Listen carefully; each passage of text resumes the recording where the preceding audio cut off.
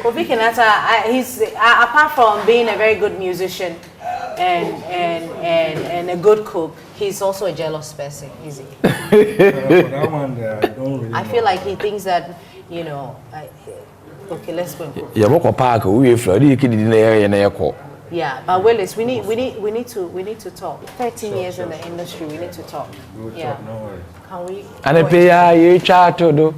That song, this song is mine. I'm officially, you know, taking this song. And you have to put that my voice in there, and I'll take royalties as well for my small voice. Because of why? but it's my voice. I am questioning your name. Okay. But see if we have you call the park, right? Yeah. So if you question, we call for number boy. We coach 1 or 2. Now my baba says my home ball. Okay. Activities in the doors. I show me will be a meet so that I look like I'm also. Maybe my share push. Okay. That should be can be a problem. Yeah. Let's go and check it out. You go park. I'm a guide or come in team. Why? But you are guiding other people. They be. Do you obey? Don't come. Attention, obey more. So okay, we done. Oh my God. So what kind of crew? I mean, are you going to eat? Well, we'll do a tasting here. We'll do a tasting here. So cool, cool. I hope that is nice. Legend of the Seeker.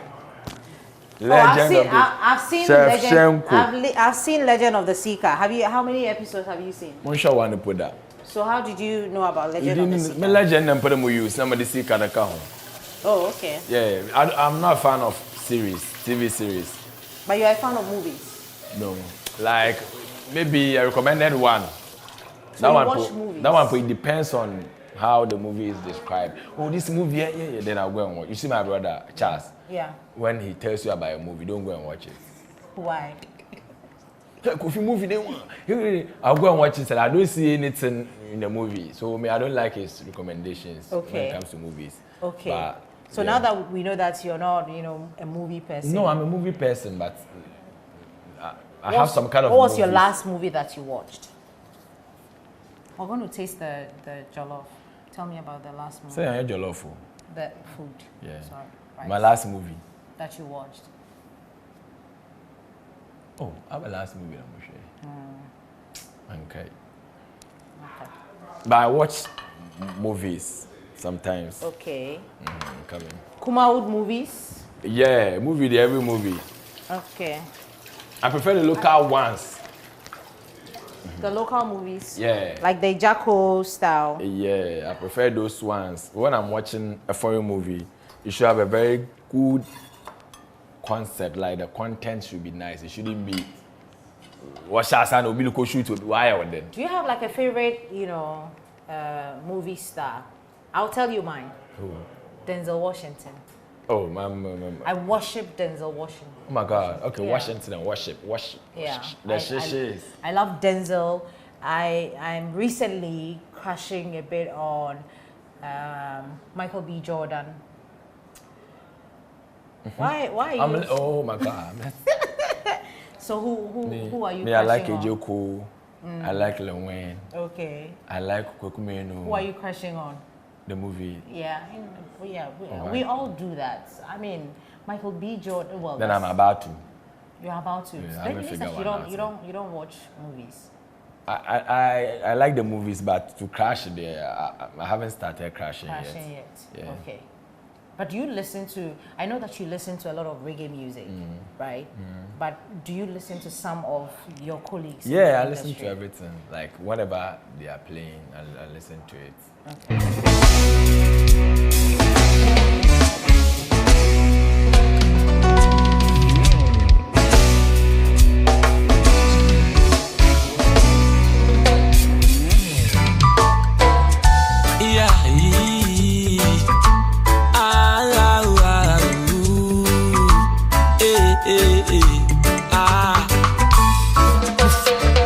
You should see music as an investment.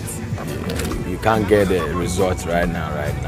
When you do fast food music, it will be consumed fast, and that is it. So it's more or less like an investment.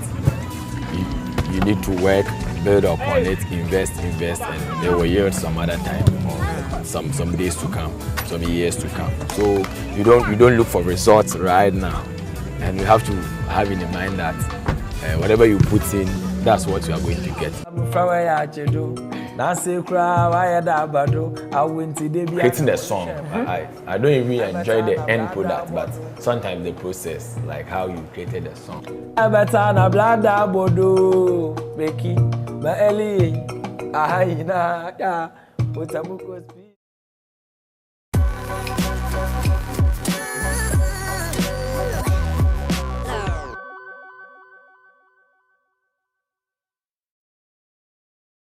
Everything has a meaning. If you recklessly and maliciously destroy reputations, you must suffer the lawful consequences. For every story, there are many versions of what is true. If you compare last year, which is 2,589 deaths, added to this year, we've already passed 3,000 deaths in 15 months. Every opinion can be debated. The political construct of the national interest can be interrogated. You cannot call for abolition of the Fourth Republic in the name of seeking constitutional reform. But some facts are hidden in the depths of interpretation. Is Al Maktoum Father Christmas that he will give you vaccines 20,000 and not receive payment? So we check the facts. The truth is that we are in the third wave.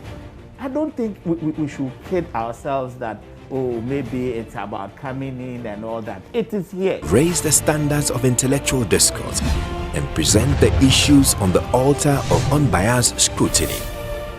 This altar is Newsfile, your most authoritative news analysis program. We must practice independent, credible, and fearless journalism. Newsfile with Samson Ladia Yenini.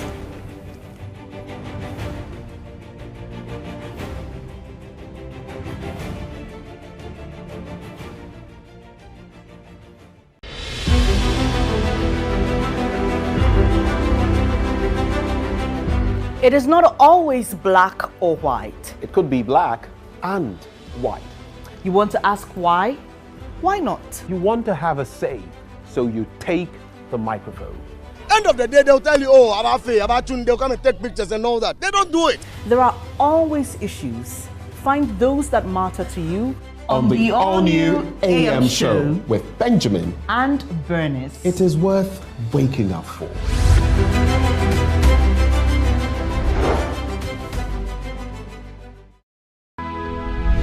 If it happens, we report it. JoyNews. Independent, fearless, credible.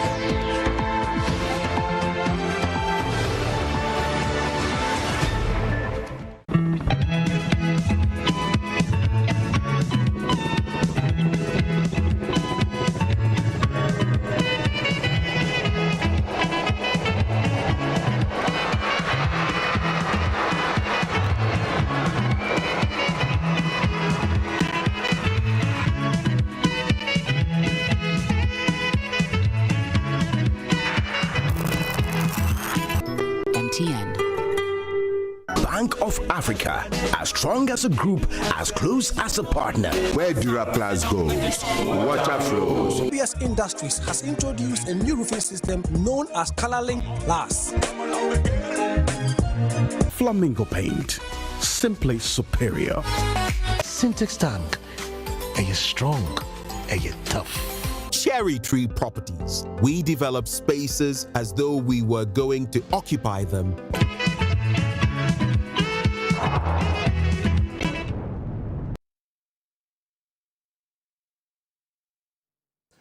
Good morning and welcome to Newsfile. This is your special edition, our quarterly Joy Change Speaker series. 6 years ago, there was a diaspora in Accra. A Deputy Minister of Trade, Robert Ahomka-Lindsay, who himself had sacrificed, left his better-paying job abroad to return to make an impact and contribute, had this to say to the many Ghanaians who had returned for the purpose of that summit. I will say some home truths that you may not like, but you need to hear it. Because as you make a decision to take this journey, you need to be aware of where you're coming from. So the first area I'm going to start talking about is you as a diasporan, your approach as you come back home. How do you approach it? Do you know something? Let me share something to you, and I will use a lot of British words here, so please forgive me. Nobody likes whiners. People that spend all their time whining all the time, I really get on people's nerves. So stop whining. Stop spending, this doesn't work, this doesn't work, this doesn't work, this, please, we know it doesn't work. So stop whining all the time saying it doesn't work. If it worked, you probably wouldn't be sitting there. So nobody likes whiners, so stop whining. The second point, it is not every time you want to make a decision, you have to see the minister, the deputy on every head. What is this thing? Where did this come from? Do you know how many people want to actually sit down and meet the Minister of Labor? Have you been to his office? There's hundreds of them. What is this thing like, I have to see you, give me your cell number? This phone doesn't stop ringing, yet we have an office. Your approach is important. When you are talking to people and you are talking down to them, you are not likely to get a lot of reception coming the other way. Remember, phonetics. There's a reason why they invented the word phonetics. The way you speak English is different than the way I speak English now. So understand that some of the colloquialism that you use are not what is used here. Think about your approach as you approach this opportunity to bring what you have learned and gained to bring forward. As he spoke to those hard facts and truths, he got a response from one of our guests today, who also had attended that summit to consider his options of returning to Ghana, Kofi Koranting.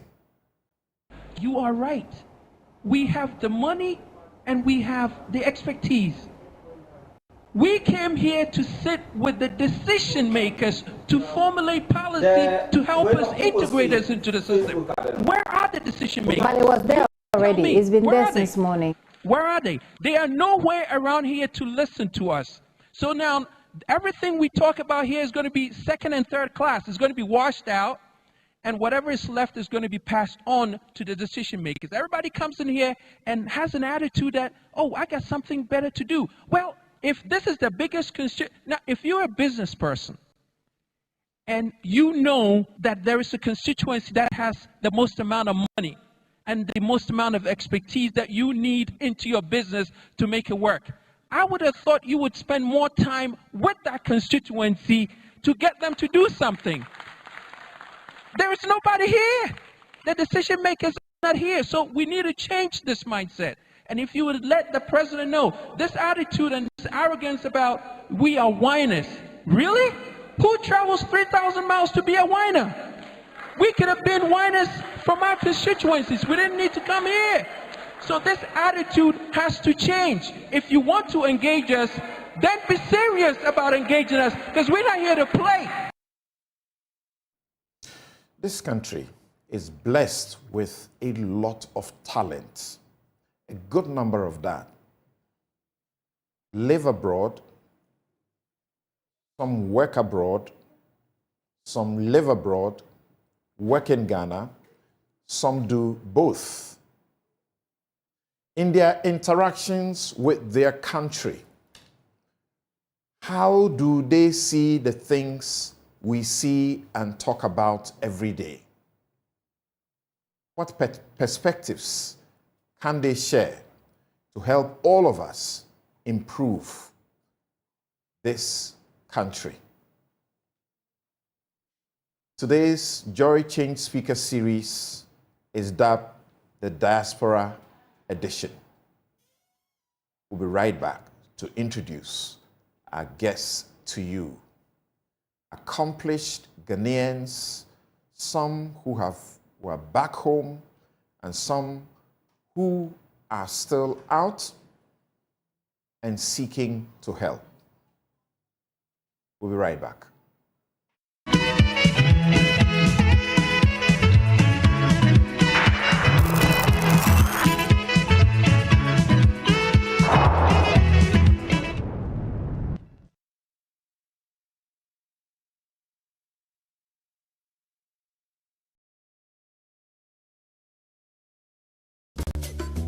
Pascal is showing his boss the efficient new technology they've installed. She is pleased, but now she's asking, why is that still there? Pascal explains that he hired a security goat to protect the data shed. The boss is not so pleased anymore. If you haven't upgraded to cloud storage yet, it's time to get business done better with MTN Business. For decades, we have helped businesses connect with their trade partners all over the globe. From Ghana to Burkina Faso, Côte d'Ivoire, Benin, Togo, Senegal, China, Morocco, France, Netherlands, and many other countries. We have made it possible to bring Ghana to the world. We have brought small and medium businesses closer to their customers across the regions in Ghana with our SME support facilities. We have brought relief and smiles to the faces of families with our employee personal loans. With our cutting-edge technology and digital support, we take the burden of complex thinking off you, making life simple. That is who we are, as close as a partner. Bank of Africa. We are indeed the African bank with the global reach.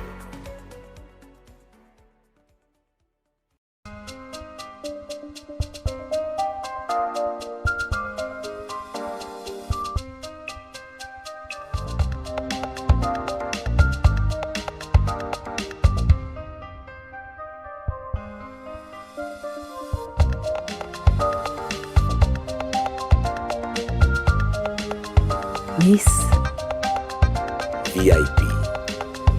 Magnetic Perfumes. Get involved and vote in the district level elections to choose assembly members and unit committee members. The Electoral Commission of Ghana is calling on all Ghanaians to vote in the upcoming district-level elections on Tuesday, 19 December 2023 from 7 a.m. to 5 p.m. to elect new members to the various district assemblies and unit committees in the electoral areas in all polling stations around the country. The ballot paper for the district assembly elections will bear the names of your electoral area and candidates with their photographs. As a voter, you have to select only one candidate.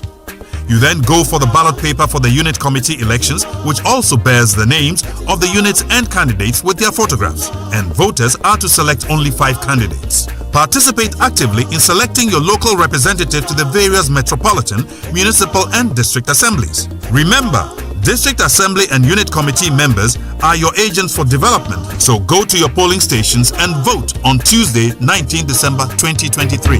Get involved. Your vote is your future.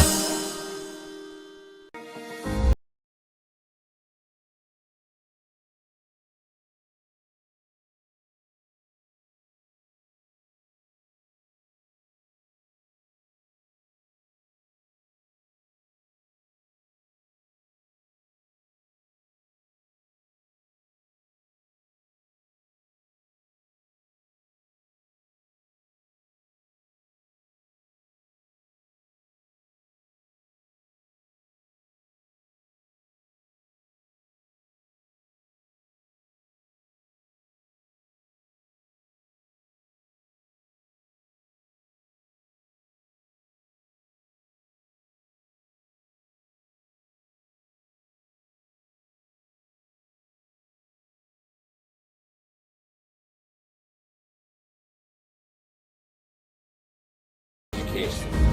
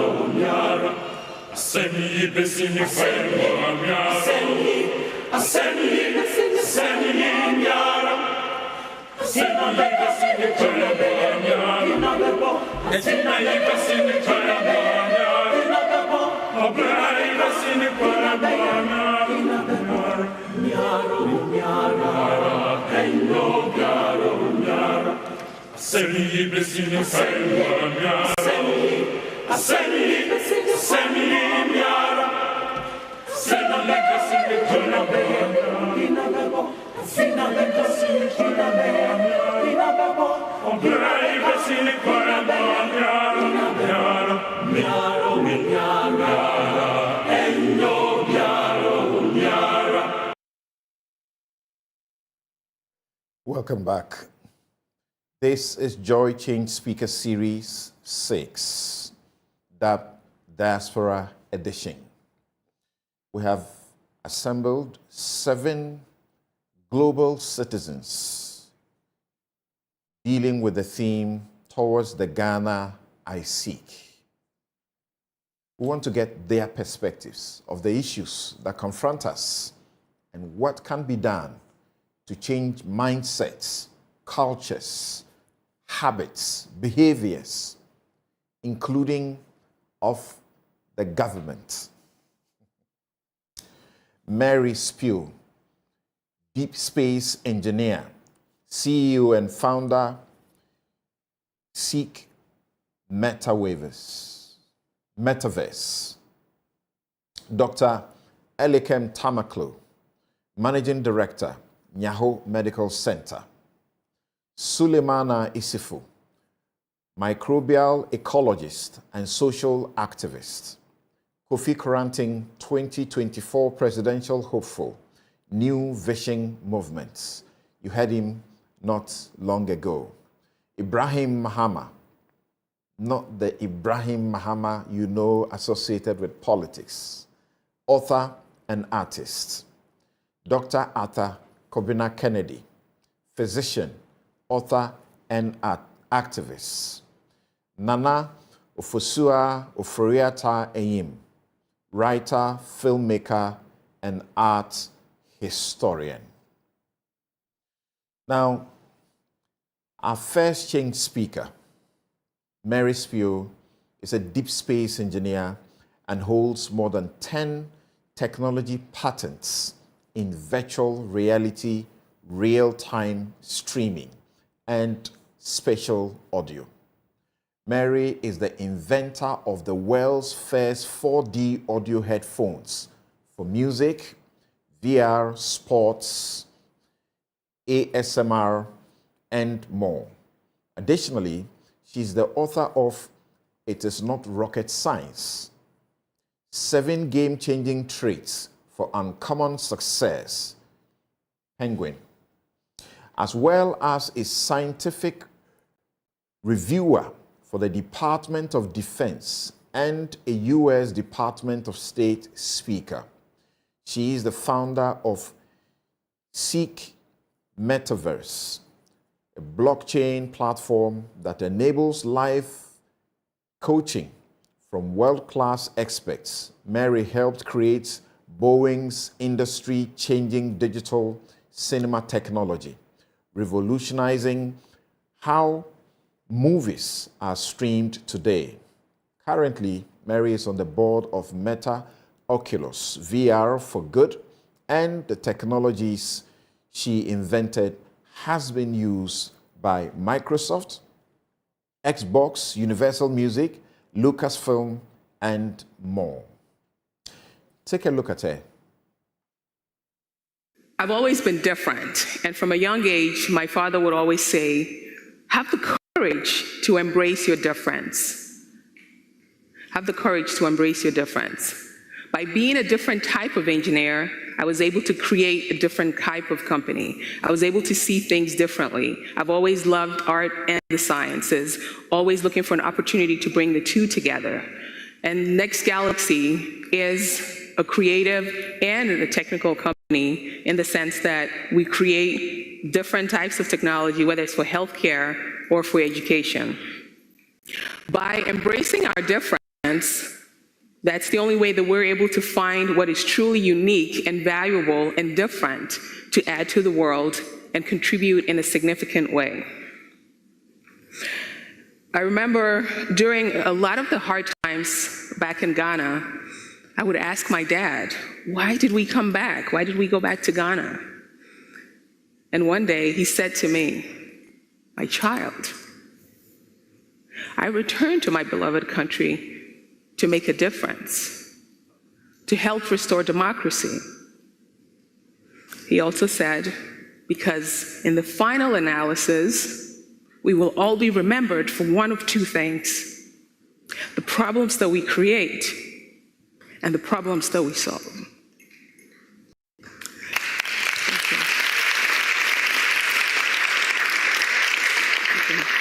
At 12 years old, it didn't mean much to me. But a few years back, when I went back to bury him, and I saw the thousands of people pour in, including the then-sitting democratic government that he had helped put in place, it was about the problems that he had solved for his beloved Ghana that they talked about.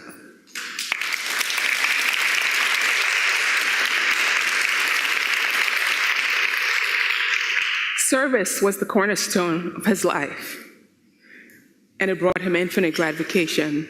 And today, I look for all different opportunities to apply technology to be of service to others, whether it's working with the hospitals or with the West African Foundation, which helps put schools and hospitals in places where there are no schools within 100 miles. Finally, I'll share a story of a young boy, Timmy, in his kindergarten class. The teacher had asked them to draw whatever they wanted to draw. Everyone was done. Timmy was still in the back, drawing. And the teacher said, "What are you doing, Timmy?" He said, "I'm drawing a picture of God." And the teacher said, "But no one knows what God looks like." He hops up in excitement and says, "That means they'll know when I'm done with my picture." Today, with technology, we all get to bring out our inner Timmy. We have access to these tools and resources to paint a whole new picture of possibility for our world. What will be unveiled when we're done drawing our picture? What type of future will we paint? How would we use technology to go beyond making cat videos for YouTube? As I left to get on the airplane to come to America, I turned around and saw my hero, my father, cry for the first time.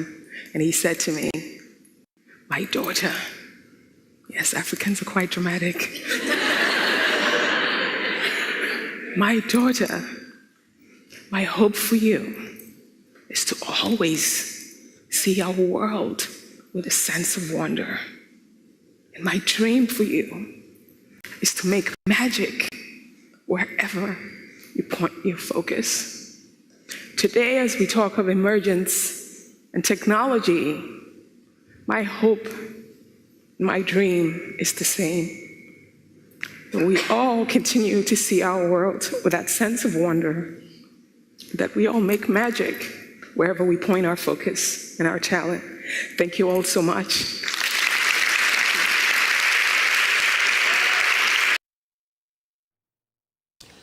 How are you inspiring that daughter of yours to make magic?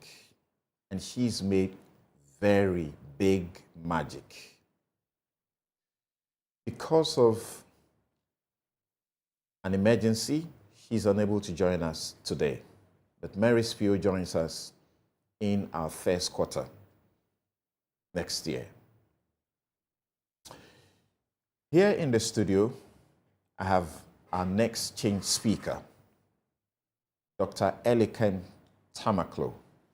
He's the Managing Director of Nyaho Medical Center, a leading healthcare provider in Ghana and the first private group medical practice in the country. He has held this position since 2015, and during this time, he has led the digital transformation of the hospital, integrating services, equipment, and infrastructure through an integrated hospital information system centered around patients and their families. I've used their services, and I can testify. Dr. Elikem Tamaklo has won many awards, including the Young Entrepreneur of the Year at the 2016 Ghana Entrepreneurs Award and the Young Business Leader Award at the 8th edition of the All African Business Leaders Awards, organized in Johannesburg, South Africa in 2018. In 2022, Dr. Elikem Tamaklo emerged as the winner of the Man of the Year Health Award by Amy Africa, as well as the 40 Under 40 Health Award winner by the 40 Under 40 Awards. This morning he joins us. He's right here in Ghana, joins us to speak to Ghana's future, Ghana's legacy, addressing the talent and leadership gaps in Ghana's healthcare. Dr. Elikem Tamaklo, thank you very much for making time to join us this morning. Thank you for having me. So we thought it was not going to be easy to find you because we were aware that you're a globetrotter. So good to have you. No, it's a pleasure, and honestly. What a beautiful and amazing thing you are doing in Nyaho, Hospital. Now, speak to us on Ghana's future, Ghana's legacy, addressing the talent and leadership gaps in Ghana's healthcare. No, thank you so much. I mean, it is an honor to be here. When I look at the clips you've shown and the people who've spoken, it really is inspiring because we are all inspired by people who've gone before us. And when I came to the organization, Nyaho, I did not start it. It was founded by my father, and my mother then took after him. And I realized that, the heights, my father used to say, the heights that were reached and kept by great men were not attained by sudden flight, but they, whilst their companions slept, were toiling upwards through the night. And my father was a giant. He was a diaspora. Before Ghana gained its independence, he was one of the few Ghanaians who were trained outside in Ireland, in Trinity College, before Ghana had its own medical school. And when he trained as a doctor, he came back. And he came back to serve in the military, in 37 Military Hospital. He rose to become the medical director for the Ghana Armed Forces. So when I look at his achievements, the question is, why did he move outside of this secure future to set up a very risky endeavor of starting a group medical practice? He didn't start it on his own. He brought people together. And that teamwork is what I believe has kept the organization going for 53 years. 53 years of running an organization that is 24 hours is no easy feat. So you look at the organization now and you think it does not have problems. It has many problems, many challenges. It has gone through the ups and downs of our 70s, 80s, 90s, and different people were there.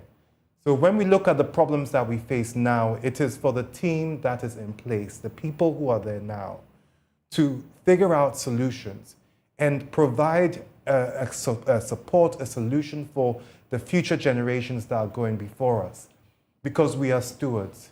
So I see myself as, standing on the grounds, which is the ceiling that my father and my mother have created, which is very much challenging. And we have to acknowledge that we are all stewards and it is not easy to continue a legacy. If you grew up in a family, I think that all of us look up to our parents, we look up to those around us. Sometimes we have good examples, sometimes we have bad examples. We look at our governments and we look at people in leadership, and we look at what is the model of leadership that we have. I think that we can look and see great examples. I'm inspired personally by someone who was on your show, Patrick Ewa, who started at Shesi University. And one thing that is consistent, when you study the stories, you see that it has been challenging, and the challenge continues.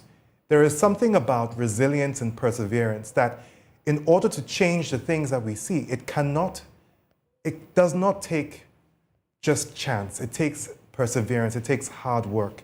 And we need to show this hard work. We need to show the impact it has on your mental health, the impact it has on your being a family man, being there for your family. And so for me, this topic is about how do we address the challenges in healthcare. Because what brought me back to Ghana, I trained in the UK, but what brought me back was to identify that I had a part to play in this problem.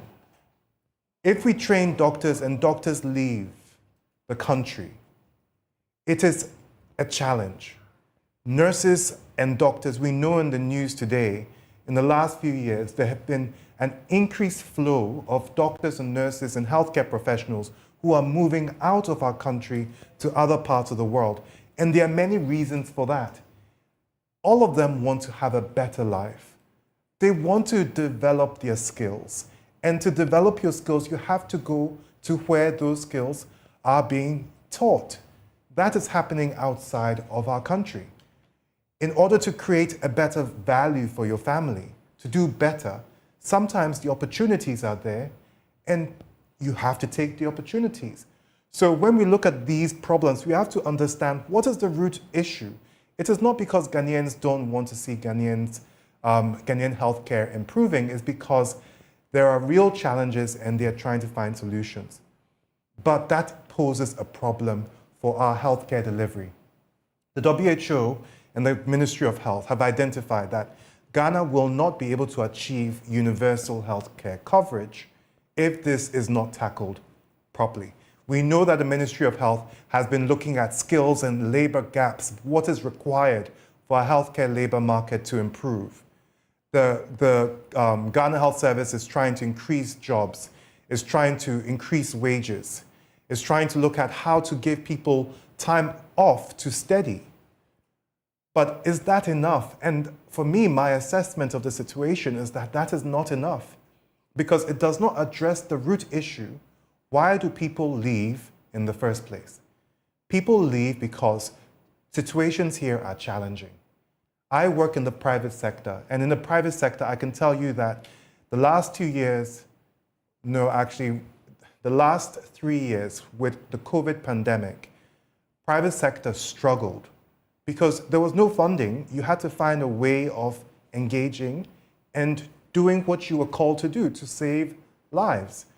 No doctor and no nurse is not oblivious to the fact that you have to save the life in front of you. But when you are tired, when you are not addressing the mental health strain, to ask someone who is worried about their livelihoods, who's worried about the base, how to supply food for my family, and ask them to aspire to a greater height of thinking, of empathy, you have to address the root issues. And so as a private organizations, this has been a challenge, especially with the economic crisis. How do we create better jobs, better conditions of service? I can tell you and honestly that we have struggled in the last few years to provide that for our staff. However, we have not given up, and that is the legacy of my parents. When I look at the situations that they faced, if they could do it, we can do it. Even though we walk through the valley of the shadow of death, it's a shadow, we will walk through it. But it takes perseverance, it takes hard work, and we need to demonstrate to the youth, we need to demonstrate to everyone who's coming in that it takes a lot of hard work, a lot of sleepless nights. So I am looking at a situation, I'm asking myself, how do we solve this? Because public sector cannot do it on its own. The government has so many competing interests that how do you put the right resources to address the challenge? The first challenge is we don't train enough healthcare professionals. That is really challenging when you have only 8 undergraduate medical programs. Our doctor-to-patient ratios are the lowest if you look at the world, if you compare to other parts of the world where people are moving to. There's a global health shortage.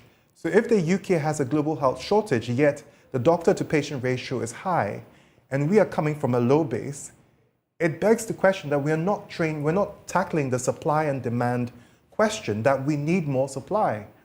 But we have a young population. We have an opportunity. It's not a problem if you change the lens. It's an opportunity. We have a young population who are looking for jobs, who are looking to better themselves. So we need to focus on training and training more people to become better skilled. It's not enough to do the basic training. People have to aspire to better because around the world, people have moved on. So if you try and just train on basic community care, I am not saying that that is not needed in a country where we have to deal with the basics, infection and prevention control, where simple hand hygiene, simple mosquito nets can make a difference. We have to lay a great foundation. However, with the use of technology, with the use of artificial intelligence, the world is moving on to giving tools that can help people do more and better. So it means that if we do not keep up in terms of how we train and how we empower and enable these young people, we'll be teaching things that were relevant 10, even 5 years ago. Meanwhile, the speed of evolution is moving quickly. So there is value in engaging in the diaspora. There is value in engaging in what's happening around the world because it's combining the two things, bringing the best of our people who have gone out of the country, who are in these new systems, to the best in our country, who are aspirational, who are full of grit and resilience, who keep pushing on, and bringing them together. So the public sector cannot do that on its own. Private sector cannot do this on its own. Private sector is challenging. The tax regime, when I look at my relationships, I'm the chair of a group of specialist hospitals who came together during the COVID pandemic because we had to engage. We are not competitors. We are all in this together. We don't even do the simple things that you can find in other countries. So we have to figure out what is the root issue. The policy regimes need to change.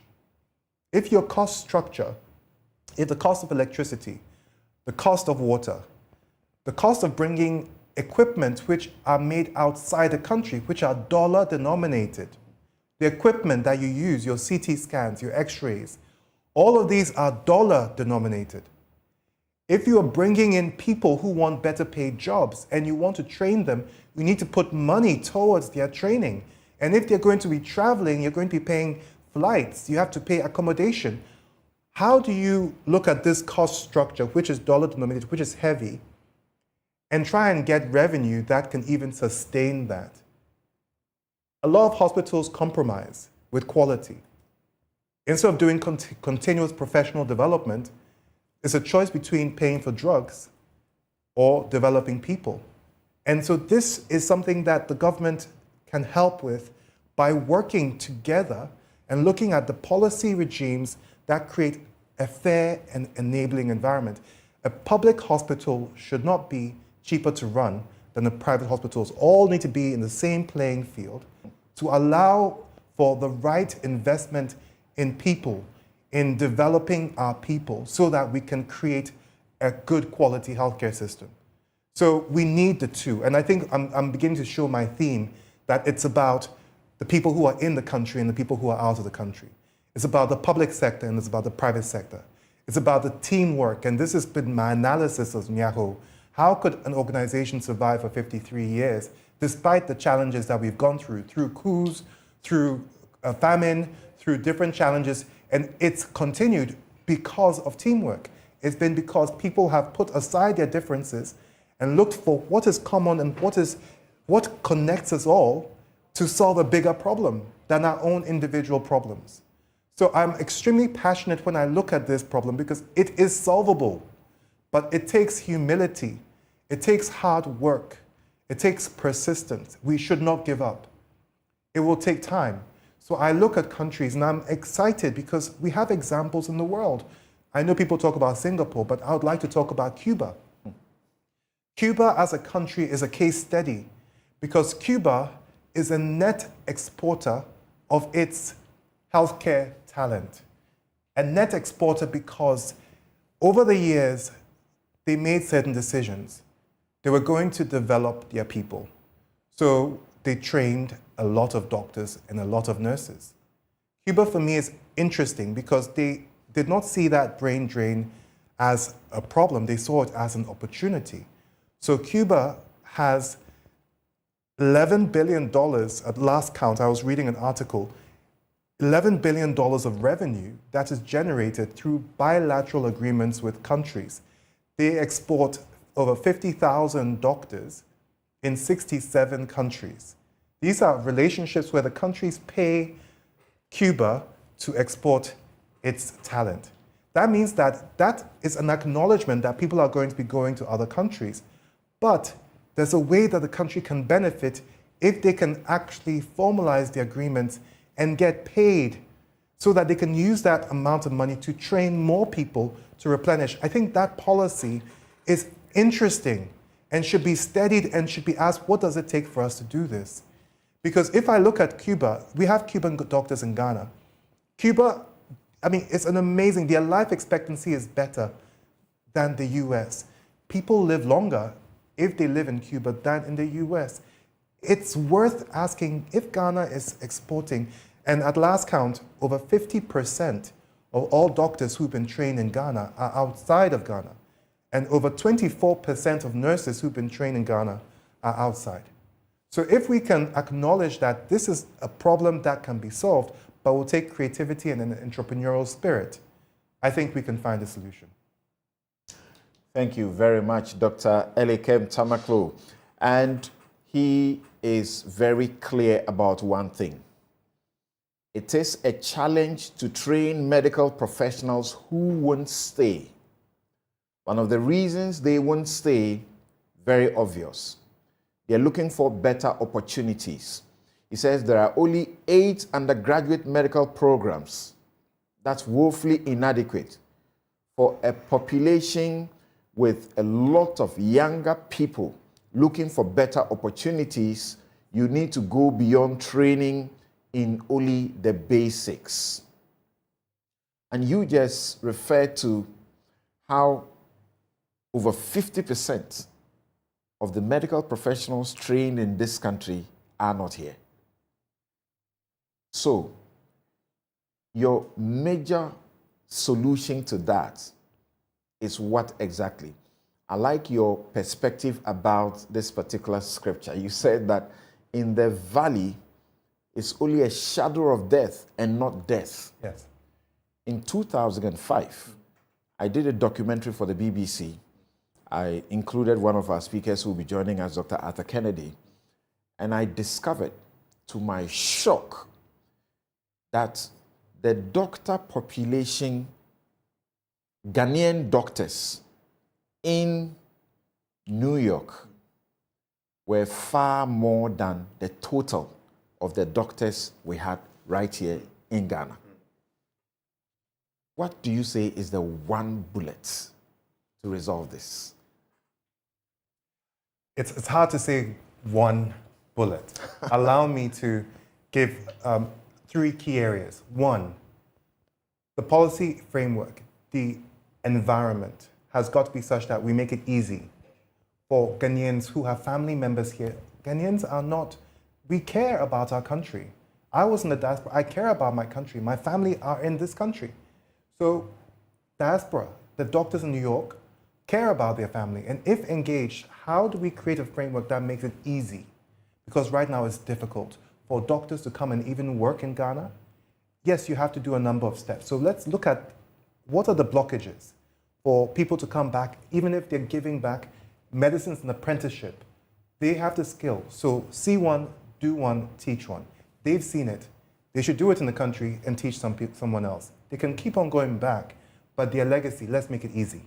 We need both public sector, but private sector is where the funding entrepreneurial spirit comes from.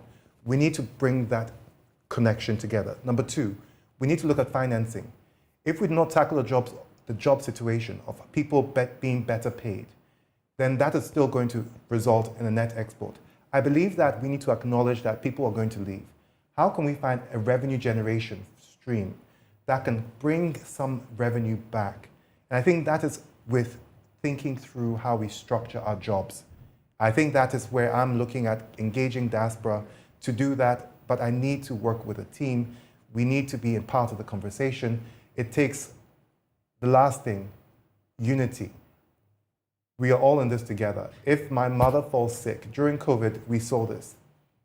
If my mother falls sick, I told her that in our hospital, even though we're a COVID center, we only had 2 ventilators and patients were on those ventilators.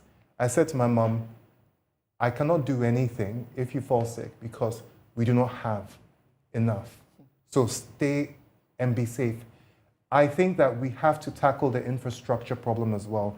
And that's where the investment, the enabling environment is skill plus equipment and infrastructure. So I think that this is my 3 areas: policy, training, and investment. That's how to bridge the gap. Now, you were trained in the UK, had better opportunities, and still you decided, like a few others, to come home. Mm-hmm. For you, the push factor, or is it the pull factor? You said you are standing on the grounds, which is the ceiling created by your father and his team. Up to this point, do you have any regrets, or you are seeing the problems as only a shadow in the valley and not death? The valley, I love that phrase because the valley of the shadow of death. I think that I'm a Christian, so I take a lot of faith from the Bible. And for me, the only way I've been able to go through this period of time has been with grace.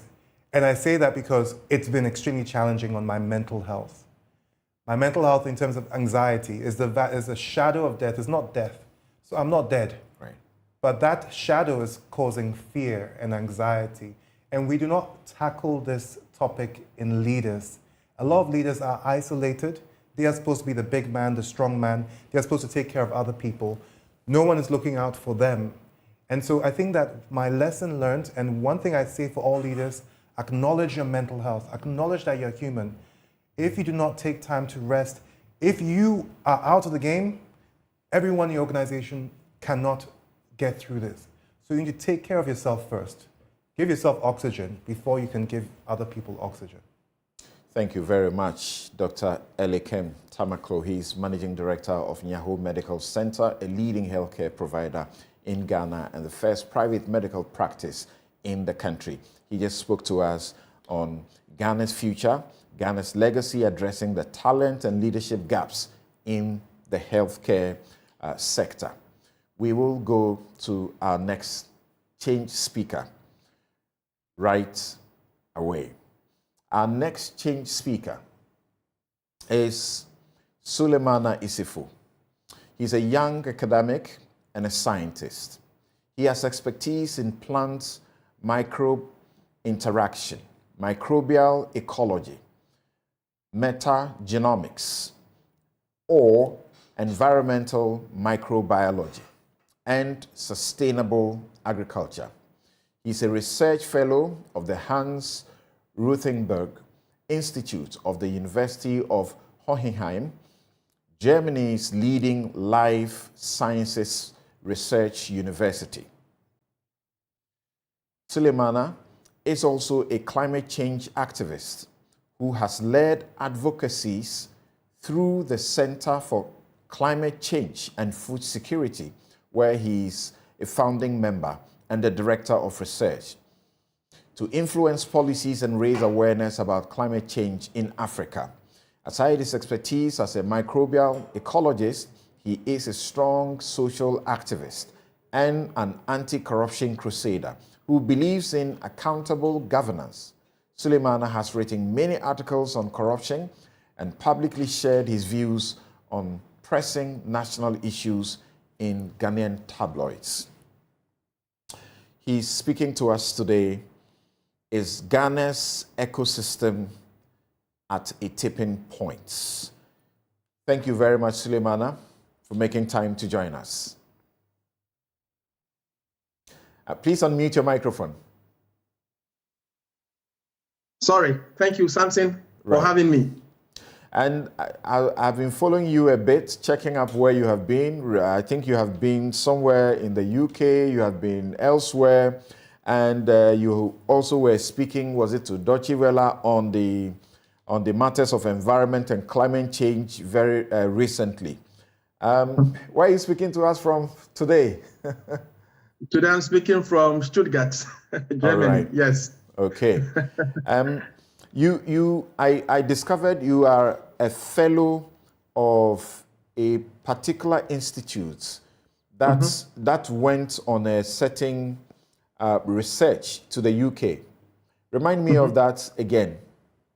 Yes. So for the UK, I went to the UK as a visiting researcher and scholar at University of Aberdeen. My institute actually in Germany here also embarked on a research, a very important research in Ghana. And I would like to share some of the details of this research with your listeners and probably raise awareness about this particular research, which has been forgotten by policymakers. So let's hear you. Is Ghana's ecosystem at a tipping point? Okay, so thank you very much, Samson. So thank you for deeming me worthy of invitation, and I'm very pleased to be on a panel with distinguished fellows. So when this invitation was given, I decided to ask a few people within my circles of academics, intellectuals, friends, and my question was very simple. I asked them, if you were given the opportunity to isolate one problem of Ghana which demands or which needs urgent attention, what problem are you going to mention? And to my utter shock, I had diversity in the opinions that I received from my respondents. So because of that, I said, okay, then let me fine-tune the question further so that maybe I can have a consensus response from my respondents.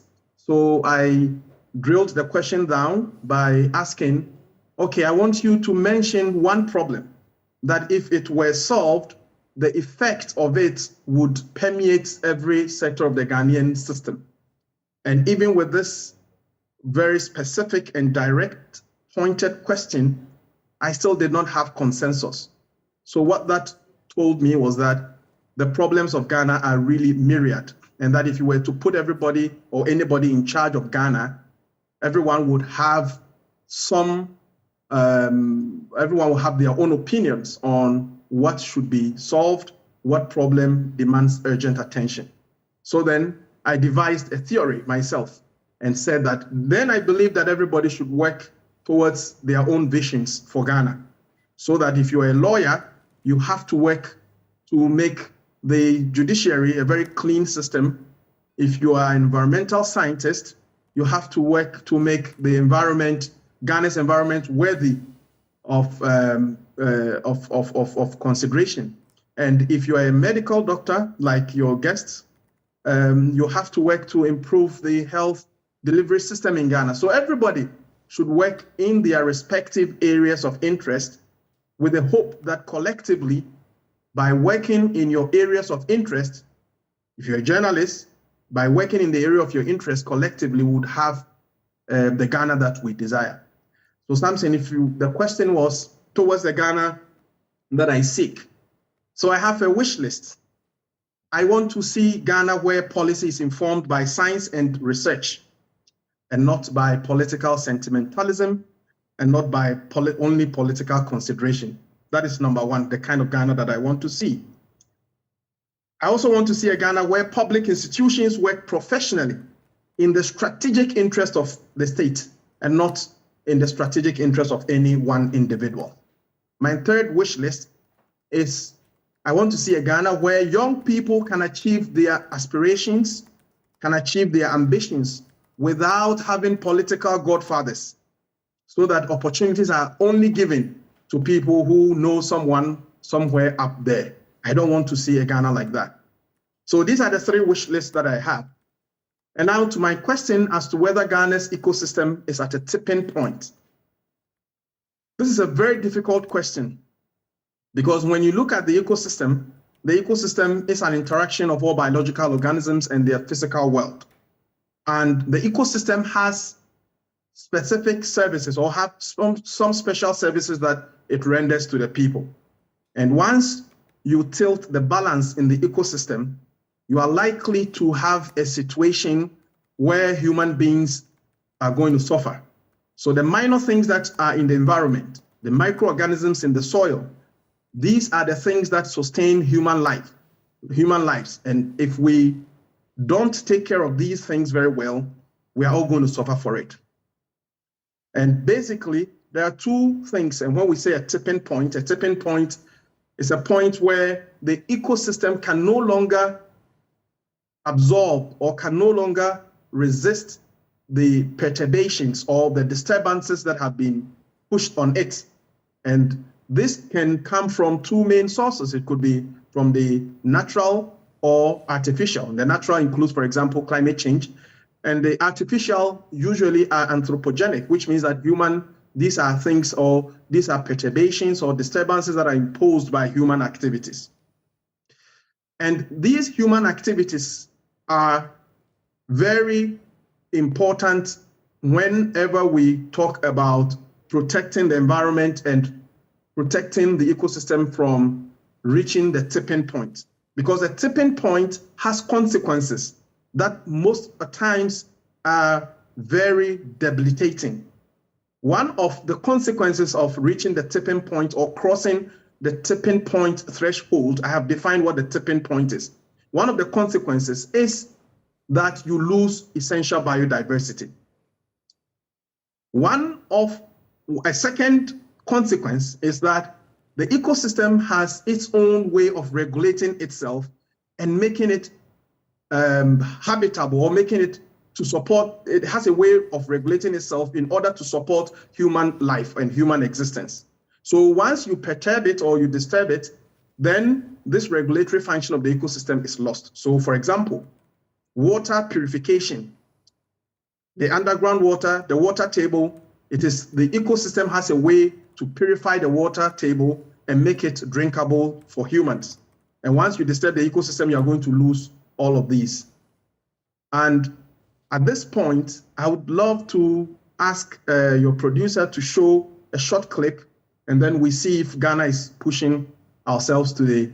So Samson, what you're seeing, or viewers, what you're seeing is a shot that was taken as recent as 9th December on the white Volta. I got this video from Metro TV. And for anybody who is watching this, this is the white Volta that has become turbid, that is almost in a slurry state, which depicts that Galamsey has not been solved. So we still have Galamsey going on, and by continuously doing Galamsey, we would be pushing Ghana's ecosystem to the tipping point. And I've mentioned some of the consequences of crossing the tipping point threshold. We lose biodiversity. This biodiversity is very important because, for example, in our agricultural system, some microorganisms are responsible for plants to be able to take up nutrients. And once you disturb the ecosystem, you lose these microorganisms. And the effect is that we are going to see what we call crop failures. We are going to see crop epidemics. Then this will threaten your food security system and make agriculture very expensive to undertake. So when you have Galamsey going on, I will not be surprised that in the next few years, we are going to see crop failures. Our plants are going to die. They will not be able to survive in the ecosystem because the ecosystem has been disturbed, and our important microorganisms and biological organisms that sustain the plant life, which in turn sustain the human lives, are going to be lost.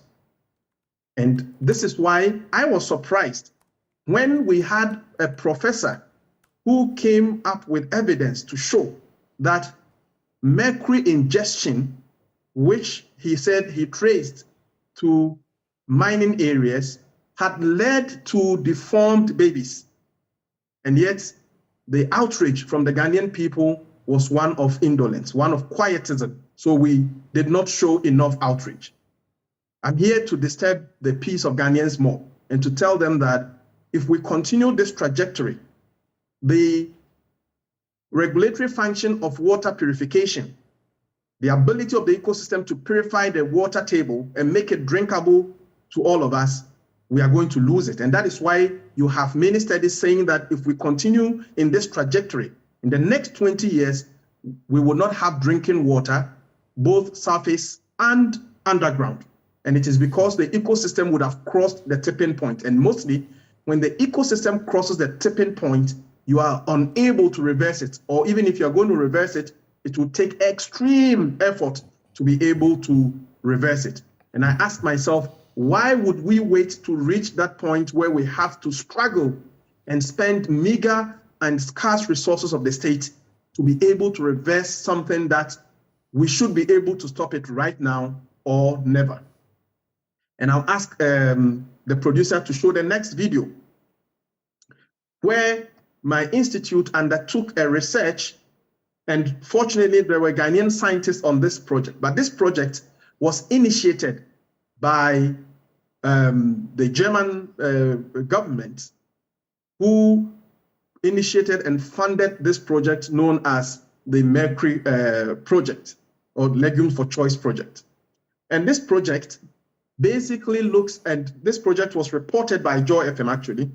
This project basically looks at how to use what we call phytoremediation or bioremediation to remediate soils that have been contaminated by lead, mercury, and other heavy metals from these artisanal mining or galamsey illegal mining areas. In something, I must tell you a story. I have some challenges, professional challenges, but I would say it anyway in the interest of Ghana. When I was first recruited in my institute, and my PI, the principal investigator on the project, was showing me around and introducing people to me. He introduced someone who would later become a very close friend of mine, Yachin, who is a Chinese lady. And my PI told me that, so this lady is responsible for screening microorganisms that have the potential to rehabilitate soils that have been contaminated as a result of artisanal mining. And he told me that this lady is using Ghana as a case study. So, I mean, my intuitive nationalistic sense asked, the conflict that arose in my mind, that the Chinese was responsible for investigating how to use microorganisms, specifically fungi, to remediate soils that have been contaminated, and galamsey sites in Ghana are the study sites.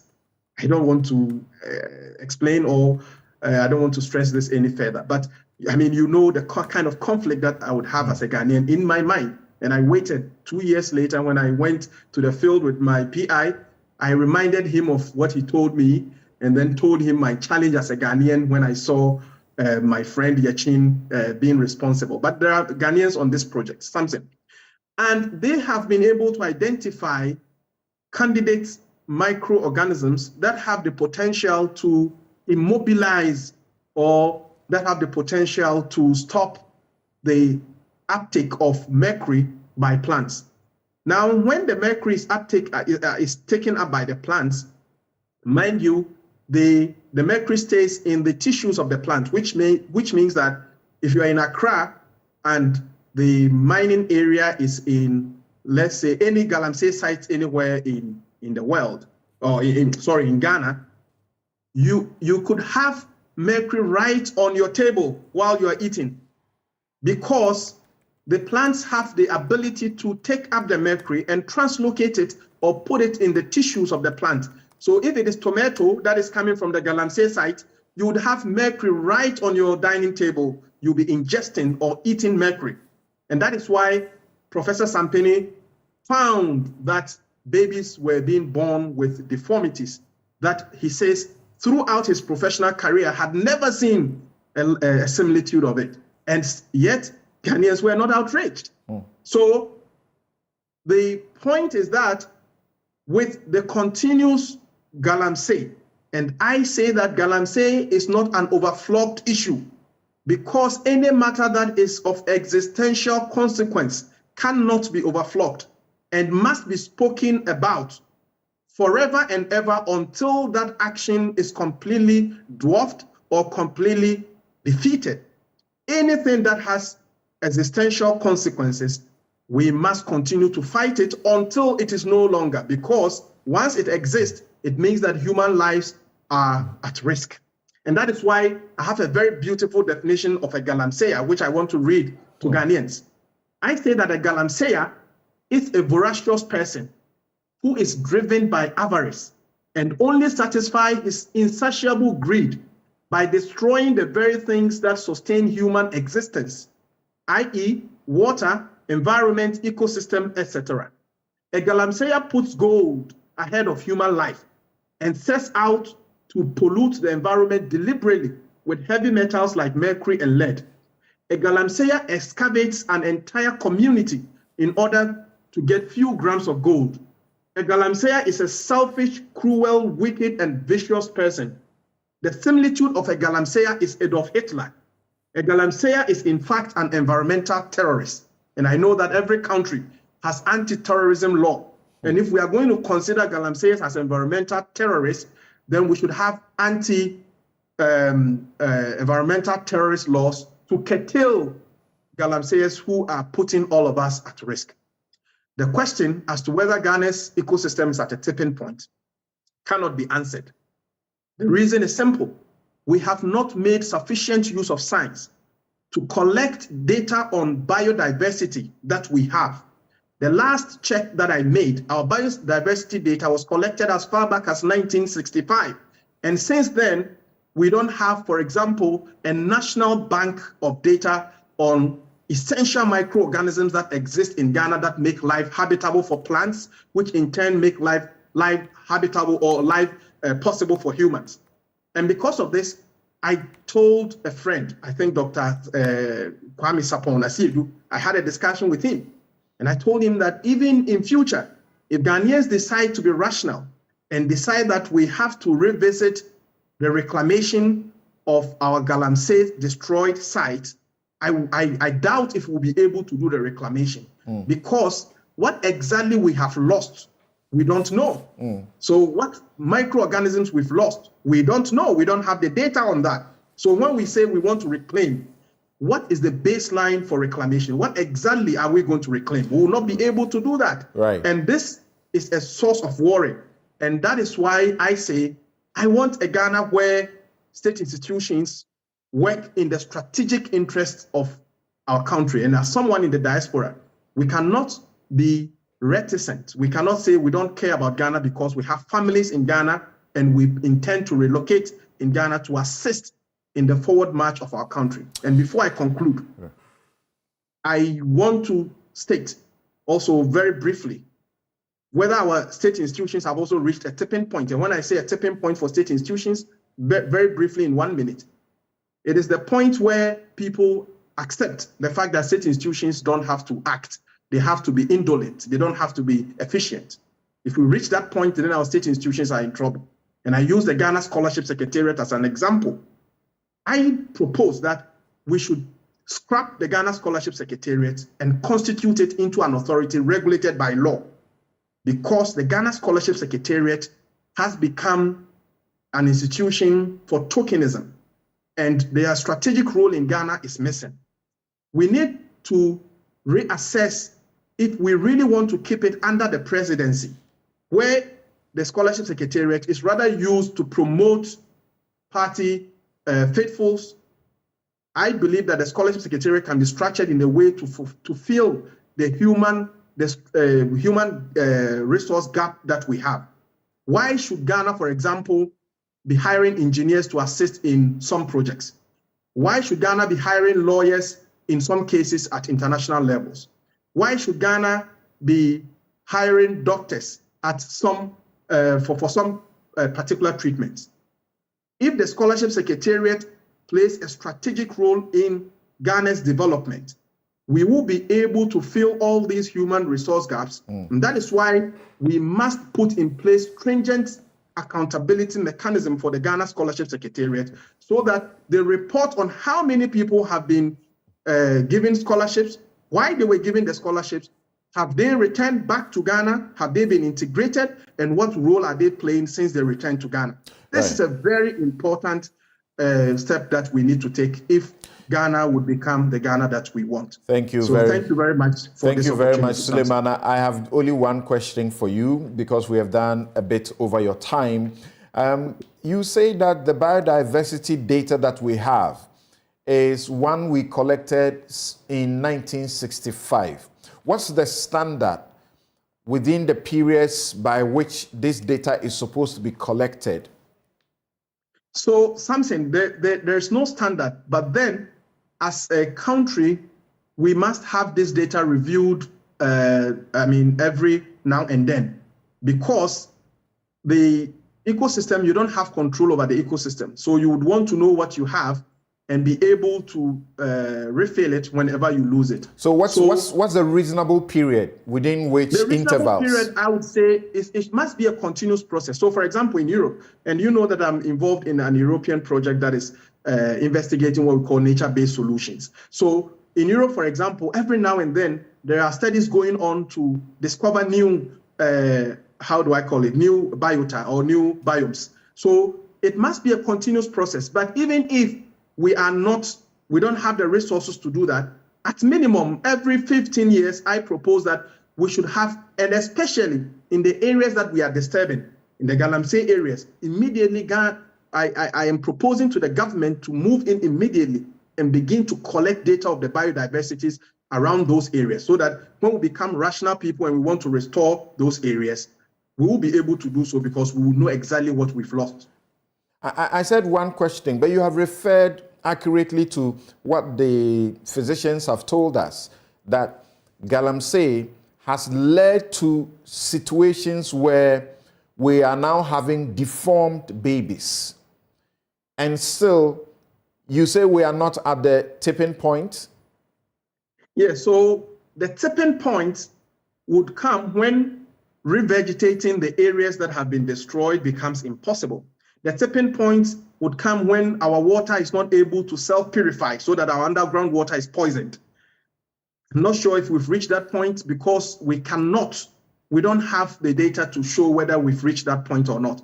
Our physician, probably in the health ecosystem, we've reached the tipping point. But in the classical definition of the environment and ecosystem, we are yet to know, because government is not even investing in, regardless of the fact that our water is polluted, and as you mentioned, in the very short future, we can't use the water we have. Presently, even farmers are unable to use this water for their farms. Yes, so Samson, that's why you reach the tipping point when the environment is not able to self-heal. Now, I don't know if the environment cannot self-heal. That's what I'm saying. It requires some scientific inquiry. But the symptoms of, or let me say, the early warning signs of tipping points, we see it. So when you go to the areas where Galamsey is happening and you realize that rich vegetation has become a problem, then this is an early warning sign. And if you read the literature on early warning signs of tipping points, I see symptoms of it. But as to whether we've reached or crossed the tipping point threshold, it requires very thorough scientific inquiry. Thank you very much. Sulemana Isifu is a young academic and a scientist, and his expertise in the areas that he has chosen to speak to us about on the topic is Ghana's ecosystem at a tipping point. We will take a quick break. We'll return to introduce our next guest.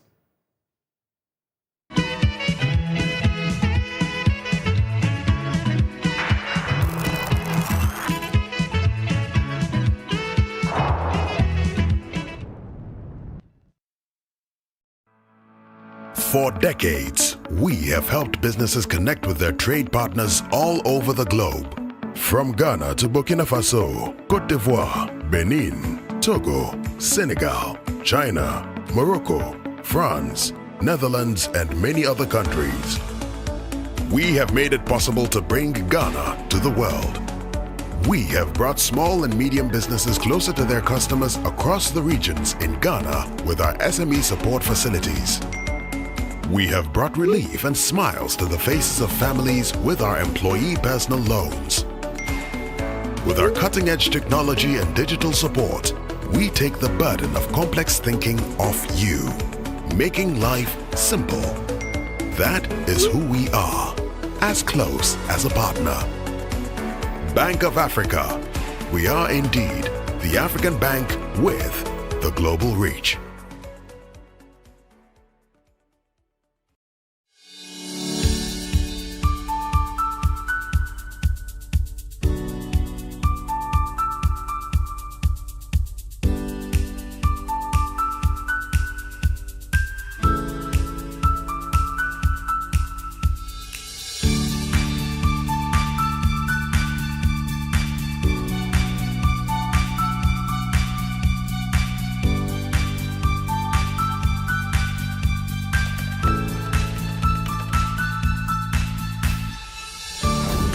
Doing never stops until the job is done.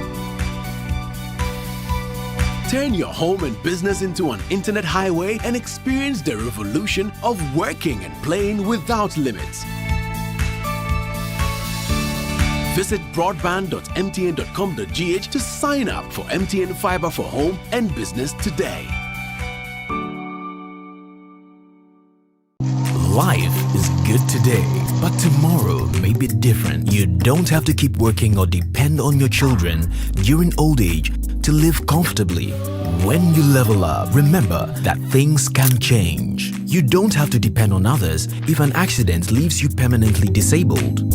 You have an expectation of a comfortable life during retirement. We hope it doesn't happen, but a booming business can sometimes decline. You want to be there every moment for your loved ones. But tomorrow is not guaranteed. But with SNIT, you can secure your future no matter the work you do. Register and sign up for Seed from SNIT for old age pension, invalidity pension, and survivor's lump sum benefit for your dependents. Take control of your future. Ayodachio, Fano Pass now. Contact SNIT for more inquiries. SNIT, we deliver on our promise. T's and C's apply.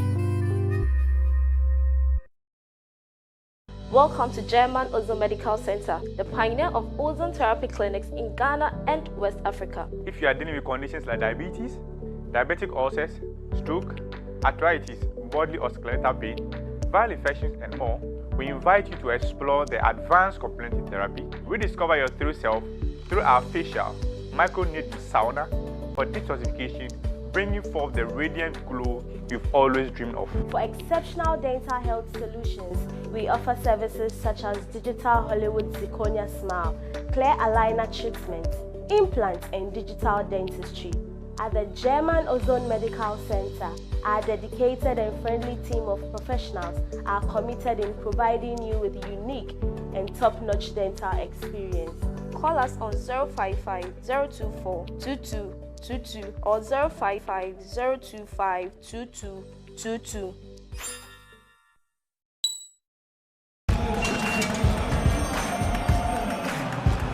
We are back, bringing you the latest lineup from Betway. Betway starts strong with their front two, with Free Play Friday and Swipe Bet. In the middle, you've got all the control with Cash Out and Build a Bet. Plus, with Win Boost, you can boost your sports bet. At the back, they have Smart Picks and the Partial Daily Jackpot. You always get way more with Betway. This advert has been vetted and approved by the Gaming Commission of Ghana. Bet responsibly. No under 18. Terms and conditions apply. Betway.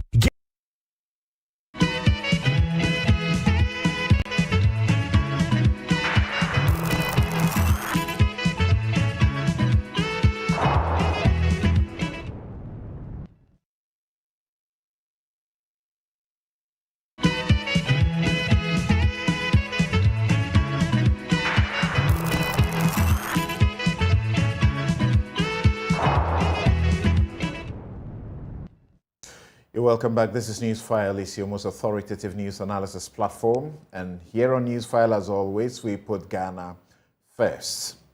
Today, as we always do every quarter, we take a pause from our normal paneling or empaneling to deal with a carefully selected panel that helps us to reflect. And I hope you're enjoying these global citizens so far. This program is brought to you by the candid sponsorship of Bank of Africa, as strong as a group and close as a partner. MTN, everywhere you go. Ashesi University, educating ethical and entrepreneurial leaders for Africa. Robert & Sons Optical Services, your comprehensive eye care service provider for 31 years. Europlus, producers of quality PVC and HDPE pipes and water tank. Where Europlus goes, water flows. DBS Industries, roofing, Papa Fie. My Way Insurance, dial *165# on MTN to join My Way today. Syntex Tanks, it is strong, it's tough. Flamingo Paints, simply superior. SNITC, self-employed enrollment drive. It's your future, so own it. Hoptel, it's everything you. And Door Masters, they pay for the show, and we are grateful. So you've heard Dr. Elikem Tamaklo, beginning with Mary Spew, the engineer doing a lot of magic by the encouragement and the inspiration of a father. You've heard Dr. Elikem Tamaklo, heading the leading private medical center and doing amazing stuff, and the issues that he identifies that need working at. I'm sure we've all been added them in one mind that for a country that is training medical professionals in their numbers, but only for the basics, and not able to retain 50% of that number, it's clearly a danger that has to be looked at. He discloses that there are only 8 undergraduate medical programs. And so people want to get better opportunities and they leave. We can do better than that. We are only able to we are unable to retain over 50% of those we train. And he says, if this continues, Ghana will not achieve universal health coverage. Now, Suleimana is very clear. You know, that is his area of expertise that he spoke to us about, issues of climate change and our environment that is suffering the devastation because of galamsey. But he's looking to a Ghana where policy is informed by science. He wants a Ghana where public service is functional and not dysfunctional. A Ghana where young people have opportunities to work.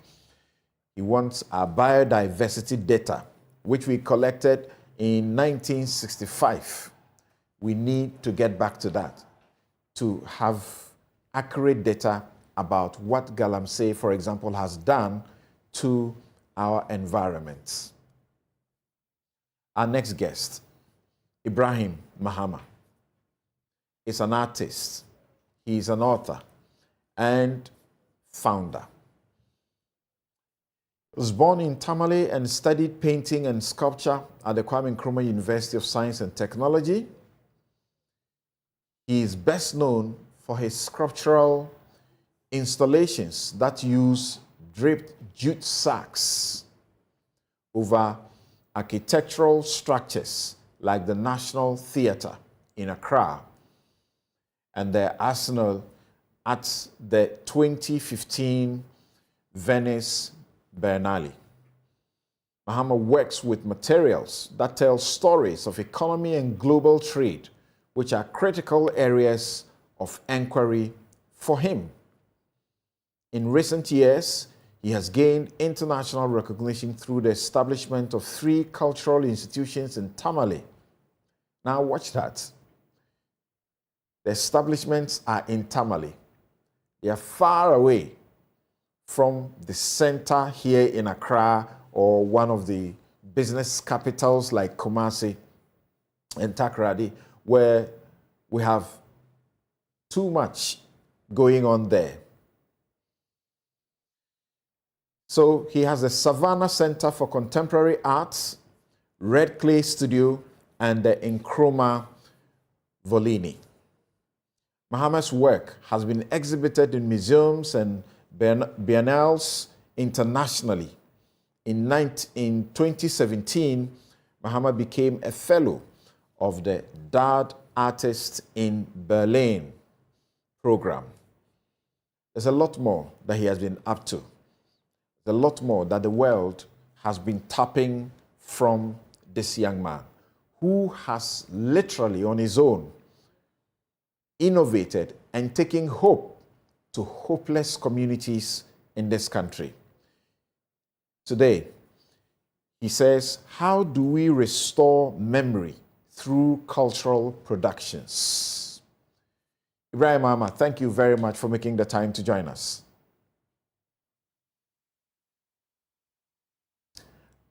Please unmute your mic. Samson, thank you very much. Great. Thank you very much for having me. And where are we reaching you from? I'm seeing the beautiful thing behind you. Great. Good to have you. So yes. Once again, we know that you are such a globetrotter, and we were so unsure that we could get you to sit down and speak to us today. You know, anywhere I am in the world, anytime you reach out to me, I'll make time for it. So for me, this is such a pleasure. And also with the kind of distinguished guests that you have on your show, one cannot refuse. Even if you are in heaven or hell, you have to find the space and time for it. Thank you for the privilege. And the duty bearers, you know, they are listening and watching this show, Newsfile. Particularly, they're happy when we take a pause from the plenty chatter and political discussions to do these kind of soul-searching introspection discussions that allow all of us to reflect. Please, let's hear you. How do we restore memory through cultural productions? Thank you very much, Samson. Yeah, and thank you to our listeners and viewers and to all our colleagues out there and to my fellow distinguished guests on the show. It's been such a joy listening from Dr. Elikim till now. And I was somehow giggling when Elikim was talking about the medical sector and all that. And even before I begin, my brother is a trained neurosurgeon from Cuba. And even when he came back recently, the medical council wanted them to pay an amount of money for them to integrate them into the system. And it was such a challenge. Like, how do you spend thousands of dollars to train medical doctors in Cuba and other places, and they come back and you're asking them for petty change in order to integrate them in the system? So that's how come most often a lot of the doctors or practitioners also leave the country. That's a very big challenge, and it's an issue that they have complained about. And Dr. Arthur Kennedy, who will join us shortly on this program, has had cause to complain about it, that there's a need to do something about that particular situation so that we don't continue to complain that as far back as 2005, Ghanaian doctors in New York exceeded the total number of doctors in Ghana. Well, I'm not really surprised here, because even as I'm speaking, there are only 2 neurosurgeons in the whole of the northern region. You know, Dr. Abbas and then my brother who just returned. So you can imagine, if more than 5 million population, if you get a motor accident or something, the tendency of you dying is very high because there are very few people who can attend to those cases. So I guess that that's why I wanted to talk about this, the idea of like repair, going back to like memory and what it can do for society in terms of, some of the problems that we're facing, I think it's an ideological crisis, you know? So I wanted to talk about that through cultural productions and institutions and all that. I think I can share my screen or something. Let me see if I can share the screen. Let me make it into... I'm very sure many of you are familiar with Ibrahim Mohammed's, trains and planes that have found their way into, the part that some people will never have seen or have had access to, and turning some of these things into libraries for children to have very good memories. Yes, please, let's go. Thank you. Yeah, I hope it's on the screen. Yes, it is. Yes. So, thank you very much. So I want to start from the Kwame Nkrumah University of Science and Technology, where I studied. So I had my undergrad and MFA there, and currently trying to finish a PhD. Of course, the KNUST, the arts program, which was introduced, was run for many years. And the program was, for a long time, was a bit quite conservative until a group of young professors led by Dr. Caricature and the Black Star Alliance group decided to radicalize it, because at the time, there were certain art practices or forms which were not being taught within the art school. And also students had to really think within certain forms. Art is about the expansion of freedom, because in the Ghana flag, in our anthem, we have the freedom and justice and all that. And that is one of the things that art embodies. The idea to be able to take something and transform it into another.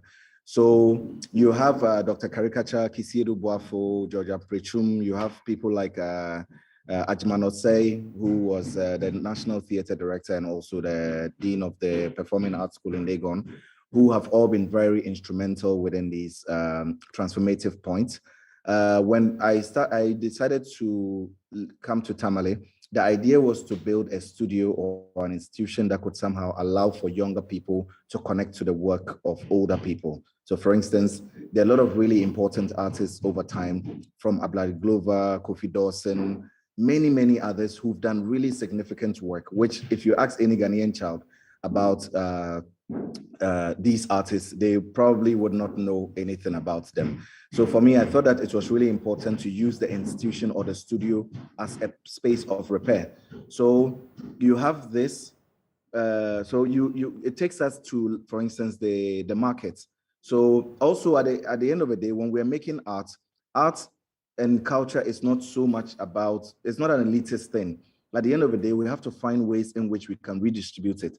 So I used to spend a lot of time going to the Malamata market and other markets around the country, talking with the women there about art and culture, collecting materials like the jute sacks that the cocoa board brings in for transportation of cocoa. And then, when an object is used again and again over a long time, it begins to accumulate memory. And I'm very interested in the memory and how it can speak to us again in multiple timelines. So I would collect these materials and then I would use them to make large-scale installations around Europe. Also, I did it National Theatre and a couple of other spaces here in Ghana at the university, KNUST. My university was very, very kind to me for a long time. They really gave me space and freedom to practice in ways that if you were in Europe, you could not even do. So those really opened up, for instance, the paradigm to think about ways in which we could start thinking about building cultural institutions that could redistribute, let's say, cultural sensibilities. So it's took me back to the history of Ghana in relation to the railway.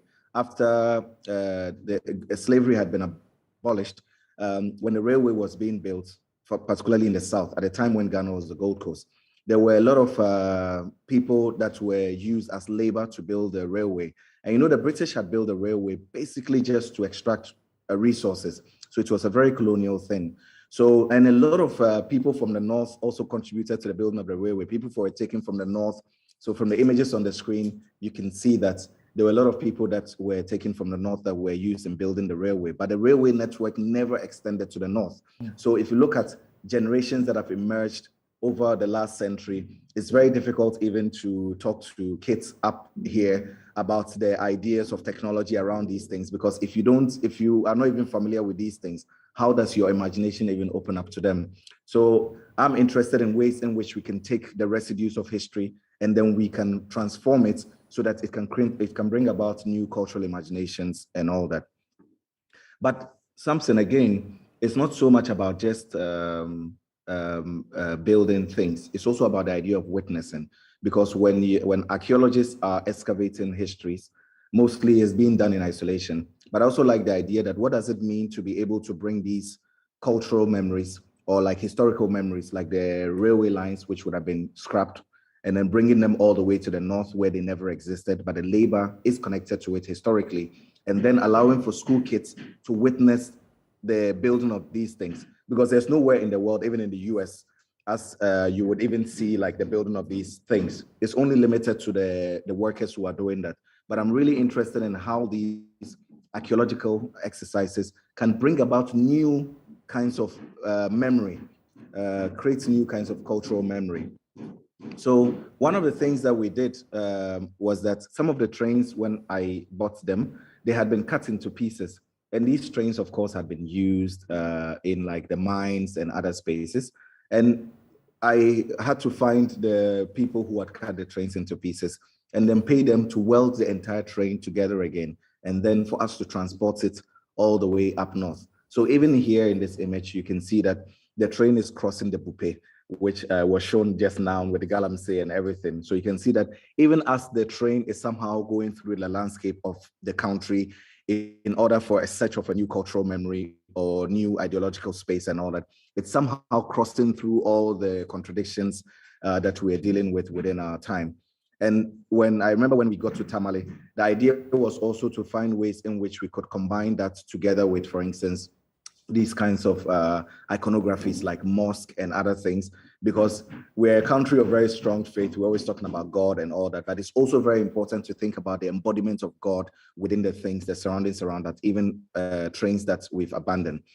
And again, now that these objects are in spaces which seem very alien, how do we make sure that the generation that is going to grow up, this is actively part of their memory in terms of how they inherit a new, because it's almost like a failure, a defunct of history, but we're somehow taking that and we're using that to build a new cultural repository that allows us to be able to think beyond time itself.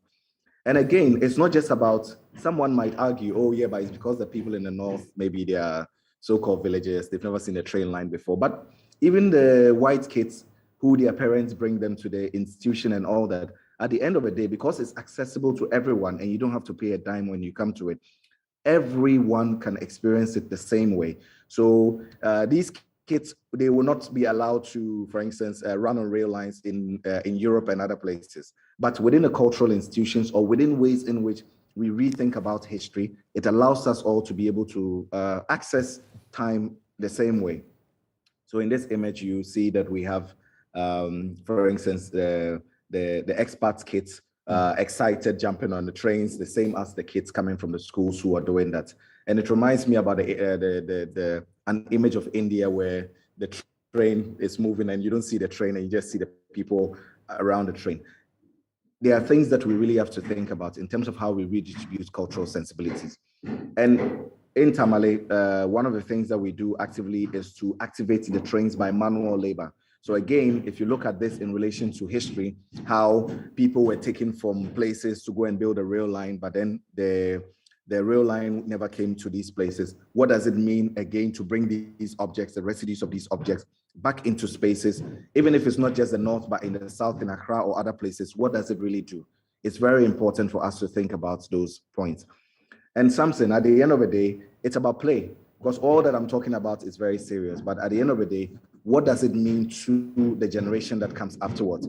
If there are kids in Jamestown or in Manguase or like in the Volta region or elsewhere who've never actually had a chance in order to be able to encounter these kind of cultural phenomena and all that, how does it shape the way they think about their being Ghanaian or being citizens of the world from a historical point of view? So inside the airplanes, as you rightly spoke about in the first place, we use them as classrooms where our colleagues, people like Madi and others, are transforming them into like coding, computing spaces where we teach children how to build computers or how to code or how to fly drones or things like that. The question is that what does it mean? What does it mean to be able to take an object which would have been lost in time or destroyed and then transform it into something that opens up, let's say, new imaginative points within another generation? So you can see that within our space, like within the institution, we have spaces like the Parliament of Ghosts, where we're even building the spaces, but we are using them at the same time. Because in architecture, when you're building something, normally you have to isolate it until it's done. But it's also important that young people, because we say we're building a country for young people, the majority of the people in this country are young. So at the end of the day, what does it mean even in terms of decision making? Because young people are not as irresponsible as most often the system makes it to be. People want to strive and people want to be actively part of decision making and all that.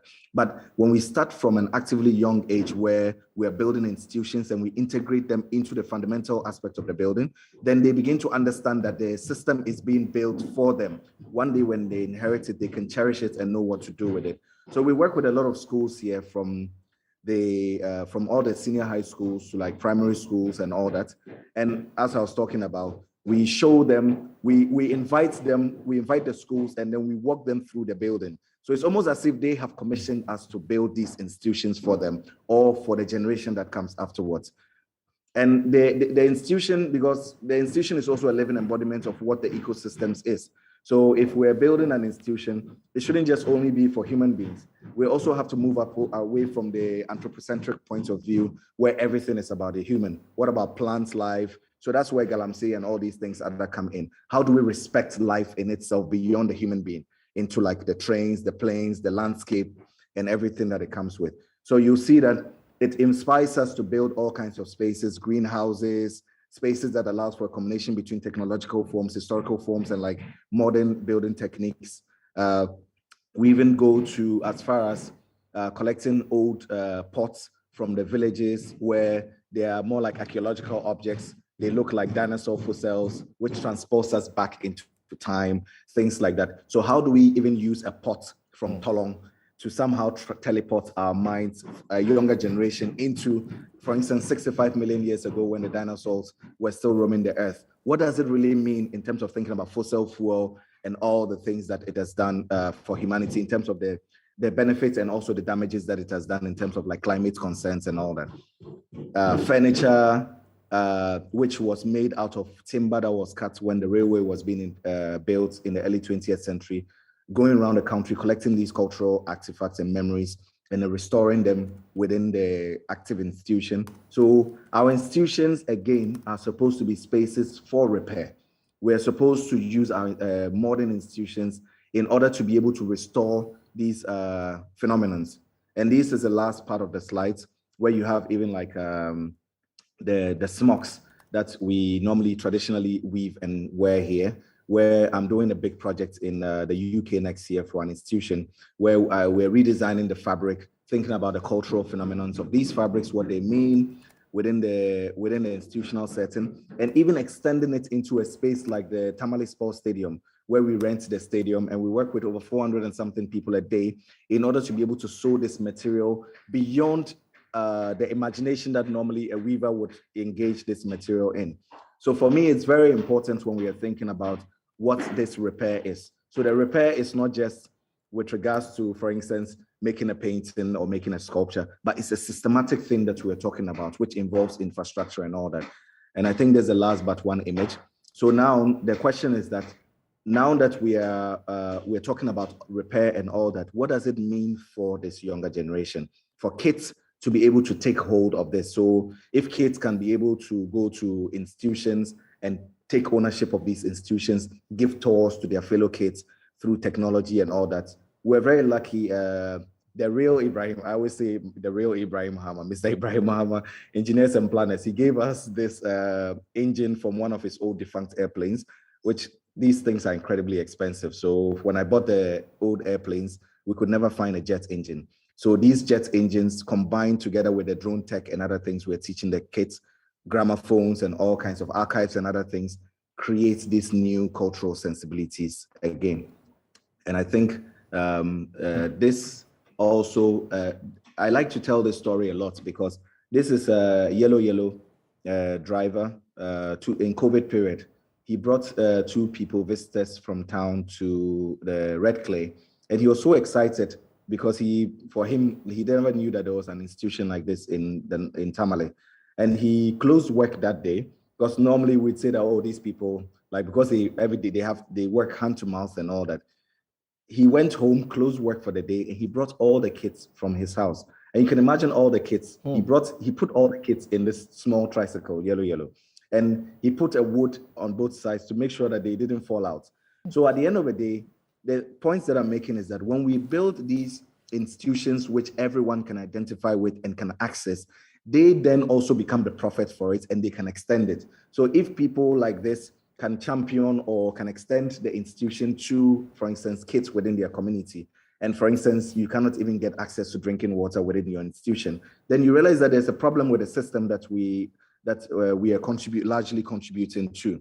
So this is the last image, and this is basically Red Clay, where you have the train line running through the institution. So the line, we can see it as some kind of a scar, but in the medical field, when a patient is injured and when they stitch it, it's somehow a repair of the body. The same way I think of as the line, the train line is almost acting as some kind of a scar tissue, which allows us to be able to repair, let's say, memory.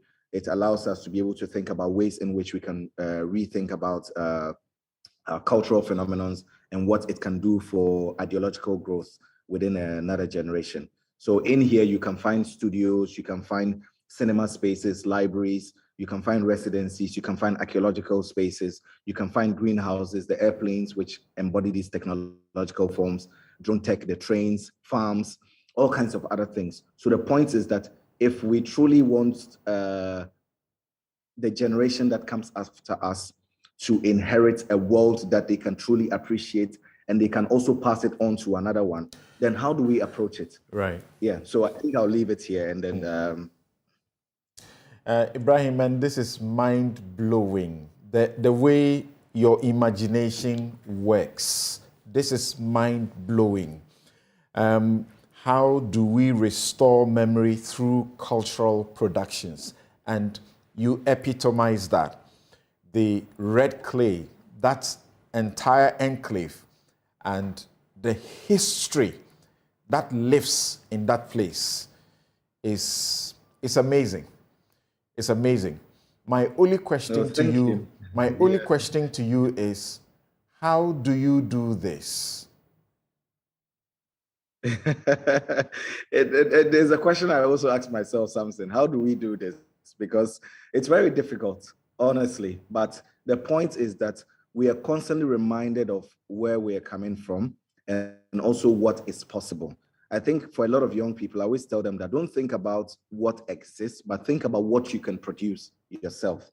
That's the only thing that inspires us, because at the end of the day, you ask yourself, it's very difficult to get access to any kind of support infrastructure. You can't get access to good roads that even go to the spaces around the country. You can't get access to good drinking water. You can't get access to constant energy and things like that. But at the end of the day, in us, for instance, I spend a lot of time traveling around the world, teaching and doing many other things. But the more important thing, when you're traveling around the world, you begin to realize that there are places that they invite you to come and teach and do things. I remember some years ago, one of my colleagues and I, Dr. Bernard Jackson, we went to Denmark for like 2 weeks to teach. Every day we'll go to a different school. And at the end of the day, I asked myself, but in Ghana, why can't we be doing this? Why, if you think you are empowered, why can't you, even as a musician, like a filmmaker or whatever you are, you don't need to wait for the state apparatus to be able to do any of these things. Why can't on our own, of course, be able to do it? Because we are privileged. At the end of the day, I can complain as much as I want, but nonetheless, I don't think about the basic everyday survival. I don't wake up in the morning thinking that, oh, what do I eat today? Or in the next 1 year, what do I eat? At the moment where you find yourself in that sphere, you have to realize that you have transcended a certain boundary, and whatever that happens afterwards, it has to be a contribution towards your society and mankind at large. All right. Thank you very much. And as I watch, and I'm getting a lot of messages from our viewers also, and I'm imagining the transformation that is going through these minds, these young minds, as they get the experience of red clay. One place, they are entering airplanes, jumping onto trains, and they are seeing so much, and it's helping them to imagine. Thank you very much, Ibrahim Mahama. Thank you very much. My hope is that eventually these kinds of institutions will exist all around the country. And of course, it will inspire beyond culture, medicine, technology, ecology, all kinds of other things. The point about art is not just to stay within its boundaries, but to inspire all other disciplines. So thank you very much. Thank you very much indeed, Ibrahim Mahama is an artist, an author, and a founder, well sought after, and he has decided to focus this kind of attention, innovation, illuminating the minds of young people and getting them to be transformed in their thinking right there in Tamale. We go to our next speaker, whom you heard a while ago briefly. We have the money and we have the expertise. We came here to sit with the decision makers to formulate policy to help us integrate us into the system. Where are the decision makers? But it was there already. It's been Where there are they? since morning. Where are they? They are nowhere around here to listen to us. So now everything we talk about here is going to be second and third class. It's going to be washed out, and whatever is left is going to be passed on to the decision makers. Everybody comes in here and has an attitude that, oh, I got something better to do. Well, if this is the biggest now, if you're a business person and you know that there is a constituency that has the most amount of money and the most amount of expertise that you need into your business to make it work, I would have thought you would spend more time with that constituency to get them to do something. There is nobody here. The decision makers are not here. So we need to change this mindset. And if you would let the president know, this attitude and this arrogance about we are whiners. Really? Who travels 3,000 miles to be a whiner? We could have been whiners from our constituencies. We didn't need to come here. So this attitude has to change. If you want to engage us, then be serious about engaging us, because we're not here to play.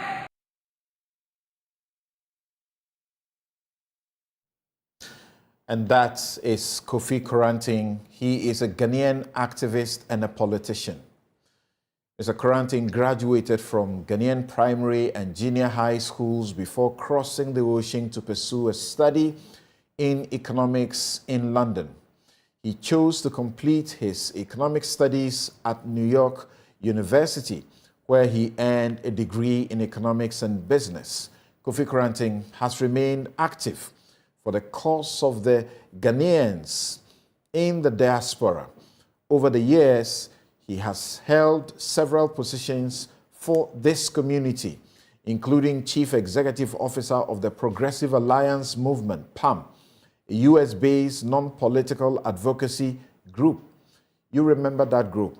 That is the group that sponsored some of its members to take a suit to get the court to pronounce that Ghanaians living abroad are entitled to be registered where they live and to vote from where they live, as spelled out in the law.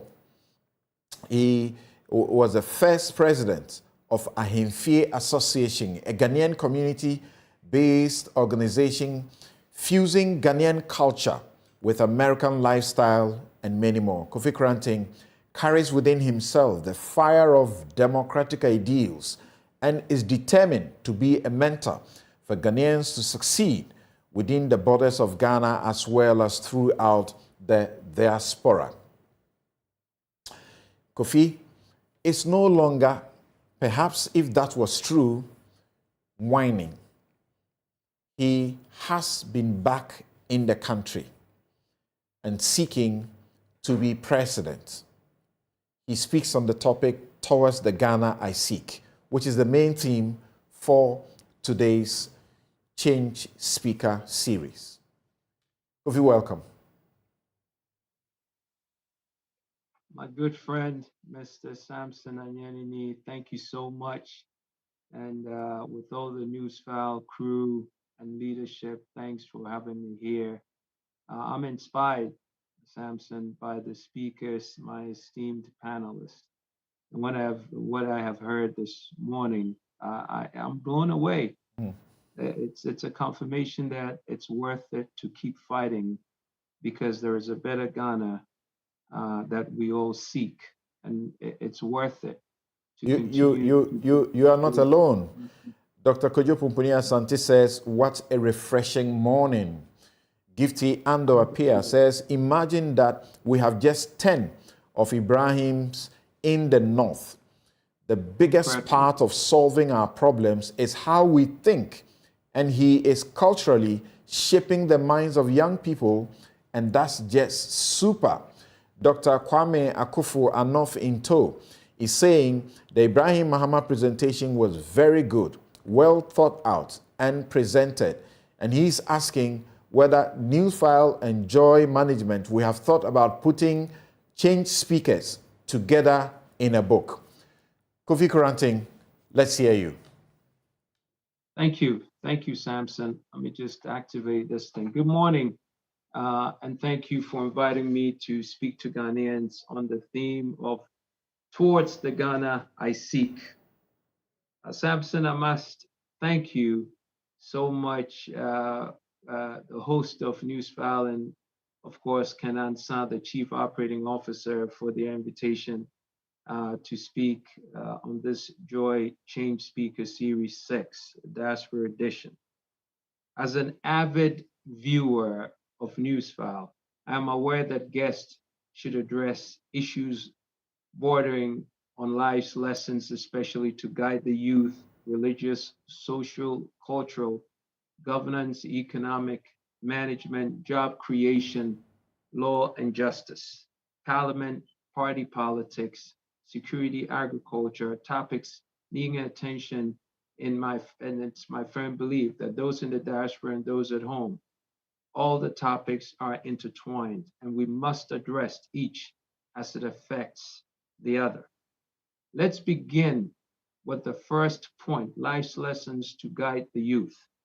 No adult can seriously offer guidance to the youth in a nation where they are not offered hope and opportunity. All the other topics noted, governance, economic management, job creation, law and justice, parliament, party politics, security, agriculture, must be addressed first to offer the youth guidance, hope, and opportunity. The Newsfile platform suggests that current events should be reflected in a panelist presentation. Ghana has recently made international news with issues that directly affect all citizens of Ghana as well as the youth. The United States CBS network featured the citizens of Ghana and its youth on their premiere show called Sunday Morning. The focus of the story was how Ghana has become a landfill for the world's e-waste. In presenting the story, the journalist showed video of Ghana youngsters engaged in helping adults strip the carcasses of computers, printers, cell phones, and other technology. The goal is to salvage sellable parts before the useless plastic housing and contaminated glassware is left to rot in the once pristine land of Ghana. It showed Ghanaian youth who were not even of secondary school age burning the insulation from wires to retrieve the sellable copper, a process that produces noxious smoke and air pollution for those engaged and all around. The youth of this nation see this practice as their opportunity and hope. They are engaged in it out of necessity because the government of Ghana has and continues to fail to deliver for Ghanaians, their children, and the future of our nation. The reporter for CBS News noted that Ghana is also a repository of used clothes and tires from the thriving economies around the world. The burning of tires and the landfills of clothing each present a unique pollution challenge that leads to health problems for Ghanaians. Even the pristine air, land, and water of Ghana is now polluted. I mentioned earlier that all topics are intertwined. If we begin to unravel them, they all lead back to an inept, corrupt government. Can e-waste reclamation create sustainable livelihoods for the youth of Ghana? Not the way it's being performed now. Let's imagine that Ghana had a government committed to the well-being of its citizens, that government of Ghana would seek to modernize e-waste reclamation with investments in technologies, research, and development. It would seek out and invite international corporations to put in place clean, sustainable processes of e-waste reclamation. Ghana can create an industry out of e-waste reclamation with a government that is determined to protect the environment, offer opportunity for sustainable living wage jobs, and produce viable recycled exports. Can Ghana create an industry of exportable products from the used tires that now pollute our air, land, and water, causing irreparable damage to the health of our youth? I say yes, it can. A responsible, actionable government can invest in research, technology, and development to turn used tires into recycled rubber building blocks, beams, benches, and more that can be exported back to the world that sent it. Can Ghana become a leader in recycling used clothes into new textiles? Again, I say yes, it can. A responsible, actionable government can invest in research, technology, and development to turn used clothes into thread, textiles, and cloth with innovative, pollution-free, sustainable processes. It takes a government of vision, action, and commitment. Remember, all things are intertwined. This brings us to the scourge of illegal mining, as our friends and panelists have said. Again, an industry that attracts not only the young, but all ages of Ghanaians who lack hope and opportunity. Galamsey is a glaring example of the failure of an inept government that is mired in corruption. Every election, a solution is promised. Every year, Galamsey continues to offer dangerous jobs to Ghanaians while officials look away and spend their illegal payments. Every Ghanaian knows how and why Galamsey occurs, and the damage it does to the clean water, land, and air of the nation. It is all intertwined, a two-party system that allows each other to profit as they exchange administrations, leaving Ghanaians and its youth to fall deeper and deeper into poverty and despair. The annual salary, perks, and ex gratia of one MP equals more than the wages of 55 hardworking Ghanaians. I believe that all things are intertwined, and the two controlling parties of Ghana who have traded power between themselves for over 3 decades are inexplicably one and the same, a government of neglect, Samson. And international news headlines, Ghana is gaining infamy. To go along with the Ghanaian children of the e-waste, CBS News featured Ghana again in a story about our prized agricultural export, cocoa. In the US, the shocking revelation of the story was that a preeminent candy company, Mars, was buying Ghana cocoa harvested by children as young as 5. The CBS reporter visited multiple farms to be sure it was not an isolated incident, and at each of the farms visited, found children as young as 5 wielding machetes and harvesting cocoa in the blistering heat. Ghana has been in the news for all the wrong reasons. Ghanaian cocoa, a prized export in demand throughout the world, has suffered a black eye on the international stage. Is it intertwined with offering hope and opportunity to the youth? It is. The problem, my brothers and sisters, is that we as a people do not want 5-year-olds to have the opportunity to sweat as laborers for substandard or any wage. We want Ghanaian 5-year-old and all ages, even into adulthood, to have the hope and opportunity afforded to them by a modern, well-rounded, targeted educational system. Are we proud of cocoa production and the support we give to farmers? Yes, we are. However, we are not proud of being an exporter on the backs of 5-year-old children working in the fields. Can Ghana do better? Yes. We need an agricultural ministry that is committed to supporting farmers, one that institutes innovative, sustainable practices which will make Ghana a leader in the supply of food products to Africa and the world.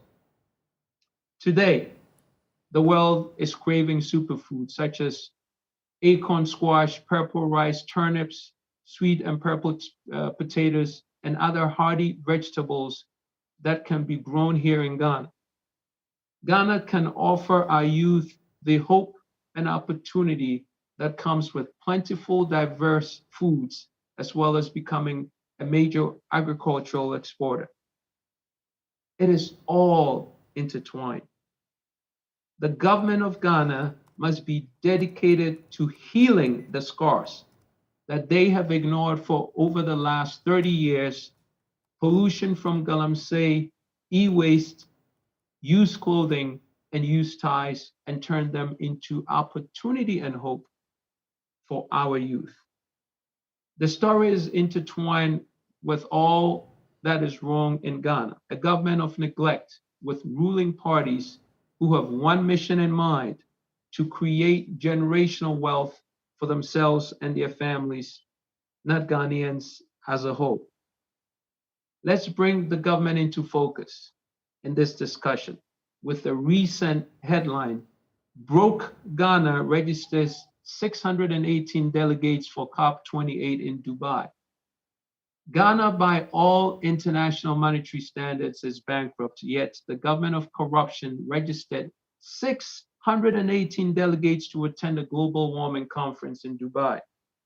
At the conference, Ghana made a commitment to reduce methane emissions. All things are intertwined, right? Well, does that mean that Ghana is committed to stopping the burning of used ties and insulation from e-waste wires? You know as much as I do, of course not. Let's be realistic. The intent of the president and registered guests of Ghana to the Dubai conference is to live a lifestyle that the average Ghanaian cannot imagine. One day's worth of food and beverage for the esteemed Ghanaian global climate change fighters costs more than hundreds of households in Ghana for a year. Should Ghana be concerned and engaged in global climate discussion? Yes. How? Well, by electing engaged government officials who are concerned with serving the Ghanaian people and providing a future of hope and opportunity.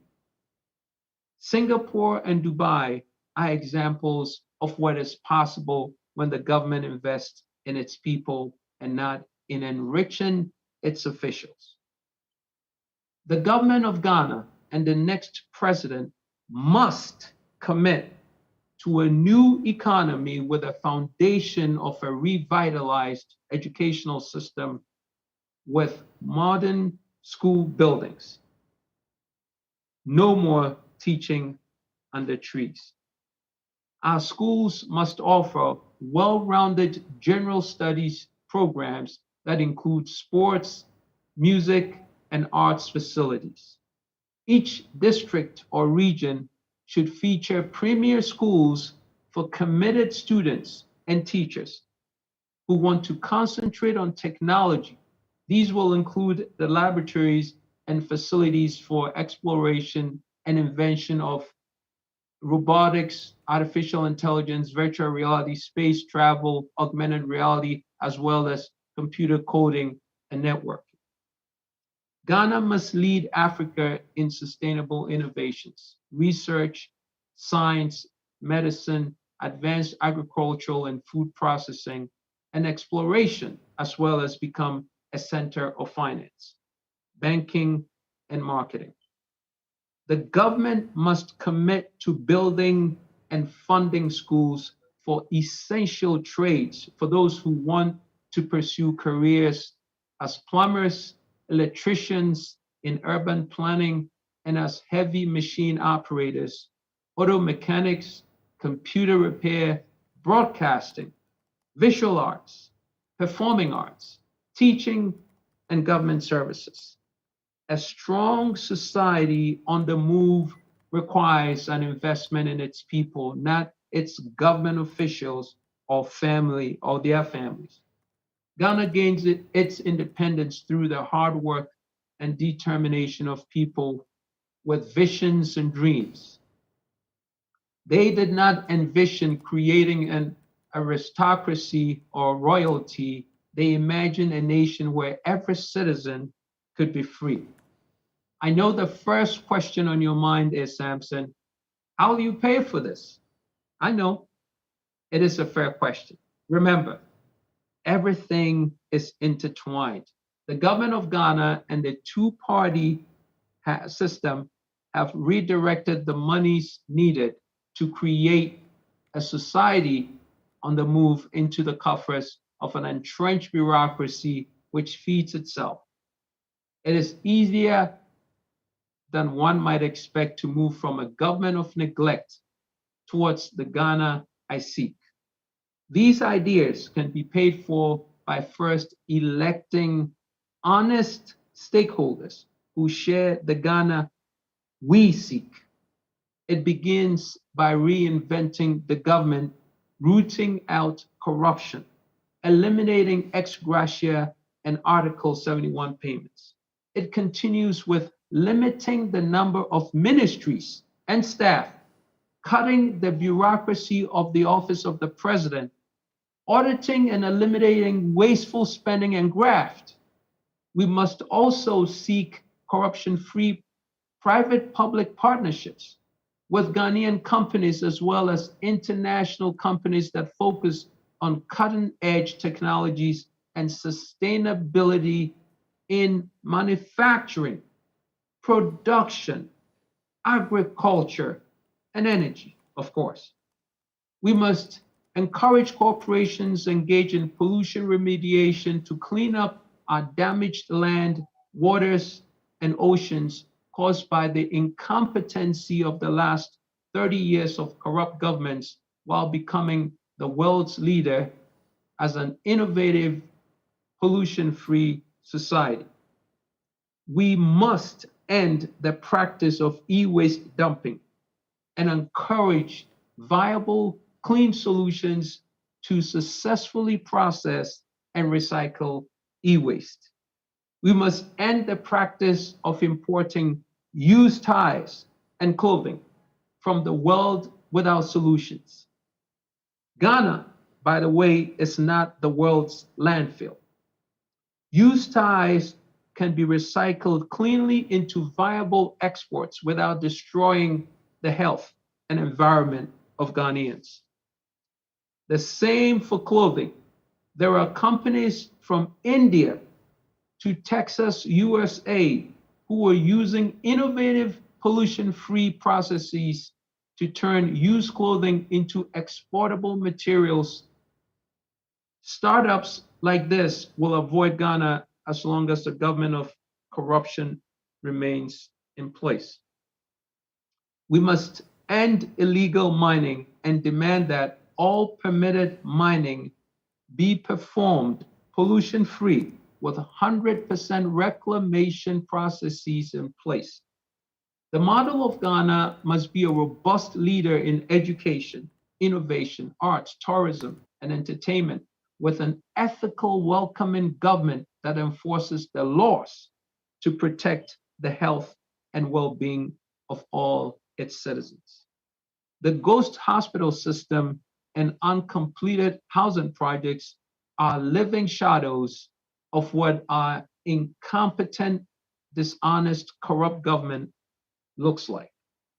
Instead of a ghost hospital system with thousands of beds that serve no one, Ghana can and will build a world-class hospital system that will encourage our healthcare professionals to stay home and not seek greener pastures in Europe and Middle East and the Americas.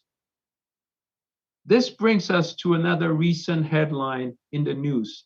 Contractors abandon new Eastern Regional Hospital site over unpaid funds, December 12, 2023, as reported on Ghana Web. It tells the story of yet another addition to the ghost hospital system that the last couple administrations continue to build.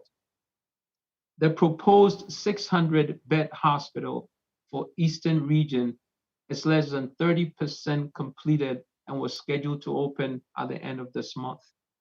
It is another glaring example of the government of neglect. We do not know how many jobs the 600-bed hospital would have created. What we do know, though, is that these educated, trained healthcare professionals and doctors who would have staffed this facility will join the millions in the diaspora and help build a world-class healthcare for other nations. I touched upon education. Remember, all things are intertwined. As Ghana grows its educational system, it would also grow its healthcare system. Ghanaians deserve world-class healthcare. Our best and brightest are forced to leave their homeland to seek careers providing world-class healthcare for others. I thank you for the attention as I offered you a glimpse towards the Ghana I seek. I look forward to your questions and an ongoing dialogue towards the Ghana we all seek. Let us assure our youth that we can have a government that works towards independence, freedom, hope, and opportunity for one and all. Samson, God bless our homeland, Ghana. Thank you very much, Kofi Koranting, with that presentation. We've done quite a bit of time with the presentation. So let's continue to chew on. And we believe that as the most significant people also watching and listening, we will do what is right. We are taking a quick break here. And Euraba Opoku Bediakon says that these are the caliber of people we need on your show. Very inspiring. And she went to quote Sulemana Isifu, saying that state institutions should work in the strategic interest of Ghanaians. It says Sulemana, unfortunately, heads of these institutions are appointed by the government of the day, and they are there to please their masters. How do we get a list of all of those who are licensed for this so-called community mining and so on? Prince Henry, sending us a message from Koforidia, says that the sad aspect of this, okay, Prince, we are not discussing lithium. I think you are listening elsewhere and sending us these messages. Please don't Thank you very much. And for all of you sending messages saying that you are taking in a lot of refreshing inspiration. That is the purpose of the Joy Change speaker series. We'll be right back with our last two guests.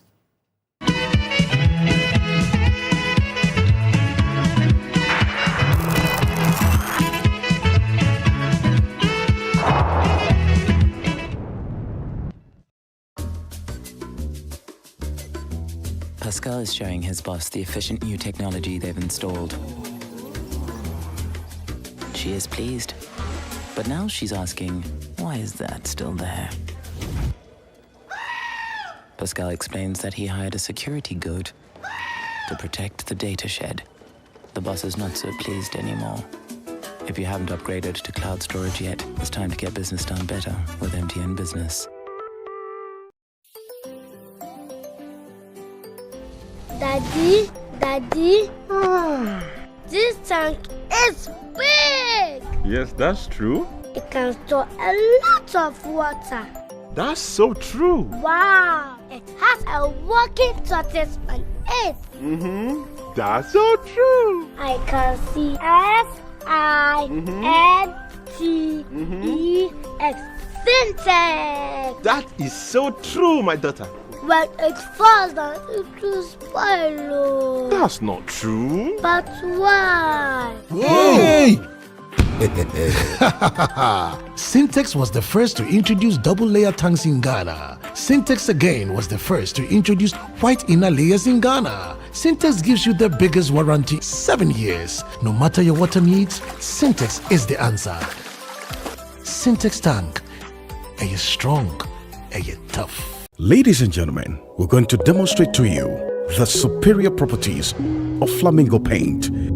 As compared to other paint brands on the market, we take equal quantities of Flamingo paint and this ordinary paint. We then dilute them with water. And now, let the test begin. The gentleman on the left is going to apply the ordinary paint, and the gentleman on my right will use the Flamingo superior paint.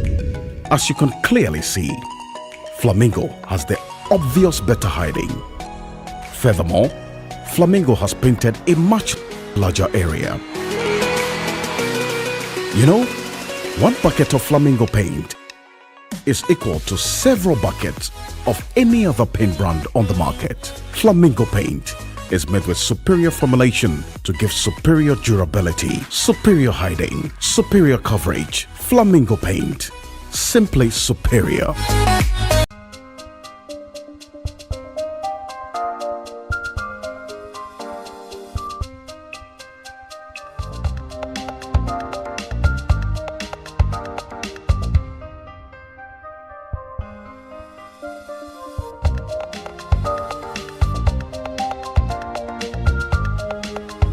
Miss VIP. Magnetic Perfumes. Get involved and vote in the district level elections to choose assembly members and unit committee members. The Electoral Commission of Ghana is calling on all Ghanaians to vote in the upcoming district-level elections on Tuesday, 19 December 2023 from 7 a.m. to 5 p.m. to elect new members to the various district assemblies and unit committees in the electoral areas in all polling stations around the country. The ballot paper for the district assembly elections will bear the names of your electoral area and candidates with their photographs. As a voter, you have to select only one candidate. You then go for the ballot paper for the unit committee elections, which also bears the names of the units and candidates with their photographs. And voters are to select only 5 candidates. Participate actively in selecting your local representative to the various metropolitan, municipal and district assemblies. Remember, district assembly and unit committee members are your agents for development. So go to your polling stations and vote on Tuesday, 19 December 2023. Get involved. Your vote is your future. Number 1 from here, 2 and 3 from here, 5 and 6 from here. For now.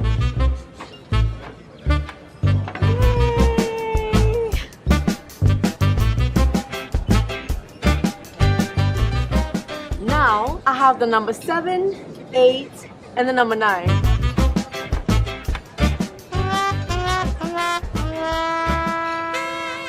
You need number 10.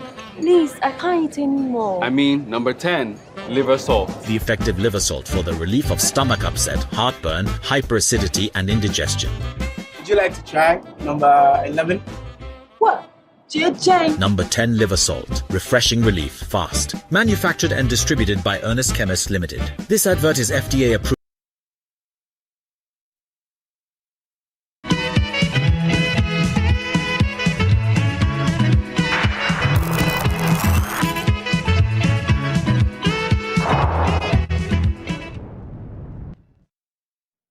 You're welcome back. This is Newsfile, and this is your special edition. This is Joy Change Speaker Series, Diaspora Edition. Leila says, I like it. Great lineup of speakers. Thumbs up to Kofi Koranting and all the speakers. Well done to the team for putting this super group together. Shamima Muslim says, it's been a brilliant morning of thought-provoking presentations. Ibrahim's work is truly important, and when an individual's vision can be potentially transformational, one wonders governments continue to fail its people and at worst frustrate those you truly want to contribute. Let's continue to give these people the opportunity to share. Let's get straight to our next speaker. She's been decorated globally. And I say global citizens for a good reason. Nana Oforiatta Enyim, Fosuya Oforiatta Enyim, is a writer, filmmaker, and art historian who lives and works here in Accra, Ghana. So you ask the question, what do we mean when we say Diaspora Edition? We're talking about people who have interacted with the globe. She's founder of the Eno Institute of Art and Knowledge, through which she has pioneered a Pan-African cultural encyclopedia, a mobile museum project, and curated Ghana's first pavilion at the Venice Biennale. She published her first novel, The Godchild, with Bloomsbury in 2019, and with Penguin in German in 2021. She has produced award-winning films for museums such as the Tate Modern, LACMA, and the New Museum, and lectures a course on history and theory at the Architectural Association in London. She was a 2018 Global South Visiting Fellow at Oxford University and was appointed to the Advisory Council of Oxford University's Cultural Program in 2020. She has accomplished. I like to pause here. She speaks to us on a future integrated educational and cultural landscape. Nana, thank you very much for making time to be with us on Joy Change Speaker Series. Hi, thank you for having me. And thank you to all my fellow speakers as well for their contributions. Great. We are happy and Ghanaians are excited watching and listening to these refreshing presentations that cause us to reflect and to also look deep into ourselves and see what we can do to improve our circumstances. Please, let's hear you. Okay, so I'll just speak a little bit about the work that I've done because I'm sure many people on here don't know or not familiar with the work that I'm doing. So I have an organization in Ghana that's based between Accra and Ebri. It's called the Eno Institute of Arts and Knowledge. And I started this institution at quite a young age, 21 years ago now. At the time, I was studying African art history in London. And at the time, African arts was still termed as primitive, as, you know, fetish. We still had exhibitions of so-called primitive arts. When you went to exhibitions of African arts in, you know, the metropolis of America, of Europe, it was often in glass cases. There were no descriptions. It was just, you know, object from West Africa. All of the contemporary, I mean, at the time, contemporary art, African art was just beginning to be shown in mainstream institutions, but they were all under the banner of African art exhibitions. There weren't any really showcases of individual artists. They weren't contextualized. And so my aim very much when I started this institution was to bring African art into the center of global discourse and to make it equal to any other art in the world. And also, when I would come home, I'm from Chebi in Achimabwakwa. When I would come home and I'd go to Afashia, like the Ohum, the Odwira, I would see that art was not separate from life. It was very integrated. It was very much part of life. And I wanted to bring this sense of oneness that we had developed over thousands of years into the art sphere, which to that point was very much in white cube spaces, galleries, etc. And so I started with the curation of exhibitions and making of films, first in London and then in Ghana. And I did this for about 15 years or so of curating, with every exhibition trying to move our art more and more into the center of global discourse, which kind of the pinnacle of which was the Ghana Pavilion at the Venice Biennale, which Ibrahim Mahama was also part of. And it was a huge success. We had such an impact on the global world stage. But at this stage, I asked myself, it was almost like, because I'd been to the Venice Biennale when I'd first started my career. And at the time, there was one African pavilion for the whole continent of Africa. And it was on the margins, like half an hour walk from the main centers. And I said to myself, as a very young person at the time, one day I will do a pavilion here. It will be of Ghanaian art and it will be at the center. Once having achieved this, I began to question myself, because the impact then in Ghana, along with other things that were happening here at the time, was that the Ghanaian art scene became more successful, became more sustainable to a certain extent, but it was mimicking the structures of the West, which at the moment is the extreme commercialization and capitalization of the art world. And this was quite in contradiction to what actually had attracted me to the arts and to the culture, this sense of oneness of all things, this very kind of deep-rooted spiritual knowledge of self that was expressed through our cultural expression. And so I went back to the drawing board, which I had been doing anyway through the Pan-African Cultural Encyclopedia that Samson mentioned, and through a project that I had started, which I called the Mobile Museum Project, which was a museum which was a project that took the museum into communities. As we all know, we have a national museum, which was closed for many, many years. And even when it's open, it speaks primarily to school children, to tourists, to those who already are familiar with art. And I really wanted to bring this idea of art, which is so much part of our culture, back into the community. Of course, it already exists there with things like the Afashia, but I wanted to create a kind of bridge between our classical and our historical arts institutions and the contemporary ones that had been imported. With the Mobile Museum, I started delving deeper and deeper into our Indigenous knowledge systems. I started working more closely with children and workshops, as well as community leaders and members. And had a lot, this was probably the most fulfilling of all the projects that I've done.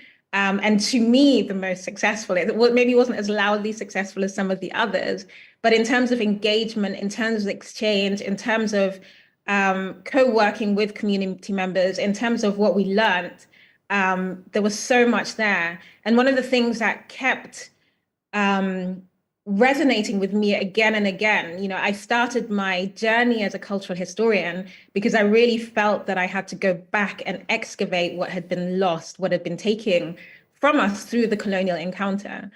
In doing the work that I was doing and doing this excavation, I realized actually not I mean, of course, a lot had been taken, but a lot was still there. It wasn't that we had been robbed of our culture. It wasn't that we had been stripped. It wasn't that things had been taken away from us.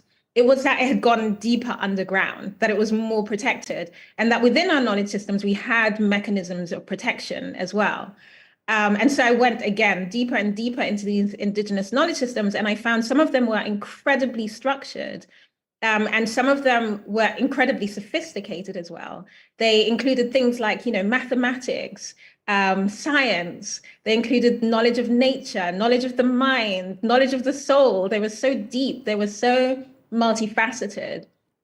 And I don't know how, any of you felt, but I do remember when I was a very young person at school, I felt very much that the schooling, and I went to very good schools. I'm very grateful for the education that my parents gave to me, but I did feel a sense of the education that I was getting was taking me further and further away from myself rather than back into myself, back into a kind of sense of being rooted in myself. And so I found that these indigenous knowledge systems that we had developed over thousands and thousands of years gave us a direct roadmap into a sense of dignity, a sense of self-knowledge, a sense of resonance.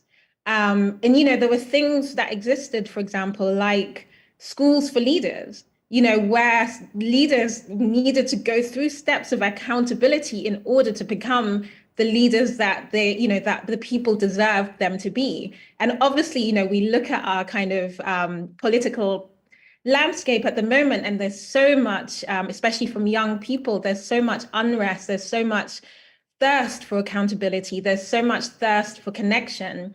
And if you look back into our indigenous knowledge systems, these systems are actually accounted for. And so the next step of my institution, we've had educational mechanisms like cultural leadership fellowships, we've had residencies, etc. But for us, the next step was really going further back and integrating some of these systems that we'd uncovered through our mobile museum project, through our culture encyclopedia project. And so we started with the building of a school, including a permaculture farm and indigenous agricultural methods. And with this school, we're really trying to pioneer a new pedagogy or new system that includes some of the things that, like I say, have not been lost, but have just gone underground. When you look back at the colonial papers that are readily available in archives, they're written very, very overtly that in order to control us better or to be able to rule us better, they had to destroy our cultural beliefs, our cultural values. I can't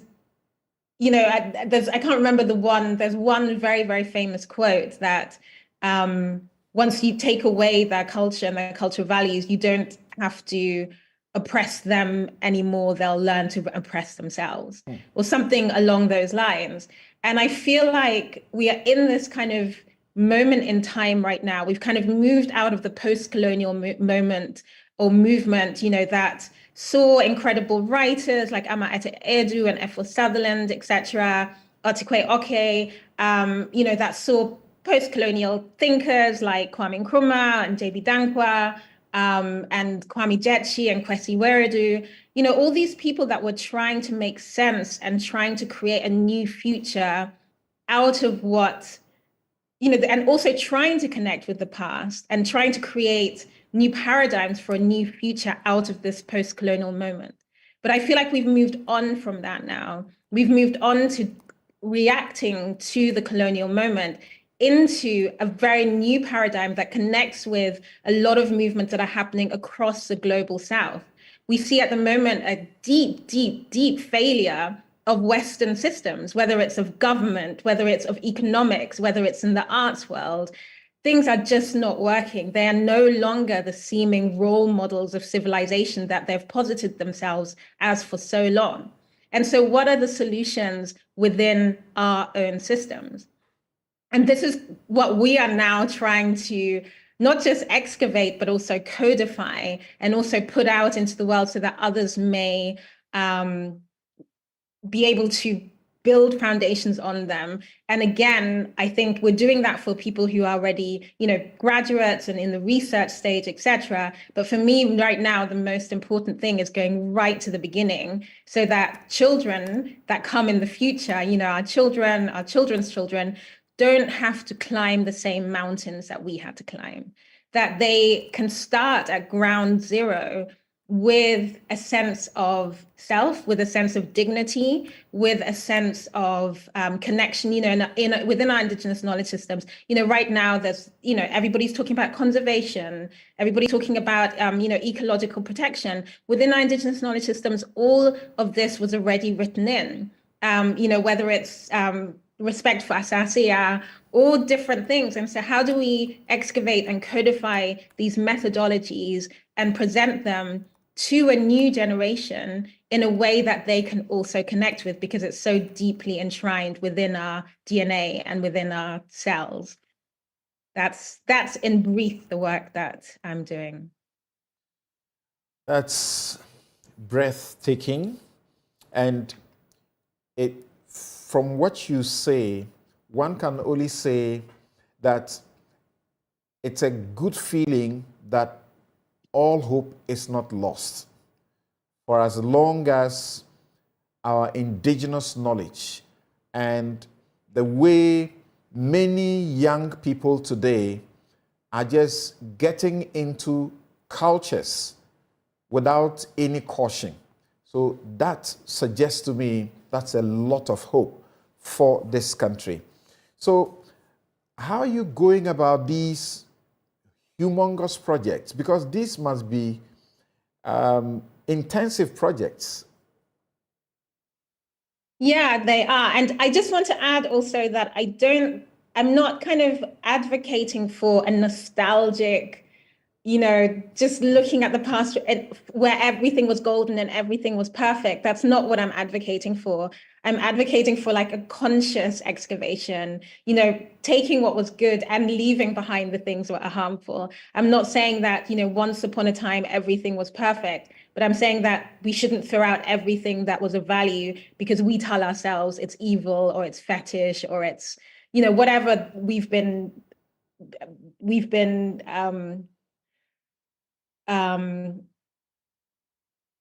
indoctrinated into thinking about our own culture. And so in terms of the steps, I mean, I'm quite an ambitious person, and I have quite a lot of capacity within myself in terms of energy, in terms of ambition.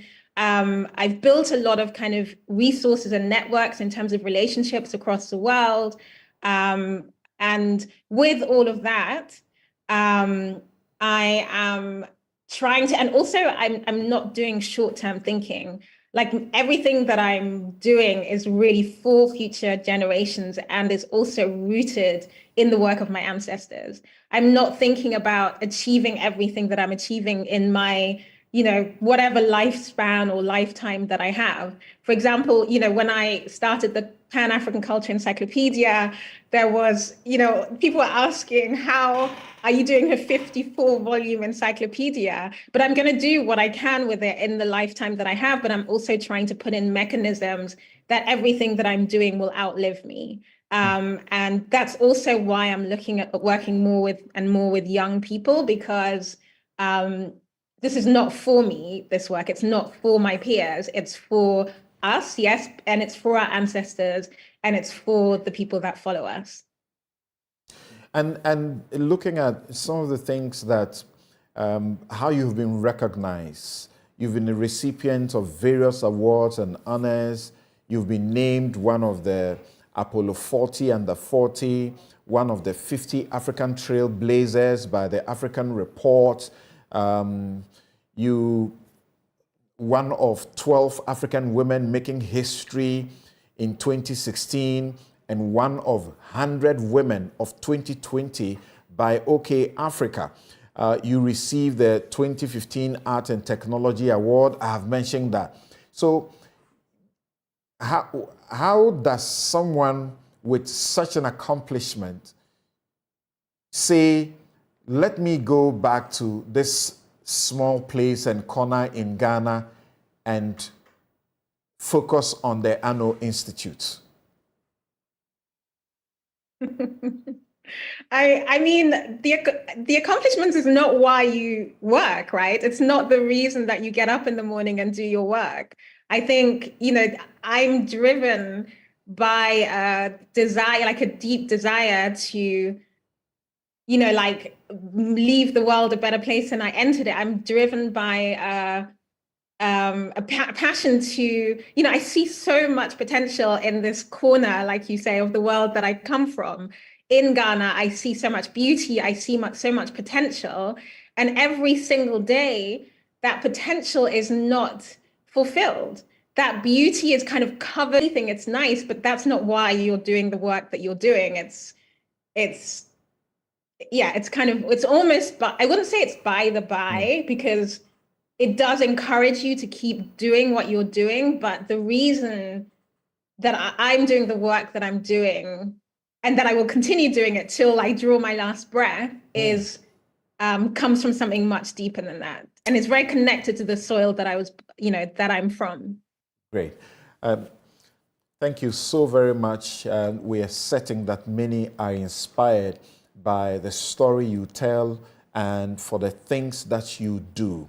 I'm receiving a number of messages on the back of your presentation, and I'm going to share them right after this break that we are going to. And Nana Ofosua Oforiata Ayim, if you want to read a bit more about her, one thing I read about her that challenges me is that she was the principal investigator on the Action for Restitution to Africa program. She was awarded Woman of the Year award in Ghana in 2021. And guess what? She got the Dan David Prize, the world's biggest history prize, in 2022. We just showed you a publication of that a while ago. Thank you so very much for your time.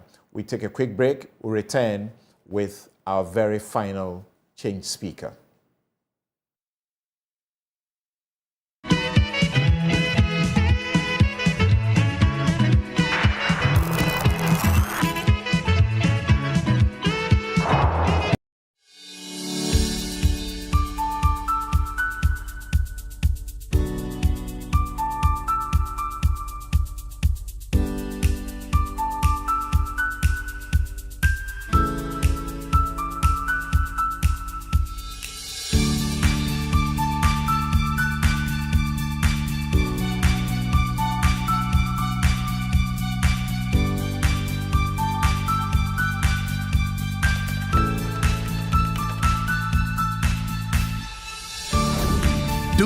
Never stops until the job is done. Turn your home and business into an internet highway and experience the revolution of working and playing without limits. Visit broadband.mtn.com.gh to sign up for MTN Fiber for home and business today.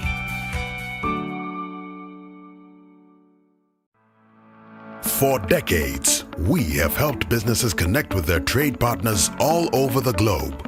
From Ghana to Burkina Faso, Côte d'Ivoire, Benin, Togo, Senegal, China, Morocco, France, Netherlands, and many other countries. We have made it possible to bring Ghana to the world. We have brought small and medium businesses closer to their customers across the regions in Ghana with our SME support facilities.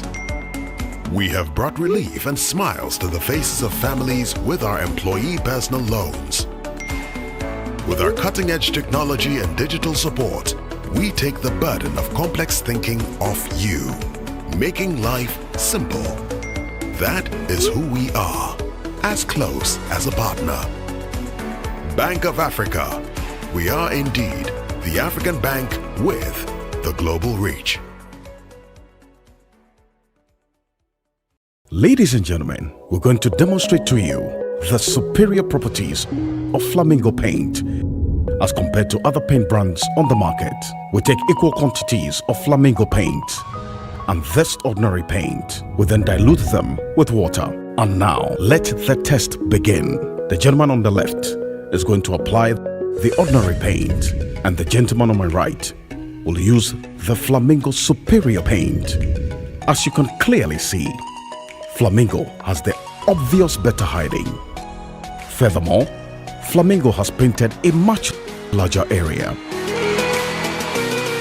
You know, one bucket of Flamingo paint is equal to several buckets of any other paint brand on the market. Flamingo paint is made with superior formulation to give superior durability, superior hiding, superior coverage. Flamingo paint, simply superior. Today, the question is no longer, why do we have problems? But rather, how can we spin those challenges into opportunities? This is the revolutionary mindset we, students here at Academic City,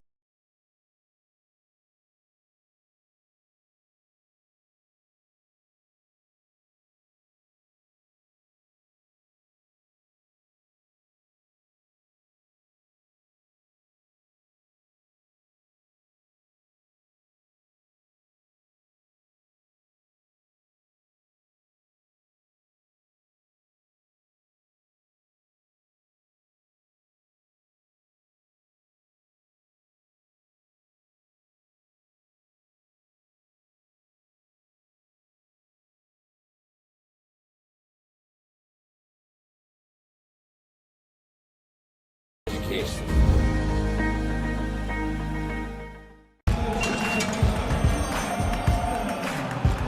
We are back, bringing you the latest lineup from Betway. Betway starts strong with their front two, with Free Play Friday and Swipe Bet. In the middle, you've got all the control with Cash Out and Build a Bet. Plus, with Win Boost, you can boost your sports bets. At the back, they have Smart Picks and the Partial Daily Jackpot. You always get way more with Betway. This advert has been vetted and approved by the Gaming Commission of Ghana. Bet responsibly. No under 18. Terms and conditions apply. Betway.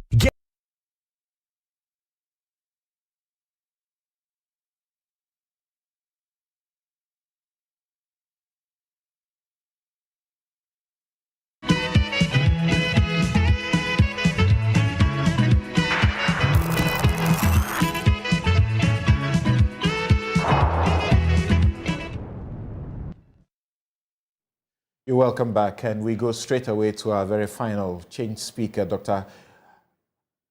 Arthur Kobina Kennedy. Is no stranger to you.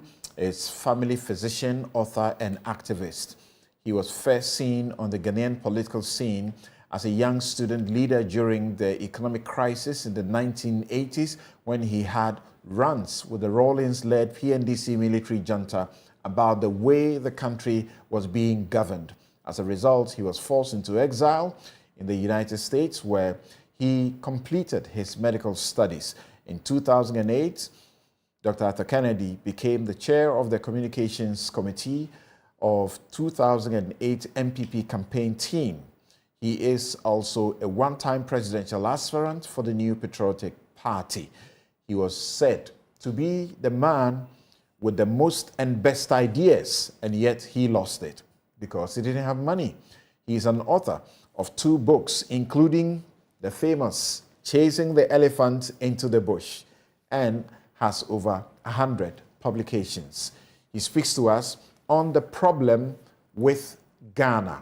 We'll go straight to him because we have very limited time. Dr. Arthur Kennedy, please take it away. Good morning. I feel like Henry VIII telling one of his last wives, I shall not keep you for very long. I thank you for this opportunity, and my background has already been explained. I wanted to thank a few people who have been significant in my life. First, Ghana Medical School, that still gave me a chance despite the fact that I missed my interview. My friend and mentor, Dr. Prempe, as well as my roommate, Professor Amwatia Japon of Yale, who refused to let me give up on my dream of becoming a doctor, as well as those who saved my life during my 2 exiles, Nana Brefo, the Senavos, and Chairman John Belson. I come to this with the touchstone of vandalism and the Bible. I was, as you know, a Legon student who didn't graduate. And when I told one of my friends that, he says, of course you graduated. You graduated in a looter of distinction. So let me debunk a few myths before I go on to the main points I want to make. First, I've heard a lot of Ghanaians, including some of your speakers, talk about constitutional reforms. Unfortunately, our problem is not constitutional reforms or ideas. Indeed, when you talk about ideas from Nkrumah's 7-year development plan up to Nada's SHS, we've had ideas. The problem is execution. And to show that, I have here in my hand a copy of Ghana's 1992 Constitution, about 350 pages. That's in my left hand. Then in my right hand, there's a copy of the US Constitution, including the Articles of Confederation. And this is less than 100 pages. You can see them side by side. 250 years and counting. And they have a constitution about a third the one that we have. Our problem, therefore, is not our constitution. We also talk about the fact that, old leaders are destroying our country. Our problem is not that we have old leaders. We have bad leaders. Let me give you a couple of examples. William Pitt the Younger became UK Prime Minister at the age of 24, ruled for 24 years, and he was one of their best prime ministers. Konrad Adenauer gained the German chancellorship after World War II at the age of 76, and he ruled into his late 80s, and is considered one of their best chancellors. People say we are a young nation. Well, in 1979, when Rawlings burst on the scene, in China, somebody else burst on the scene, the Deng Xiaoping. In 15 years, Deng Xiaoping was done, and the policies he in place lifted 600 million people out of poverty. And Rawlings still has 6 years to do boom speeches and do vindictive politics. People say we have a bad character as Ghanaians. Not true. Every year, thousands of Ghanaians get on planes and travel all around the world. When they get there, the next year, they show up to work on time, they obey the rules, they drive within speed limits. The problem is not the Ghanaian, it is the systems that we are running.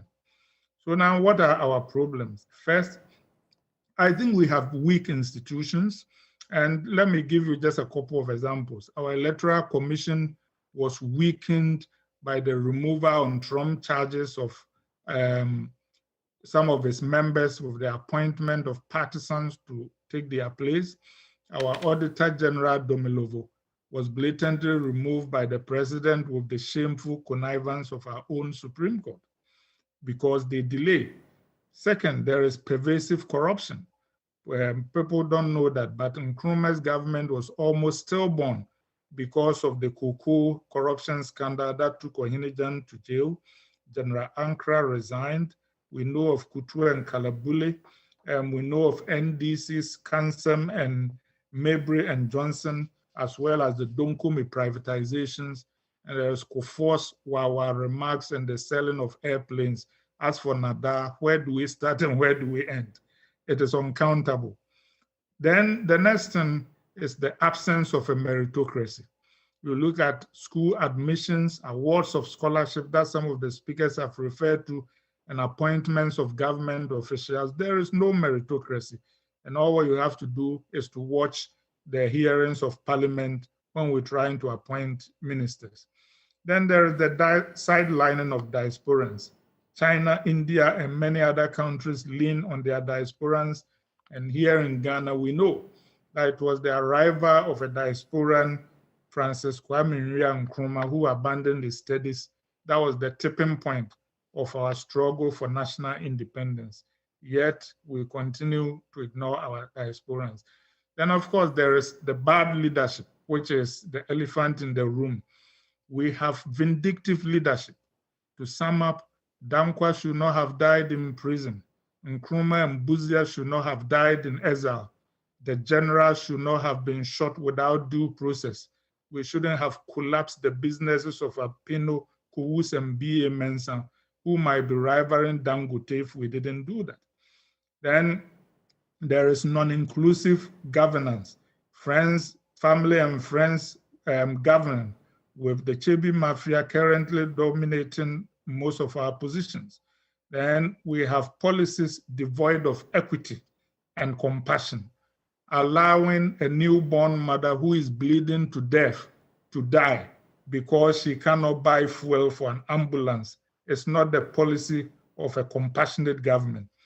Allowing people to die because they cannot get dialysis, and the dialysis unit owes a few million cedis in debt, when we can spend $400 million putting up a cathedral. It's not what a compassionate government should do. And we have selfish leaders.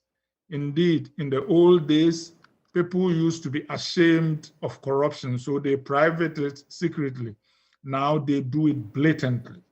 And the last one, our leaders are bad, but we are unpatriotic citizens. We accept bribes in order to vote. We defend our party leaders regardless of what they do. As somebody said in a video I saw, quote, Mahama Dumsono de anu eshepa, nananadu de ene de daboko. And this was a Ghanaian speaking. So now let's talk about solutions. I think that talking about institutions, they must be stronger. Obama was right that Africa needs not strong men, but strong institutions. But the institutions must be built by men, like John Marshall did in his ruling on Marbury versus Madison in 1803, like Tuli Madonsela did when he took down Zuma of his own ANC party, or her own ANC party in 2016, like Justice Corsa and others did when they freed the Kolongugu bombers, and Nkrumah was so upset he sacked them. So that is how you build strong institutions. To tackle pervasive corruption, Lee Kuan Yew said, we must punish the big fish, and he was right. There must be transparency in asset declaration. We must reform our political parties with public financing, annual auditing, and the banning of bribery in voting. Then we must also probe all those who have held office in the Fourth Republic. And we must mobilize public opprobrium. As they say, public sentiment is everything. If you recall, when the president decided to pay his wife and the second lady allowances, it was public opprobrium that shamed the thieves into returning the money. Public opprobrium is an underestimated, underutilized method. Then we must have meritocracy. When the MPP says we have the men, we should put the men forward. We are better than what we see. Then including diasporans, all what we have to do is think of Nkrumah and Osei Tutu and think of how much money Indians as well as Ghanaians send back home. And Deng Xiaoping, when he was starting his reforms, he said, I only need ideas from you, the World Bank. As for the money, the Chinese in the diaspora will bring it. And as the Akan proverb says, no matter how long a piece of log stays in water, it will never become a crocodile. Diasporans care about Ghana, and those who have destroyed Ghana mostly live in Ghana. On bad leadership, I say, revenge is the Lord's. Let us leave that to God. We must have inclusive leadership. As Lincoln said, forming his cabinet in 1861, including all his enemies, he said, our nation is in crisis and we need our best men. We must practice policies of equity. Lyndon Johnson was told, if you do civil rights, we'll lose the South for a generation. And he said, but if we will not do these things, what will be the point of the presidency? Right. Those and Nkrumah building all those schools. As for selfless leadership, Angela Merkel living in the same apartment for 16 years, Nkrumah dying penniless, Jose Mujica living in his rundown lodgings and refusing to accept pension. So I say the citizens must call out bad leaders. We must support good people like Frimpong Boateng, Martin Amidu, and Domilovo. And we must call out bad things. We must pay our taxes, and we must vote patriotically. Okay. And our religious leaders must be exemplary. All right. I think, in conclusion, I can say that only Ghanaians can change Ghana, and we are the men we have been waiting for. So to demonstrate that, let's go back to what Ephraim Ahmad did in Yenara Yassasini. My voice is bad, but you all join me. Yenara Yassasini, Yenabo de Maye, Mujana Nananum Shegu Nyade to or Maye. Edu mene wososo, sebe ye biatwaso. Ebiatwaso kotun krane ne apese minkuminya. Edi ebremu amaya sasi hun do atu se. Omayi sebe yo, omayi senye yo. Oyese na ose, omanfo bra netre. Omayi sebe yo. Thank you very much. Thank you very much. Dr. Atta Kobina Kennedy is our last speaker, and we want to thank all of you so very much. Mary Spew, Dr. Elikem Tamaklo, Ibrahim Mahama, Nana Oforiata, the three of them, all fellows of the African Leadership Initiative West Africa, the ASPIN group. Thank you also very much. And thank you, Kofi Koranting, Sulemana Isifu, as well as who else is left? That's all. Thank you very much. I'm Samson Ladia Yenini. This has been another refreshing edition, as most of your messages continue to say, including one from our friend from Koforidia, whom I mistakenly read and a long message. Thank you very much. This has been Joy Change Speaker Series 6, the Diaspora edition. Join me tomorrow, as always, Sunday, 2 p.m. on The Law, my weekly legal clinic. And I have very good friends, lawyers of Lawyer Akoto Ampao, speaking about law practice, the Akoto Ampao example. Have a good afternoon.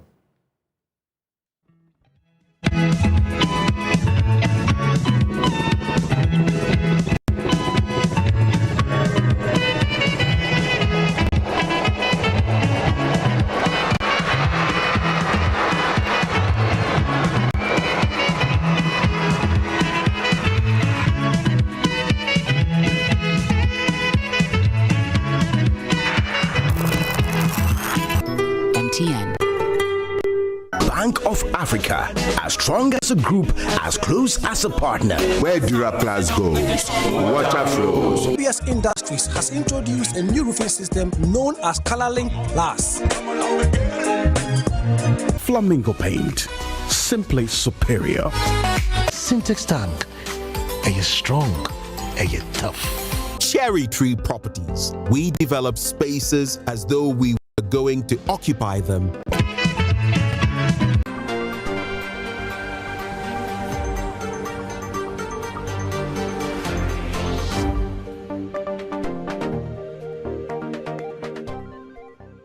The global car rental market is expected to register a compound annual growth rate of 7.5% during the forecast period of 2019 to 2024. Increased concern and awareness of lower emissions have primarily led to an increase in car rental options, where car rental and carpooling significantly help to reduce the number of cars on the road. Mr. Dia called for more investment from government to boost tourism. We, the car renters, we are in the all the regions, Ashanti region, we are in Takoradi, we are in Kumasi, we are other parts of the. We are asking government that we want to put proposals. We will put proposals to the government that indeed the sources of vehicles to the ministries, if that can be reduced by even 30%, and he sources that 30% from the car renters, that will boost our industry. It will help us to generate and to employ more people to work in our industry. And that also will save the government in terms of maintenance costs and servicing and all that. We will be the one to cater for that. The government, all government needs is that we provide the cars to the ministry or even to other departments. Then we will be the one to do the maintenance and all that. So it's something that we want to propose that to the government so that it will support our industry, because our industry needs a government, and because we employ tourism industry, employ a lot of people, and looking at that area, we can work with the government in terms of saving money to the country as well, and also helping the economy to also grow. There are claims that car rentals in Ghana is very expensive. I want to know, is there anything amounting to this particular statement out there? Yes, indeed. Looking at other countries, say for instance, other part of the world, the rentals are a bit cheaper because, for instance, if I import a car from United States or Dubai, the import duties are very high, and the insurance very costly, whole lot of, and even using a loan interest of 35% to buy a Land Cruiser, it's costly. So that adds to the cost, and we have to also to distribute that to the customer. That is why our industry is classified as expensive, but it shouldn't have been. That in 2014, the average global car rental rate increased by 2.2%.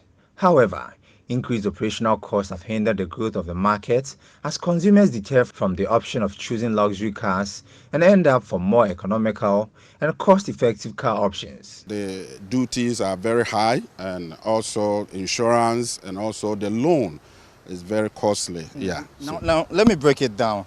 Let's say for someone interested in renting a car, is it being done based on different types of car? Or what are some of the price range? If you could probably run me to maybe Hyundai, Toyota and all that. Yes, it depends on the type of car that you choose. Say for instance, if you want to rent a Toyota Land Cruiser 4x4, it has different price on that. If you want to rent Hyundai Santa Fe, it has its price. If you want to rent a lower cost of vehicle, all has its ranges. Like you go to the showroom and you have Rolls Royce, the price of Rolls Royce will be the cost of how much it will cost you to rent. So say for instance, if you want to rent a Toyota Land Cruiser within Accra, it will cost you about 1,800 Ghana cedis. That is per hour?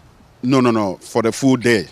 For the full day, 1,800. That one even is a minimum charge, because if you charge higher, people cannot afford it. I mean, looking at buying Toyota Land Cruiser, about 1.2 million Ghana cedis, and with a loan of 35% and insurance of 7%. If you add all that, then you have to rent it like 3,000 a day for that. But because of the economic situation in Ghana, is difficult for people to. So we kind of try to reduce it, and we tend to absorb the cost in terms of that.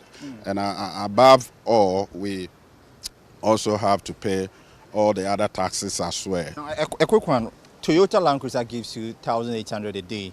What about someone going in for a Range Rover or something? Well, Range Rover can give you like 4,000 or 3,000 a day. That depends on where you also take the car. I told you within Accra will cost you about 1,800 for that. Okay, but the price is different from Kumasi and Cape Coast and other areas? Yes, yeah, because the maintenance cost is very high. Say for instance, tires that we used to buy for Toyota Land Cruiser tire that we used to buy for 1,300, now it's 3,300 Ghana cedis per one. So imagine if you are going on long distance, and the tear, the wear, and all that, we factor that into the cost. Yeah. The global travel and tourism sector grew at 3.9% to contribute a record of $8.8 trillion to the world economy in 2019. The global tourism industry grew faster than the global economy for the 8th successive year. The Car Rental Association of Ghana say more private-public partnership is key to their business. Now let's look at the Christmas. How prepared are you guys? Yeah, we are very prepared. We are prepared, like I said already, that we know that Christmas is a very busy time for visitors to come to the country, where even government is also targeting foreigners to come into the country, that he has even waived a visa on arrival. You get a visa on arrival instead of applying for visa before you come, which is trying to encourage people to come to the country to spend their money. So we are also ready as industry that we drive tourism. People rely upon us, and before even they come, they book through the online, and we are ready to pick them from the airport and take them to their destination. So we are well prepared. Like I said too, that our drivers and customer service in terms of our staffs in the offices too have been also trained for this period, festive season. So we are ready for the job. Very concerned about car renting prices in the country. We've spoken about Toyota Land Cruiser, we've spoken about the Range Rovers and all that. So far within Accra, Kumasi, Takoradi, what is the cheapest so far? Looking at cars like the Elantra, the Honda, and what is the cheapest so far? In terms of the long distance, most of the car renters will not allow the small cars to take that long distance because of the nature of our roads too. You know, when you're on the main road, then you have a better road. But when you are on the side road, for instance, if you say you are going to Takoradi, you just say you are going to Takoradi. But you are going to maybe other part of Takoradi. So if we give you a small car, we are going to be in serious problem. By the time you come, the bumpers and all that will be, you know. So we give 4x4 too. When you tell us about your destination, then we look at it too that this car, even though you might choose that you want this car, but we might not give you that because of the nature of the road. Yeah. The price trend for a car rented in the cities remains stable, fluctuating around $41 per day on average worldwide. James Ichen's reports for Joy Business.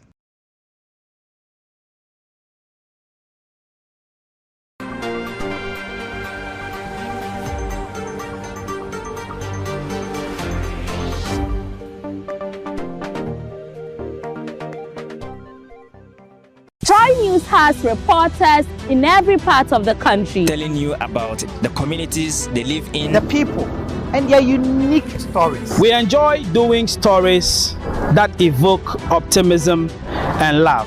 Above all, we do not just tell you what is happening around you. We also tell you how it matters to you. Because for a journalist, bearing witness is not just an instinct. It is a responsibility. We want to know your opinion. This is JoyNews. Independent, fearless, and credible.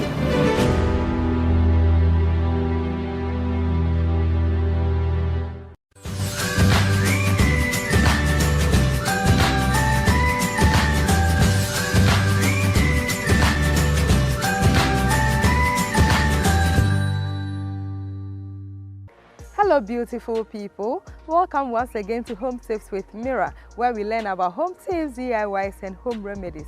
Well, today we are going to talk about a certain kind of vegetable, or would you call it a fruit? I'm talking about squash, or would you say it's a pumpkin? Well, today I'm going to show you a simple recipe that you can do with this vegetable.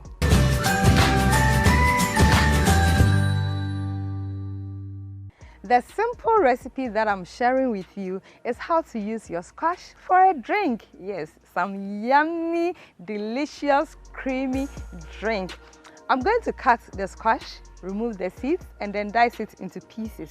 And I'll add carrots to it and 3 pieces of date as a sweetener, and I'll set it to boil so that I can have, the carrot and the squash can soften, and then I will set to blend it for a creamy drink.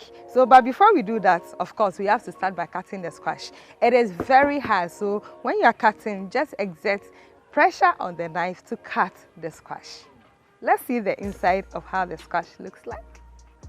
If you want to buy squash, look out for the orange hued color. That indicates that it is ripe, but there is some that is also green, especially this particular type. If it has the green rind, what you can do is that get it, put it in your storeroom and store it. It can last for like a month and beyond. But once you cut it, make sure that you cover the remaining with a rubber foil and keep it in your fridge, and don't let it keep too long there and use it on regular basis. So let's get to work. Because peeling is so hard, you can choose to boil it with the rind, and then after it's cooked, you just remove the rind and throw it away and use the pulp inside. Or you can just take your time and peel it. Let's remove the seeds. After cutting your squash, you can deseed and not throw the seeds away. Keep them and dry them and use them in your meal. You have to, when they are dried, you have to just crack it open and remove the shells. and use the seeds inside. They are high in fiber, it contains protein, it contains calcium, and when you add it to your diet, trust you me, you are reaping some maximum health benefits. So here I have the dried one, and then this is what I'm just removing. I'm still going to dry them in the sun for my use. So apart from using the knife to peel, you can also use a scraper to also peel the squash.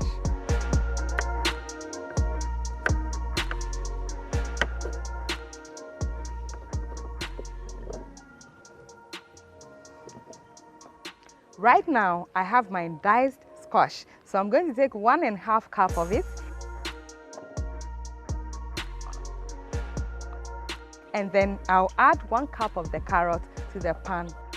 Add my date and then add enough water to boil. And then I'll put it on fire to boil. You can add a pinch of salt to it if you like, or you can just boil it raw. While it's on fire, now let's get to extracting our coconut milk. So I have my diced coconut here. I have my ginger here. I'm going to pour everything together into the blender, add about 300 ml of water, and then set to blend.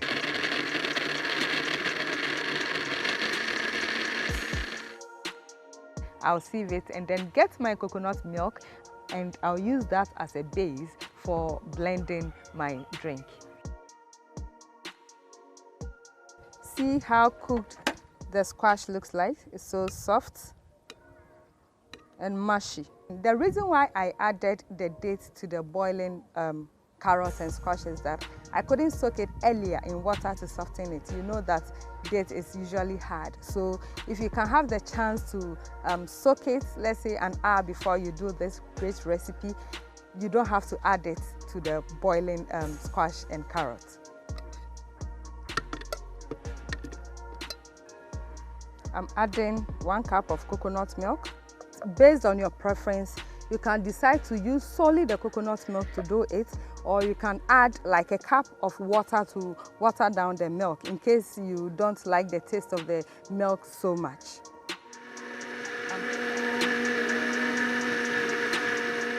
Because it's a yellow drink, you can also decide to add cinnamon powder to it, or to boost the nutritional value of this great and unique drink. So I am going to add a pinch of the nutmeg, and then a pinch of the cinnamon powder, and a pinch of moringa powder, and the baobab powder. Like I said, it depends on what you want. In fact, you can decide not to add anything, or you can decide to add a variety of spices to this nutritional drink. I'm covering it just to whisk the blender for everything to mix, or you can just garnish it in your glass depending on how you like it. Good. This drink is best enjoyed chilled, so I'm going to put some ice cubes in there.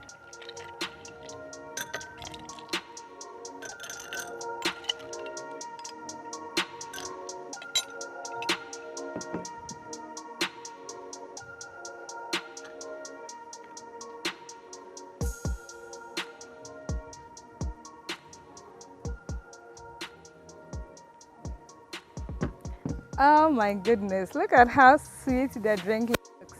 One good thing about this drink is that it is good for your eyesight because it contains beta-carotene.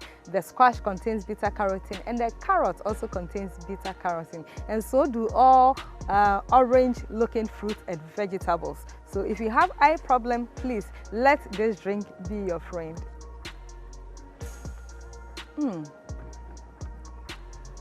I just love the drink. You can taste the coconut milk and not too much of the spices because I added just smaller quantities to it.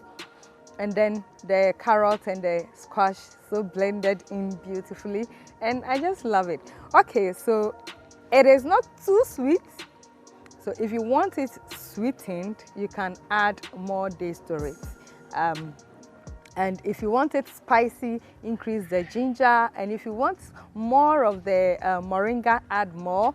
Whatever you want, just explore and be creative about the drink that you are going to take. I am just enjoying it. Bon appetit.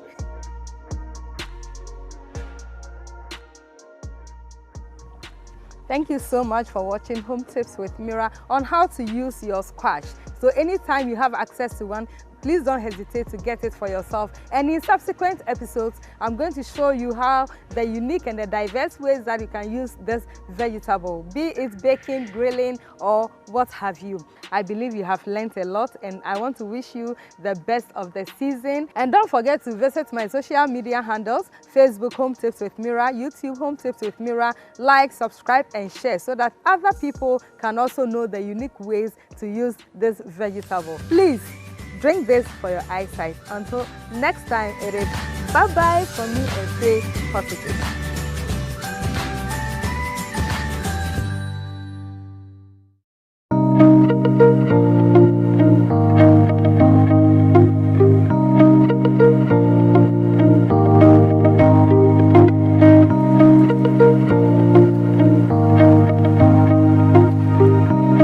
In 2008, the multimedia group launched an Educare fund, to help brilliant but needy students as part of our CSR activities to see them through school. We thought that we should be able to extend this support beyond the Educare fund. On the introduction of the free SHS, the question then was whether there will still be that value in providing for students at the SHS level, especially given that SHS was going to be free. So if that money isn't going into supporting individual students, then there should be another way of still investing to benefit such students. The management and board of the Educare Fund decided to invest in a project that creates more access to educational content for students wherever they live.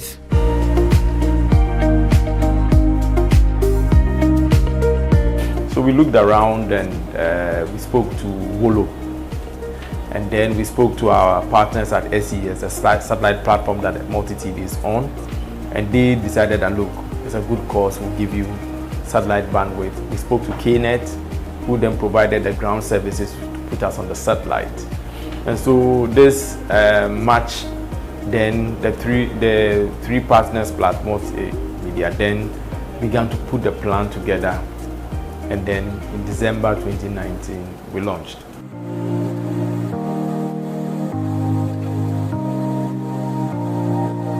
KNet started as a telecommunication service provider, but is gradually stepping up its operations and services to support this nation with its capacity.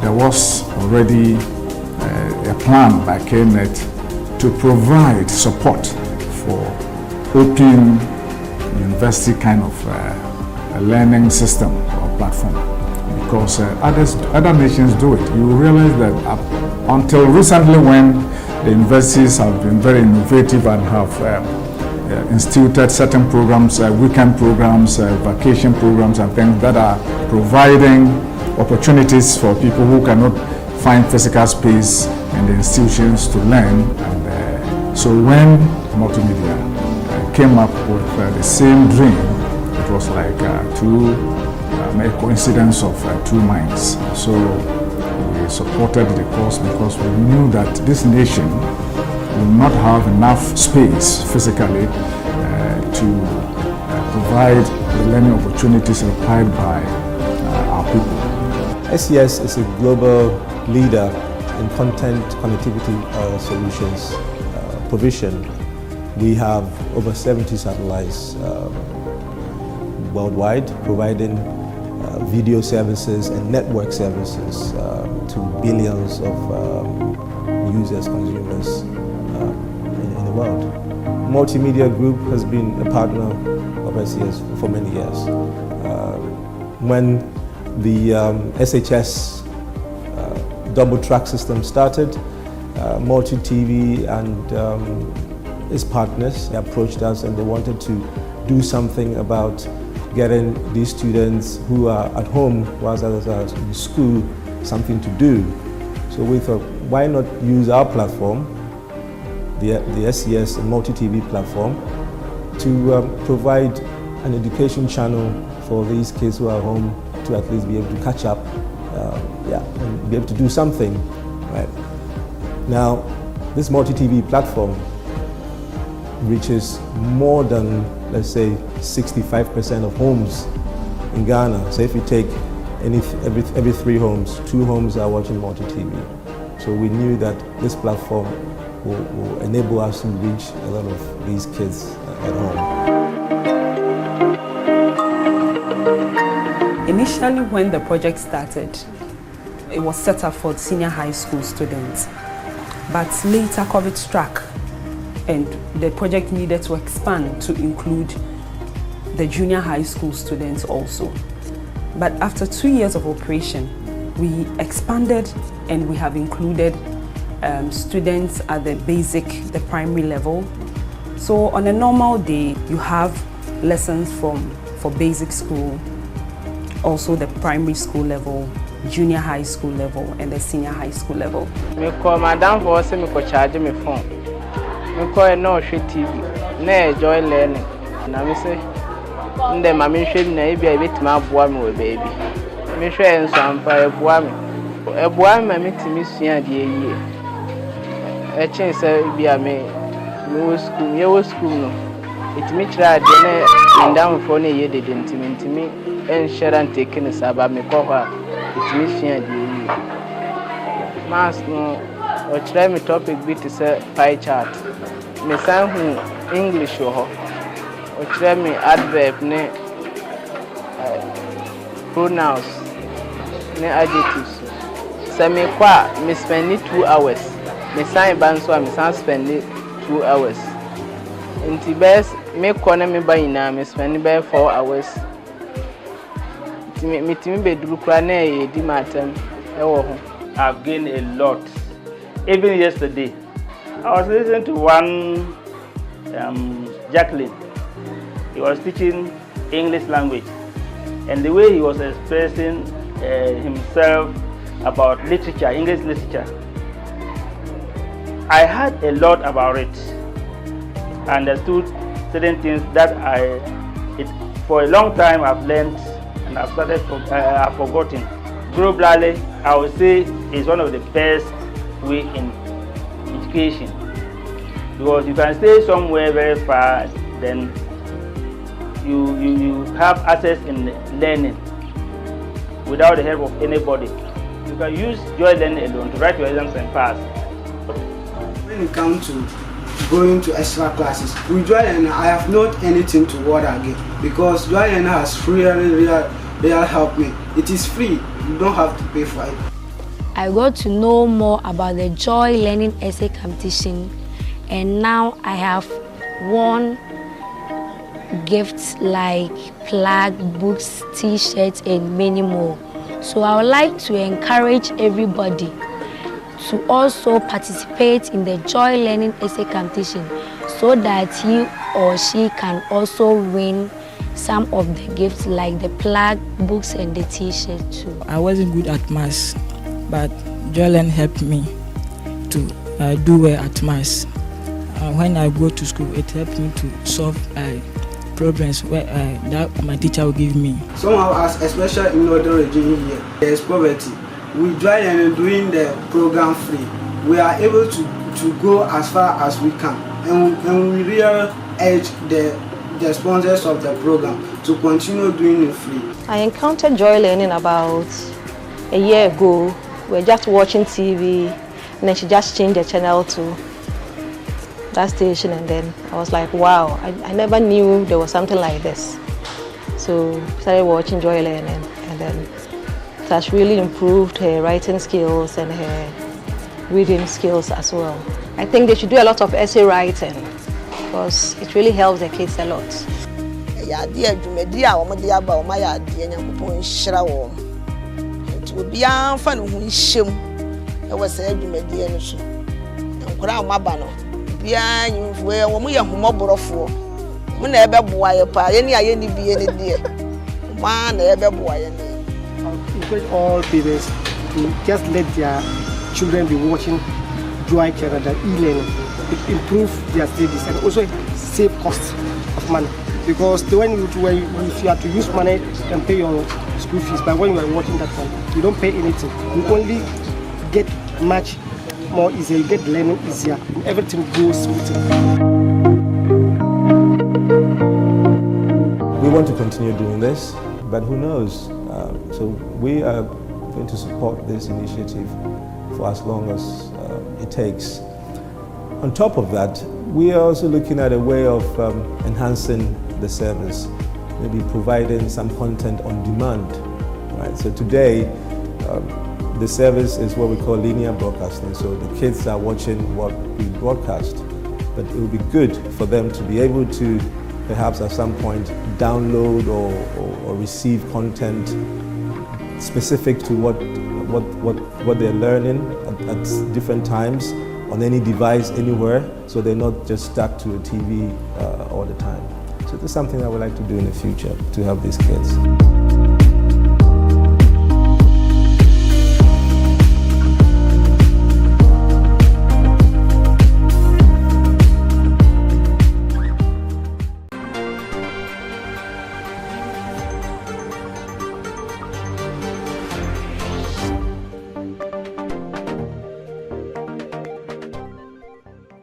Well, the district level election has been on the front burner this week, and we are here at the Electoral Commission to get a preview of what events or preparations are being done towards Tuesday's process.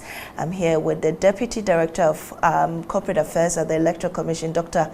Bosman Asari, to fill us in on what they've been doing so far. Dr. Bosman Asari, we're grateful for your time here on JoyNews, and we are thankful for giving us this opportunity. Well, what really has been your preparation so far towards the election next Tuesday? Yeah, thank you very much. From the standpoint of the Electoral Commission, we are fully ready for the elections, both the District Assembly and the Unit Committee elections. All the measures we have to put in place as an election management body, we have done that. Currently, as we speak now, we are deploying our equipment, we are deploying our ballot papers, we are deploying almost all the essential materials that are required for us to have a very, very successful election. So from the standpoint of the Electoral Commission, we are fully ready. We are only urging the general public to be fully involved. There is a saying that all politics is local. So we expect that for District Assembly elections, being our local elections, our local kind of politics, all of us should be able to get involved so that we get everyone voting on that day, then we can have a very higher voter turnout compared to the previous one. Well, it's interesting how conversation has come up about participation. There are fears or concerns about apathy. In fact, we've spoken to people, residents in these electoral areas, who don't seem interested in the process. As a commission, what in your own way are you doing to whip up interest in the election? I think for us, we have a mandate that is clearly defined in the Constitution. And it's very, very clear that we are in charge of organizing. But as an institution, which is also a major stakeholder as far as the development, the democracy of our country is concerned, we've gone out of our way, running several commercials, TV promos, radio broadcast advertising, telling Ghanaians that we have elections on December 19 from 7 a.m. To 5 p.m. at all our polling stations. And we are doing that on several TV stations. We are doing that on several radio stations. And individually, our officers in the districts are going to the churches, they are going to the mosques, they are going to the market centers, telling people about the district level election. So as an institution, we are very much committed. We know that if many people go out there and they vote, it inures to our benefit as an institution, because it will send a clear signal that many people are taking part in the democratic process. So we are going out of our way to ensure that everyone takes part. And this interview we are having this morning is a clear indication that we want many Ghanaians, as many as possible, to get the information that the district level elections are just imminent, just next week, so they should prepare themselves. We know there are many people who registered in their hometowns and they may be living outside the hometown. So we want the information to get to them so that they will be adequately prepared to go to these places to go and exercise the franchise. Well, talking about the measures you've put in place too, but I want to know the response you're getting, because just yesterday we spoke to the local government minister, Dan Boche, who is saying that they anticipate over 50% participation. In your own way, I mean, what has been the response since your education? I mean, what you just spoke about, has the response been positive? No, I think from our perspective, the response has been very, very positive, largely because, you know, in 2019, we had almost about 38% turnout nationally. But this time, based on the feedback we are getting from the commercials we are running, and you know, we have this thing we do, which is in the law called platform mounting, where those who are contesting as assembly members will go from one community to another community to engage in debates and tell people about their manifestos, what they intend doing for their electoral areas. And the information coming to us is that the enthusiasm level is very, very high. People are participating in their numbers. So we are also looking at something between 50 to 60%. Wow. And as a commission, we think that many Ghanaians are interested in the process, and the measures we've also put in place should be able to ensure that people come out in their numbers. You're that confident, because the concern is also that mostly people in the urban areas hardly participate in these elections. Well, from the rural communities, you get many people who actually have a close relationship with these assembly aspirants or candidates.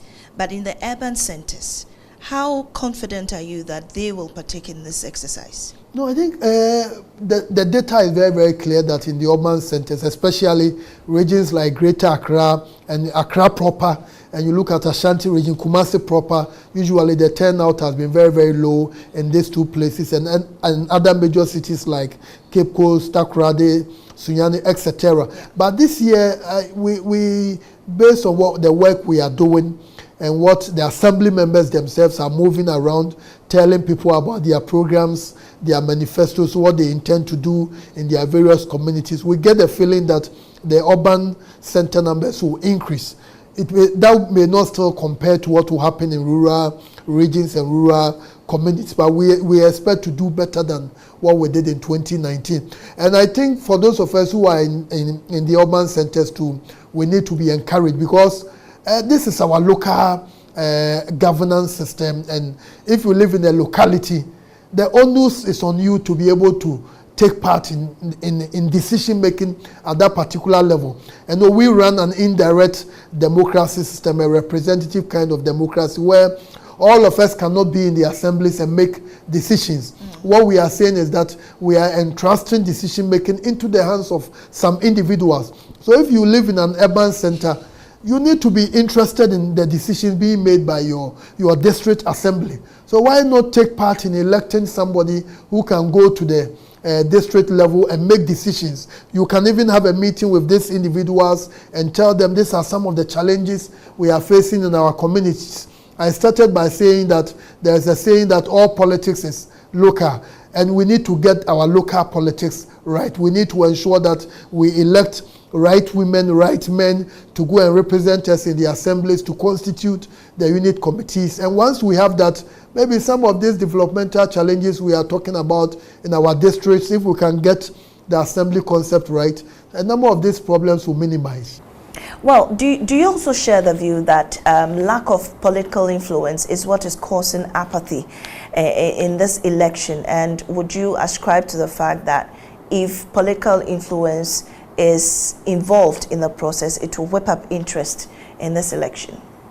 Well, I think, the law is very clear that political parties are not supposed to have candidates in the district assembly elections. So until the law changes, I don't think we want to talk about that. Nevertheless, we have credible evidence indicating that in some parts of our country, the parties are actively involved to the extent that they even meet and determine who will represent, so that they wouldn't have situations whereby two people from the same political party will do hear of this information. So I don't think it would be right to conclude that the parties are not in any way involved at all. I don't think we can conclude. However, I think as a country we need to discuss it, because we've had this concept. I remember somewhere in the 1980s, this assembly concept predates our current presidential parliamentary election. It's been there for a while. So if we do the review and we are not getting the results, maybe we may have to go back to the drawing board and see what can we do to whip up the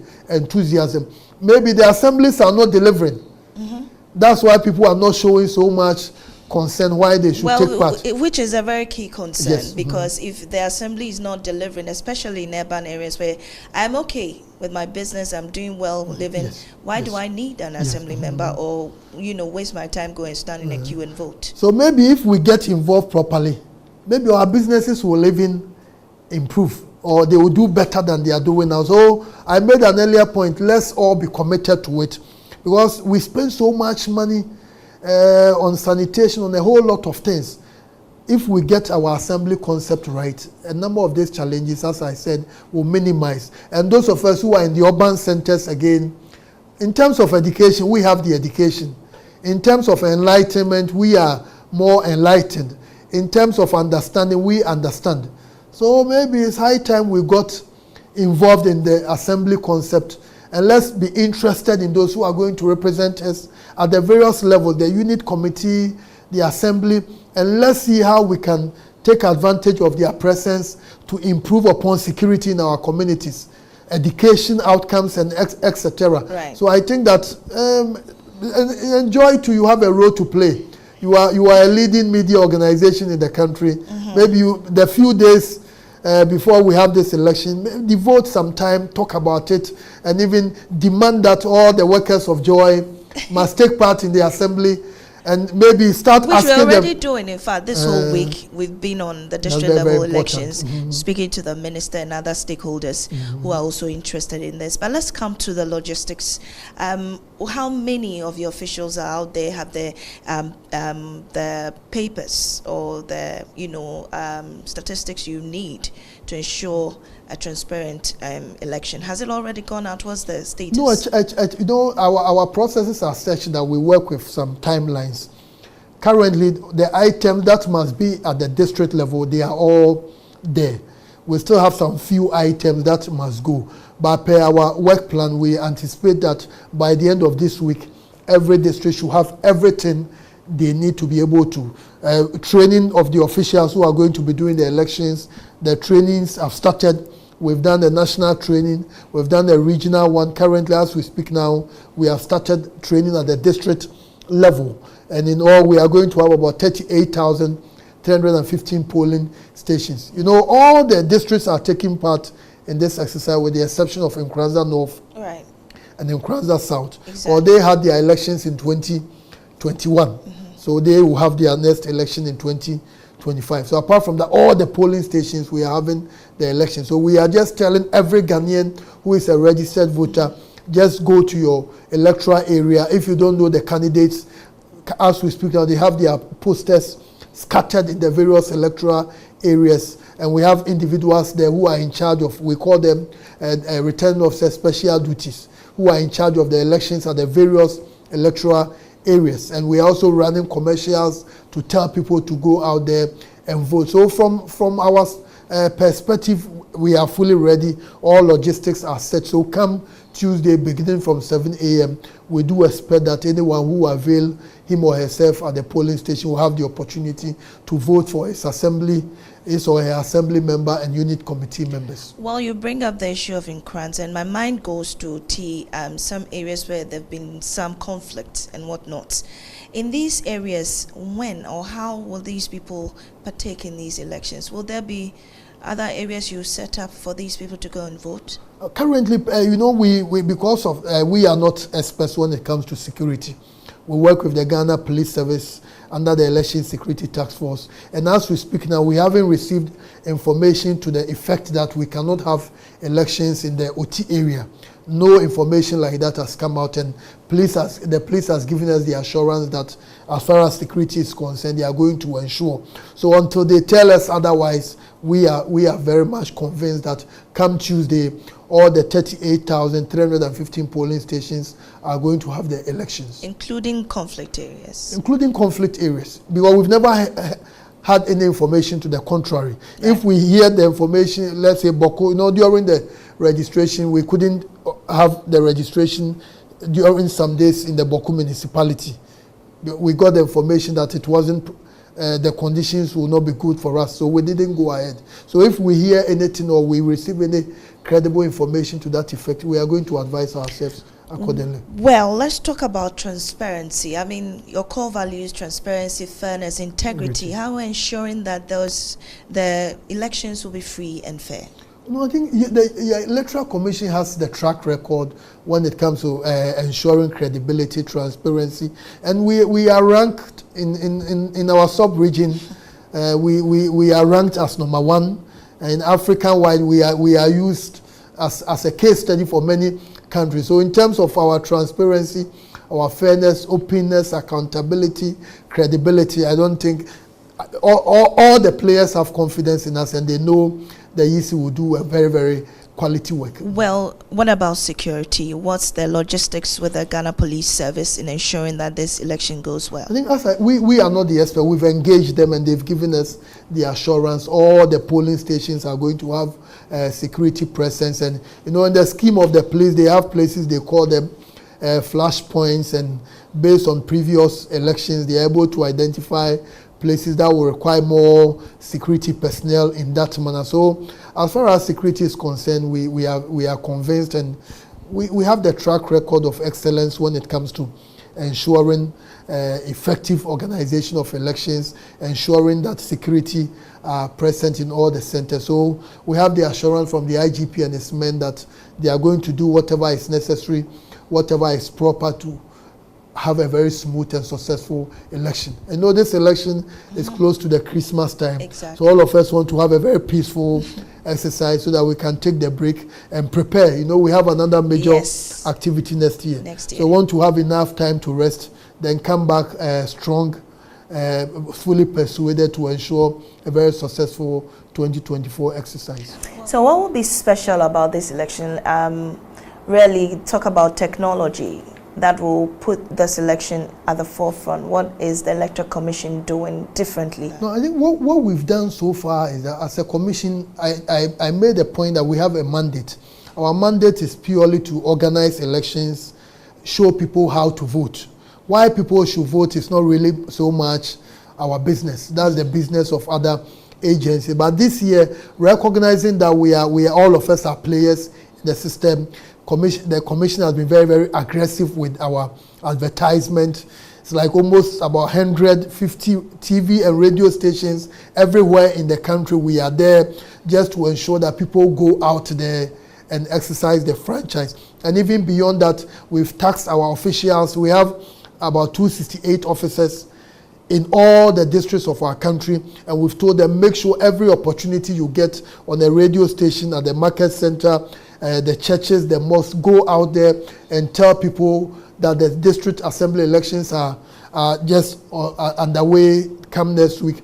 Make sure you go out there and exercise the franchise. Take time. We are mounting the platform where the candidates will be there to present their manifestos to the citizens. Make sure you take part and know your assembly members. They are going out of their way telling them that the assembly concept is the bedrock of our development. Let's go out there, let's elect people who assist us. All of us will work together. We can even fix our street lights, and some communities can even come together to have programs to transform education in their communities, etc. So I think we, as an institution, we are doing a lot in that regard. So we expect this to be complemented by other organizations. Now, let's deal with the post-election matters. Are there any measures put in place to ensure that when the issues of conflict, mismanagement, or misunderstandings come up, you have the issues put in place, measures put in place to address them?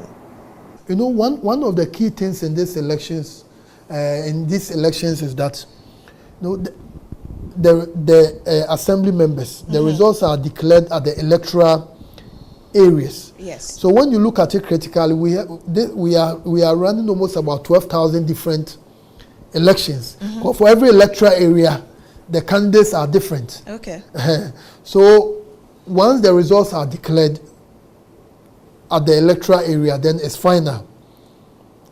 Once the results are declared at the electoral area, it's final. Some places too, it's possible we are going to have what we call, they are going to tie, especially the unit committee. Right. When that happens, we are going to have another day for elections to break the ties. Because the unit committee, each electoral area, you are electing 5 people. So assuming the 5th and the 6th persons, they get the same votes, we have to run another elections for them. So that's the procedure. But apart from that, once we declare the results and there is anything which is not clear, then those who have the issues, they may have to resort to going to court to be able to address that. If they have grievances, it should be done, or it should be done before the elections are declared. You know, I mentioned we have a deputy returning officer called Deputy Returning Officer Special Duties. Right. In charge of every electoral area. And the electoral areas are almost 6,200.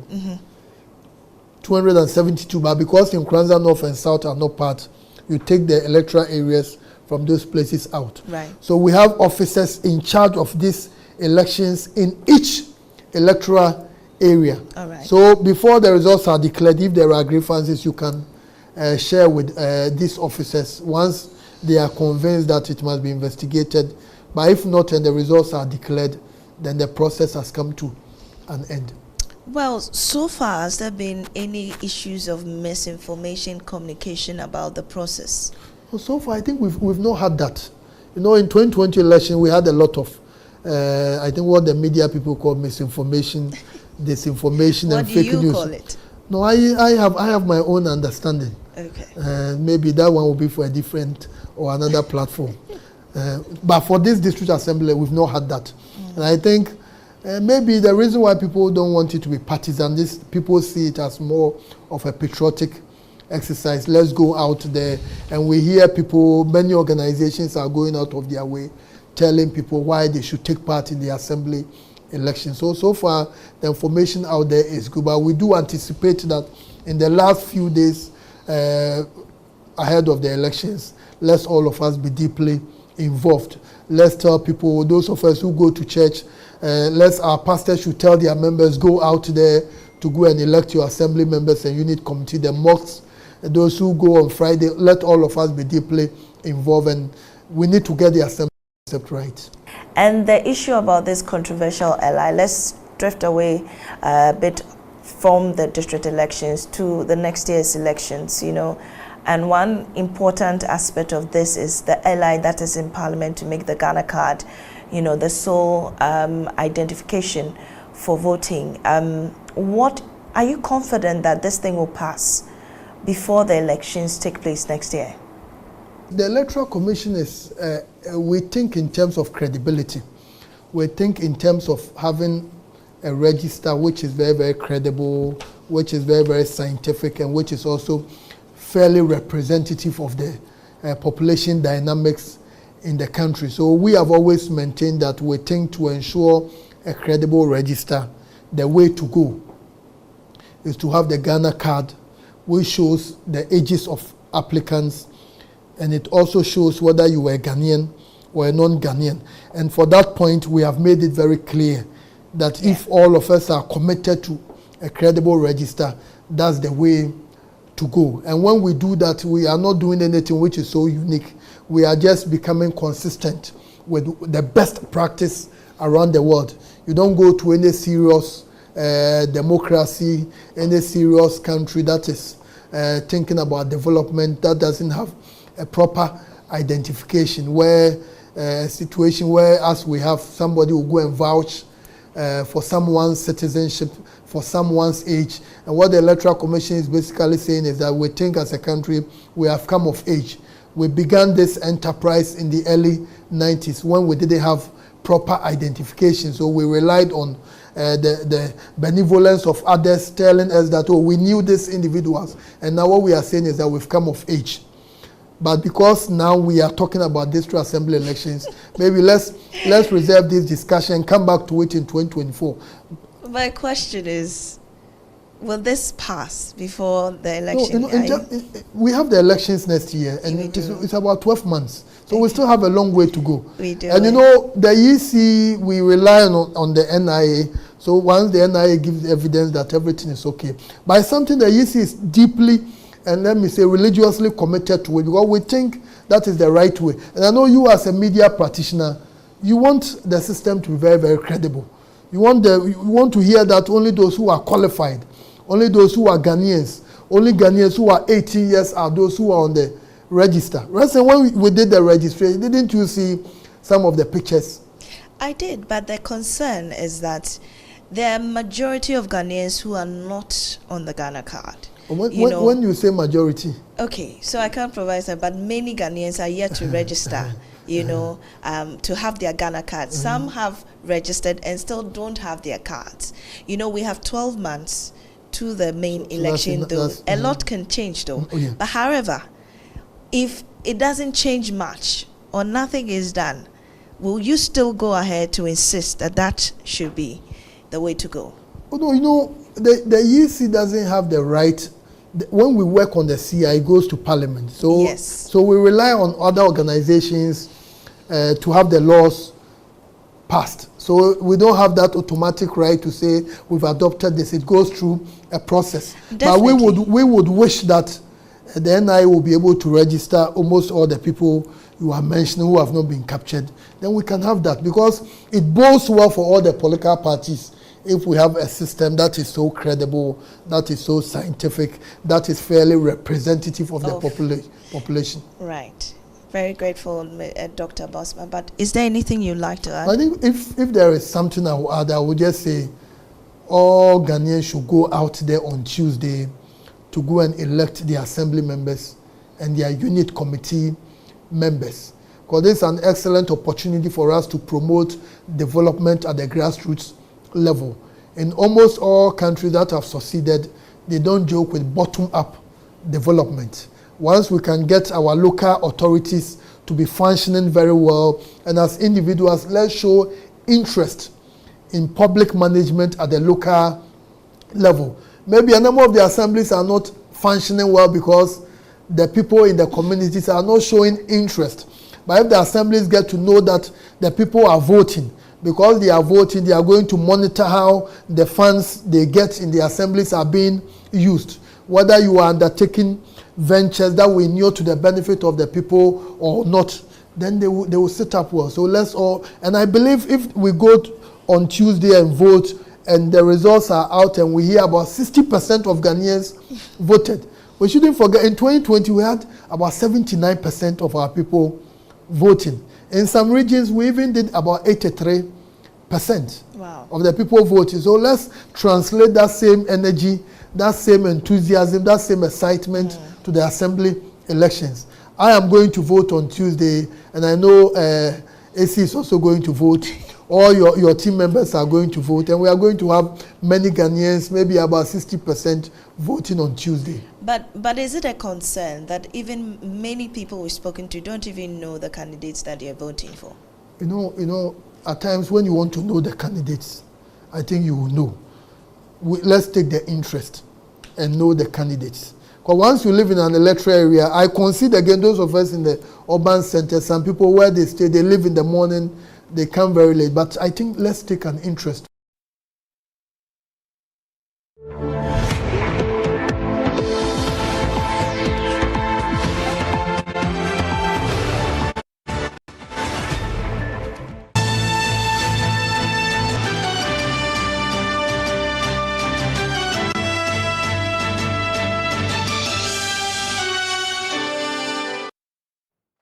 Hello and a very warm welcome to Joy Newsroom, coming to you live from our studio at Kokomlemle. We're also live on DSTV channel 421, GoTV channel 125, and around the globe at myjoyonline.com. My name is Mamisi Nyamiche Thompson. Coming up this afternoon, allow chiefs to participate in active politics to enable them contribute effectively to governance.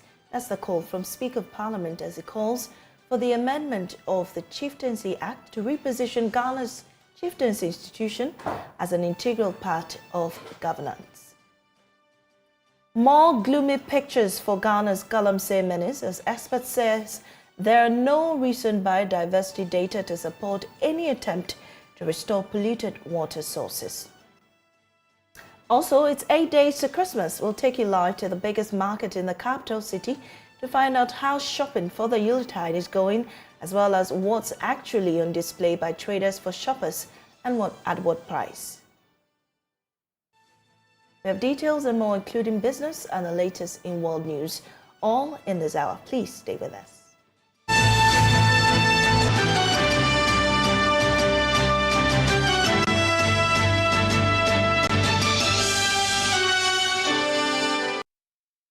We start from Parliament. Speaker Alban Bagbin has said chiefs who have already assumed leadership positions must be allowed to take part in active politics. He explained that sidelining the chieftaincy institution and preventing it from taking its rightful position to contribute effectively to governance is a factor in the country's numerous challenges.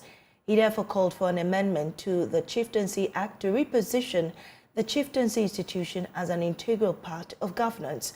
Mr. Bagbin was speaking at a meeting in Ho with traditional authorities in the Volta region, in the Volta Regional House of Chiefs, during his visit to commemorate 3 decades of parliamentary democracy in Ghana. Chieftaincy is a very, very key institution in this country. It's one of the foundation stones of our country, Ghana. And one of the reasons why we are having challenges is because we have failed to pay the necessary attention to chieftaincy. We haven't given it its rightful place of honor and glory. And I've spoken many times that it's high time we look at it. I completely disagree with the framers of the Constitution when they say that chiefs cannot play active politics. The Supreme Court has given us an explanation on that, what they meant by active politics. But the franchise, your right to vote,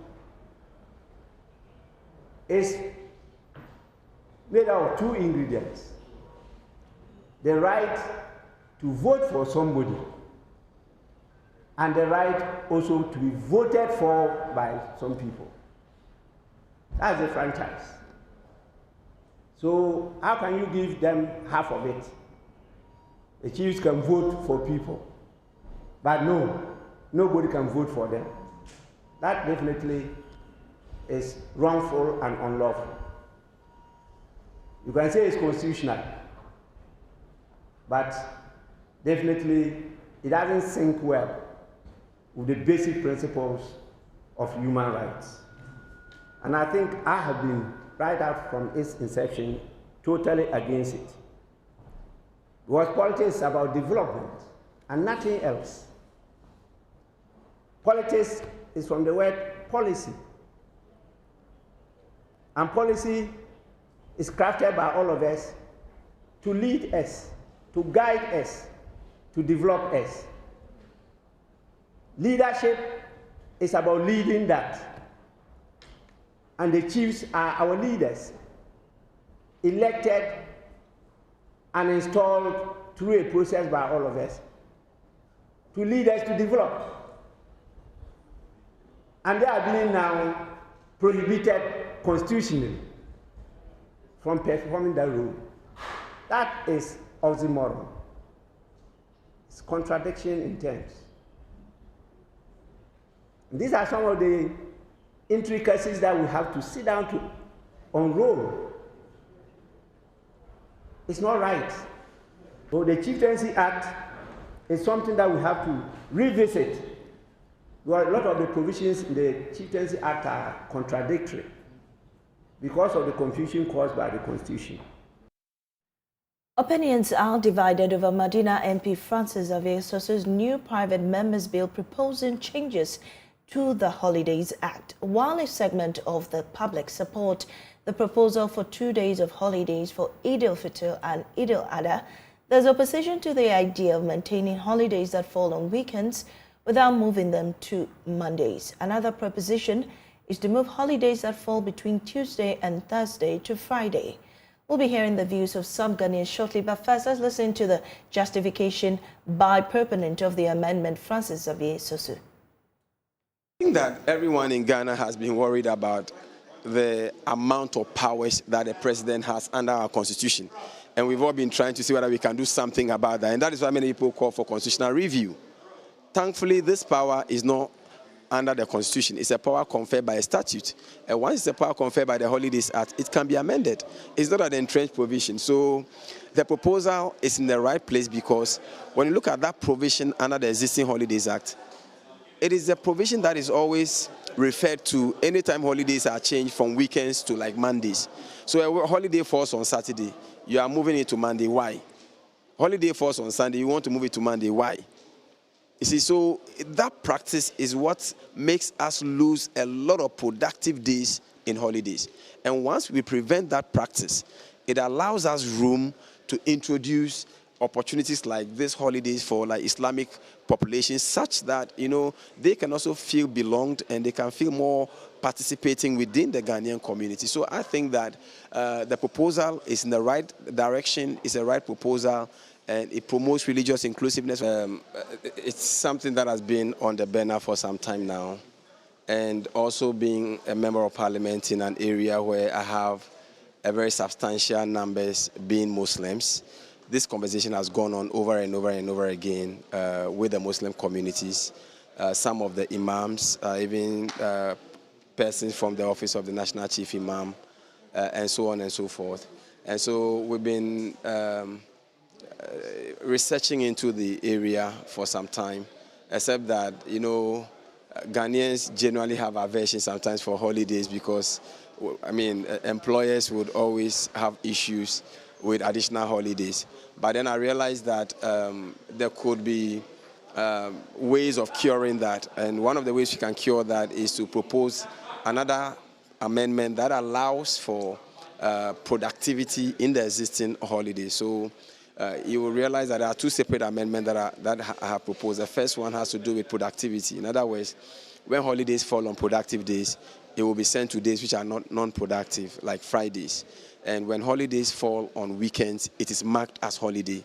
And what that means is that there's an amendment to the existing legislation that allows, that prevents the president from changing the days in which holidays fall, or on which holidays fall. But there seems to be mixed reactions from Ghanaians about the bill. Let's listen to some of them. In support of it, that when it is on that's weekend, it should be on weekends. No, holidays are meant to be celebrated. And we also have weekend, which weekdays or weekends that are for extracurricular activities. So I think when it falls on weekends, we shouldn't keep it on weekend. We should celebrate it. That is, we should even push it to a Monday to celebrate it. So I think on that viewpoint, I'm not in agreement with it. But what about the other one, that if it falls between Monday and Thursday, we should move it to Friday? Yes, I think for me, I would say that's a really great idea. Yes, because Friday is assumed that after work is partying, or that's we have Saturday, that's we don't do anything. So I think it is a great idea that when it falls within the weekdays, we can be moved to Friday, then we can celebrate it. Eid al-Adha, or the Muslim celebration, is actually a standardized something that they do nationwide. So if we try to change the system just to please what the Muslims are doing, I mean, I'm not trying to condemn, but I think it is not actually the right thing to do. I don't think it's a good idea because if it falls on a weekday, it's best we celebrate it on the weekday, because you know sometimes going through the week from Monday, let's say from Monday to Friday, sometimes we are stressed out and all that, and so it's better within the week.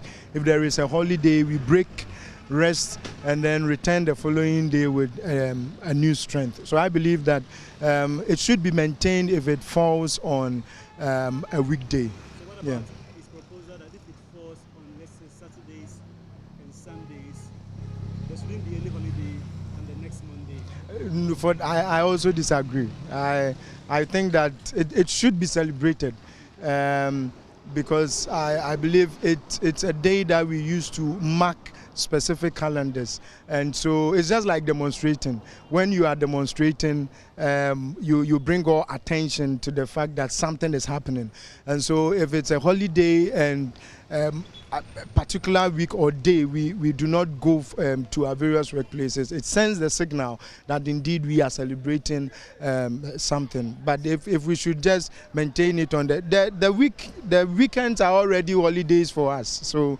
then it doesn't add anything. In Ghana we are virtually one.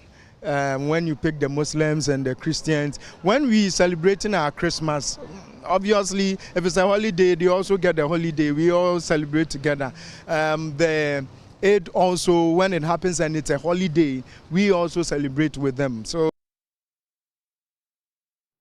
Parliament has agreed or has approved a concession agreement between the Roads Ministry and Ghana Infrastructure Investment Fund worth $338 million for the expansion of the Tema Motorway Redevelopment and Expansion Project. The motorway will be expanded to 10 lanes and construction is expected to last for 36 months. There's more in the following report. The problems of the Tema Motorway are well documented. Constructed so many years ago, it is now riddled with potholes, and in fact, at some points and some parts of this road, you will see iron rods live on these streets. So many people have complained that government need to do something about this. Government promised some years down the line that they were going to expand it. Finally, a loan agreement has been approved by the House for the Tema Motorway to be expanded into 10 lanes. Listen to Chairman of the Roads and Transport Committee, Kennedy Osenyako, present his committee's report recommending the approval. The committee observed that 1% of the revenue accrued to from the project will be given to the Ministry of Roads and Highways. Mr. Speaker, the motorway project is expected, the concession period is for 30 years, and it is expected to be completed in 36 months. Mr. Speaker, it is a 10-lane project redevelopment that they are doing. They are going to expand the lanes to be 10 lanes with 8 interchanges at various sections of.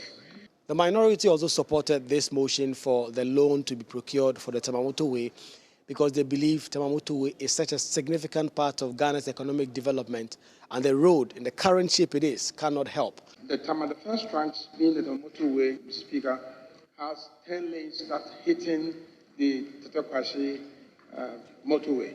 The Tetekwashi circle will also be managed and properly constructed so that the 10 lanes coming from Tema will hit the Tetekwashi, that there wouldn't be any congestion and any problems going forward. The Tema Motorway, which is over 50 years, particularly the concrete part of the property or the structure, is said that you need the capacity of a contractor that is not doubted. And therefore, the contractor, the Maripoma contractor, demonstrating all the competence and efficiency for this project is appropriate. The Speaker of Parliament put this to a vote and the ayes had it, and the Tema Motorway will now be expanded to a 10-lane with several interchanges on it. This project will also cover some part of the N1 and other parts of the roads here in Accra. Reporting for JoyNews, Kweku Asante, Parliament House, Accra. Well, it's exactly 8 days until Christmas, but what's in your shopping basket? Well, while many are grappling with how much to spend on which item is on display, several others are actually undecided on what to buy, particularly given the variety of items on display on the market only for Christmas. So my colleague James Ashen is currently at the Makula Market, Accra's biggest wholesale and retail shopping center, to gauge the mood among main traders and shoppers. He joins me live with more. James, exactly where are you in Makula and what are the items on display for Christmas?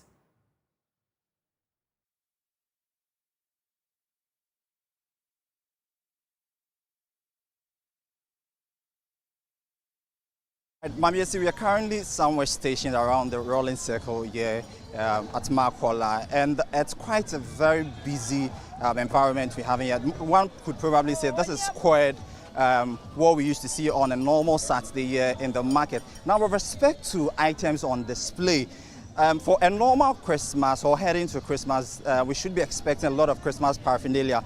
But that seemed not to be the case here. Looking around, you could just see a few of them and people just going about their normal selling and daily activities. So with respect to the items, we are not seeing much with respect to this, the Christmas paraphernalia here. Tell us about the pricing. Have you been finding out from traders the pricing situation? Are shoppers complaining all this time around? It's much better.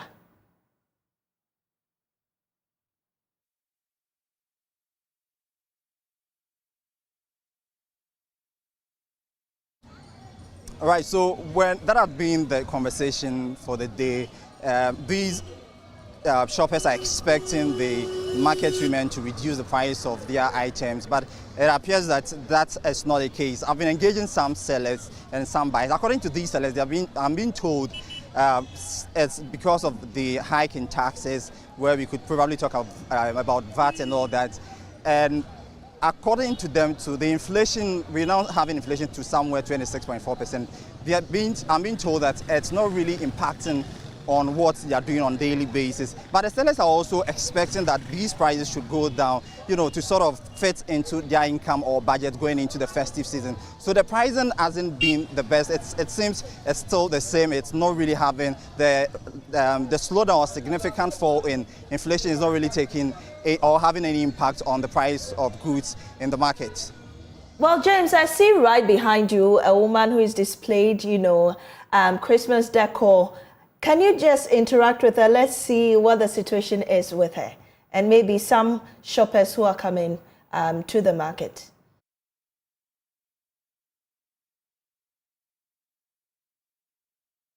Right, so let me do that. I've been earlier engaging her, but let me quickly engage her to know what are the prices. Auntie Joyce, I just want to know, and your born at the compared to what we saw last year. And your man and call ye crow, and touch we dear Pauchona when you shine on your money ye my. Last year, your man in our woman, last 2 years in your money in our woman, dear Paucho. Yeah. Oba onu Babakasa. Onu na tonti.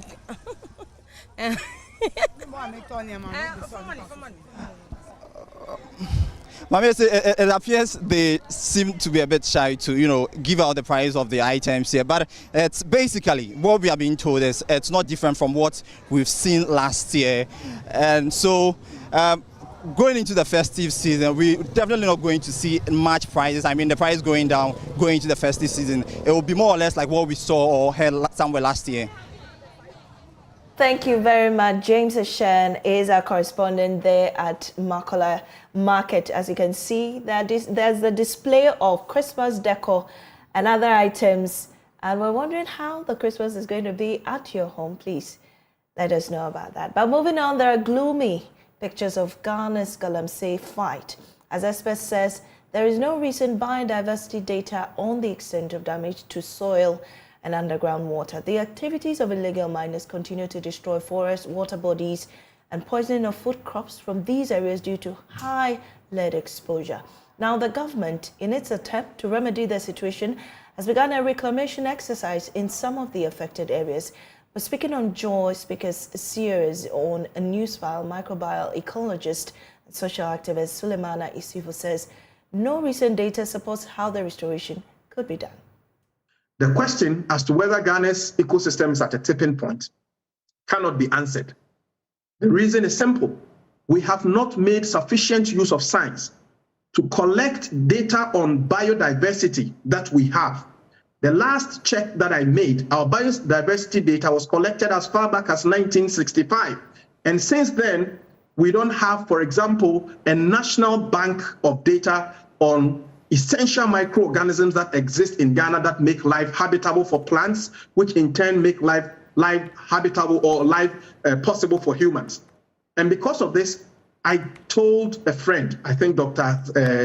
Kwame Sapon Asidu, I had a discussion with him, and I told him that even in future, if Ghanaians decide to be rational and decide that we have to revisit the reclamation of our Galamsey destroyed site, I doubt if we'll be able to do the reclamation because what exactly we have lost, we don't know. So what microorganisms we've lost, we don't know. We don't have the data on that. So when we say we want to reclaim, what is the baseline for reclamation? What exactly are we going to reclaim? We will not be able to do that. Right. And this is a source of worry. So what's the reasonable period within which the reasonable period, I would say, it must be a continuous process. So for example, in Europe, and you know that I'm involved in an European project that is investigating what we call nature-based solutions. So in Europe, for example, every now and then, there are studies going on to discover new, how do I call it, new biota or new biomes. So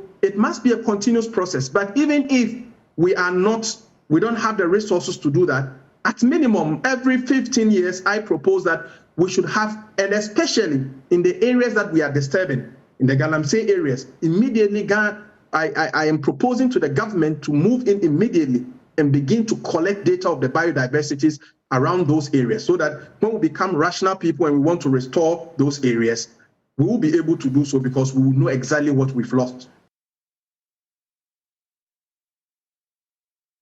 Artisanal small-scale miners in the country have been advised to use mercury-free rock processing technology that is safe in the environment for the extraction of gold.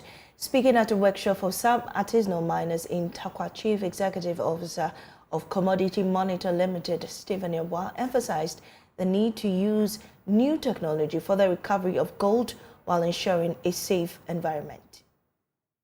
Speaking at a stakeholders workshop at Takwa in the Western region for 50 stakeholders in the mining industry on the theme Artisanal Small-Scale Miners and Impact of Chemical in Gold Recovery, Can Improved Technology Be the Game Changer?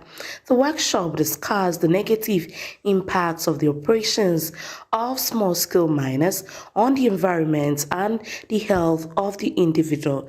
Mr. Yabwa noted that the environment and social problems caused by some small-scale miners and illegal miners dotted across the country have reached unprecedented proportions, causing havoc to cocoa and food production due to soil degradation and the destruction of cocoa and other arable farms. But it's to showcase the fact that there is a form of mining that is not detrimental to River Pra, that's not detrimental to River Ofin, or that's not detrimental to Apamprama Forest. But there is a mining, method that will help save these, these resources. That will help people get more gold and not expose people to toxic mercury, mercury, intoxication. I think this is basically what we wanted to showcase with this workshop. In a presentation on health impacts of chemical use in gold recovery by artisanal and small-scale miners, Professor Paul Poku-Sampeni Osei, head of forensic unit at the Kwame Nkrumah University of Science and Technology, pointed out that the use of mercury and cyanide to extract gold are very harmful to human body. So if not used responsibly, what happens is that it comes, when it's used for gold extraction, it comes out as gas or vapor. So when it gets into that level, it goes into the atmosphere, it mixes with the air that we breathe in, and so can cause a whole lot of problems, such as lung problems, kidney issues, liver, and to some extent, the brain can also be affected, and then even the developing fetuses that are being carried by our mothers can also be affected, especially when these mothers inhale them or ingest some of these mercury. Benjamin Kessi, Municipal Chief Executive Officer at Takwa Nsuyim, added that in pursuance of sustainable development and responsible mining practice, it is imperative to explore the potential improved technology as a game changer in the field. In our pursuit of sustainable development and responsible mining practices. It is imperative to explore the potential improved technology as a game changer in this field. Technology has proven time and again to be a catalyst for progress and innovation, and we believe it holds great promise in transforming artisanal and small-scale mining for the better. Later, stakeholders in the mining industry visited the mining site at Aboso in the Pristiahoni Valley municipality, where a demonstration of the use of gold catcher took place that led to the processing of gold. For JoyNews in Athalia, Kwanza, Western Region. Well, over 50 persons from different professional disciplines in the Takwa and Swayam enclave of the Western Region have also been trained in the handling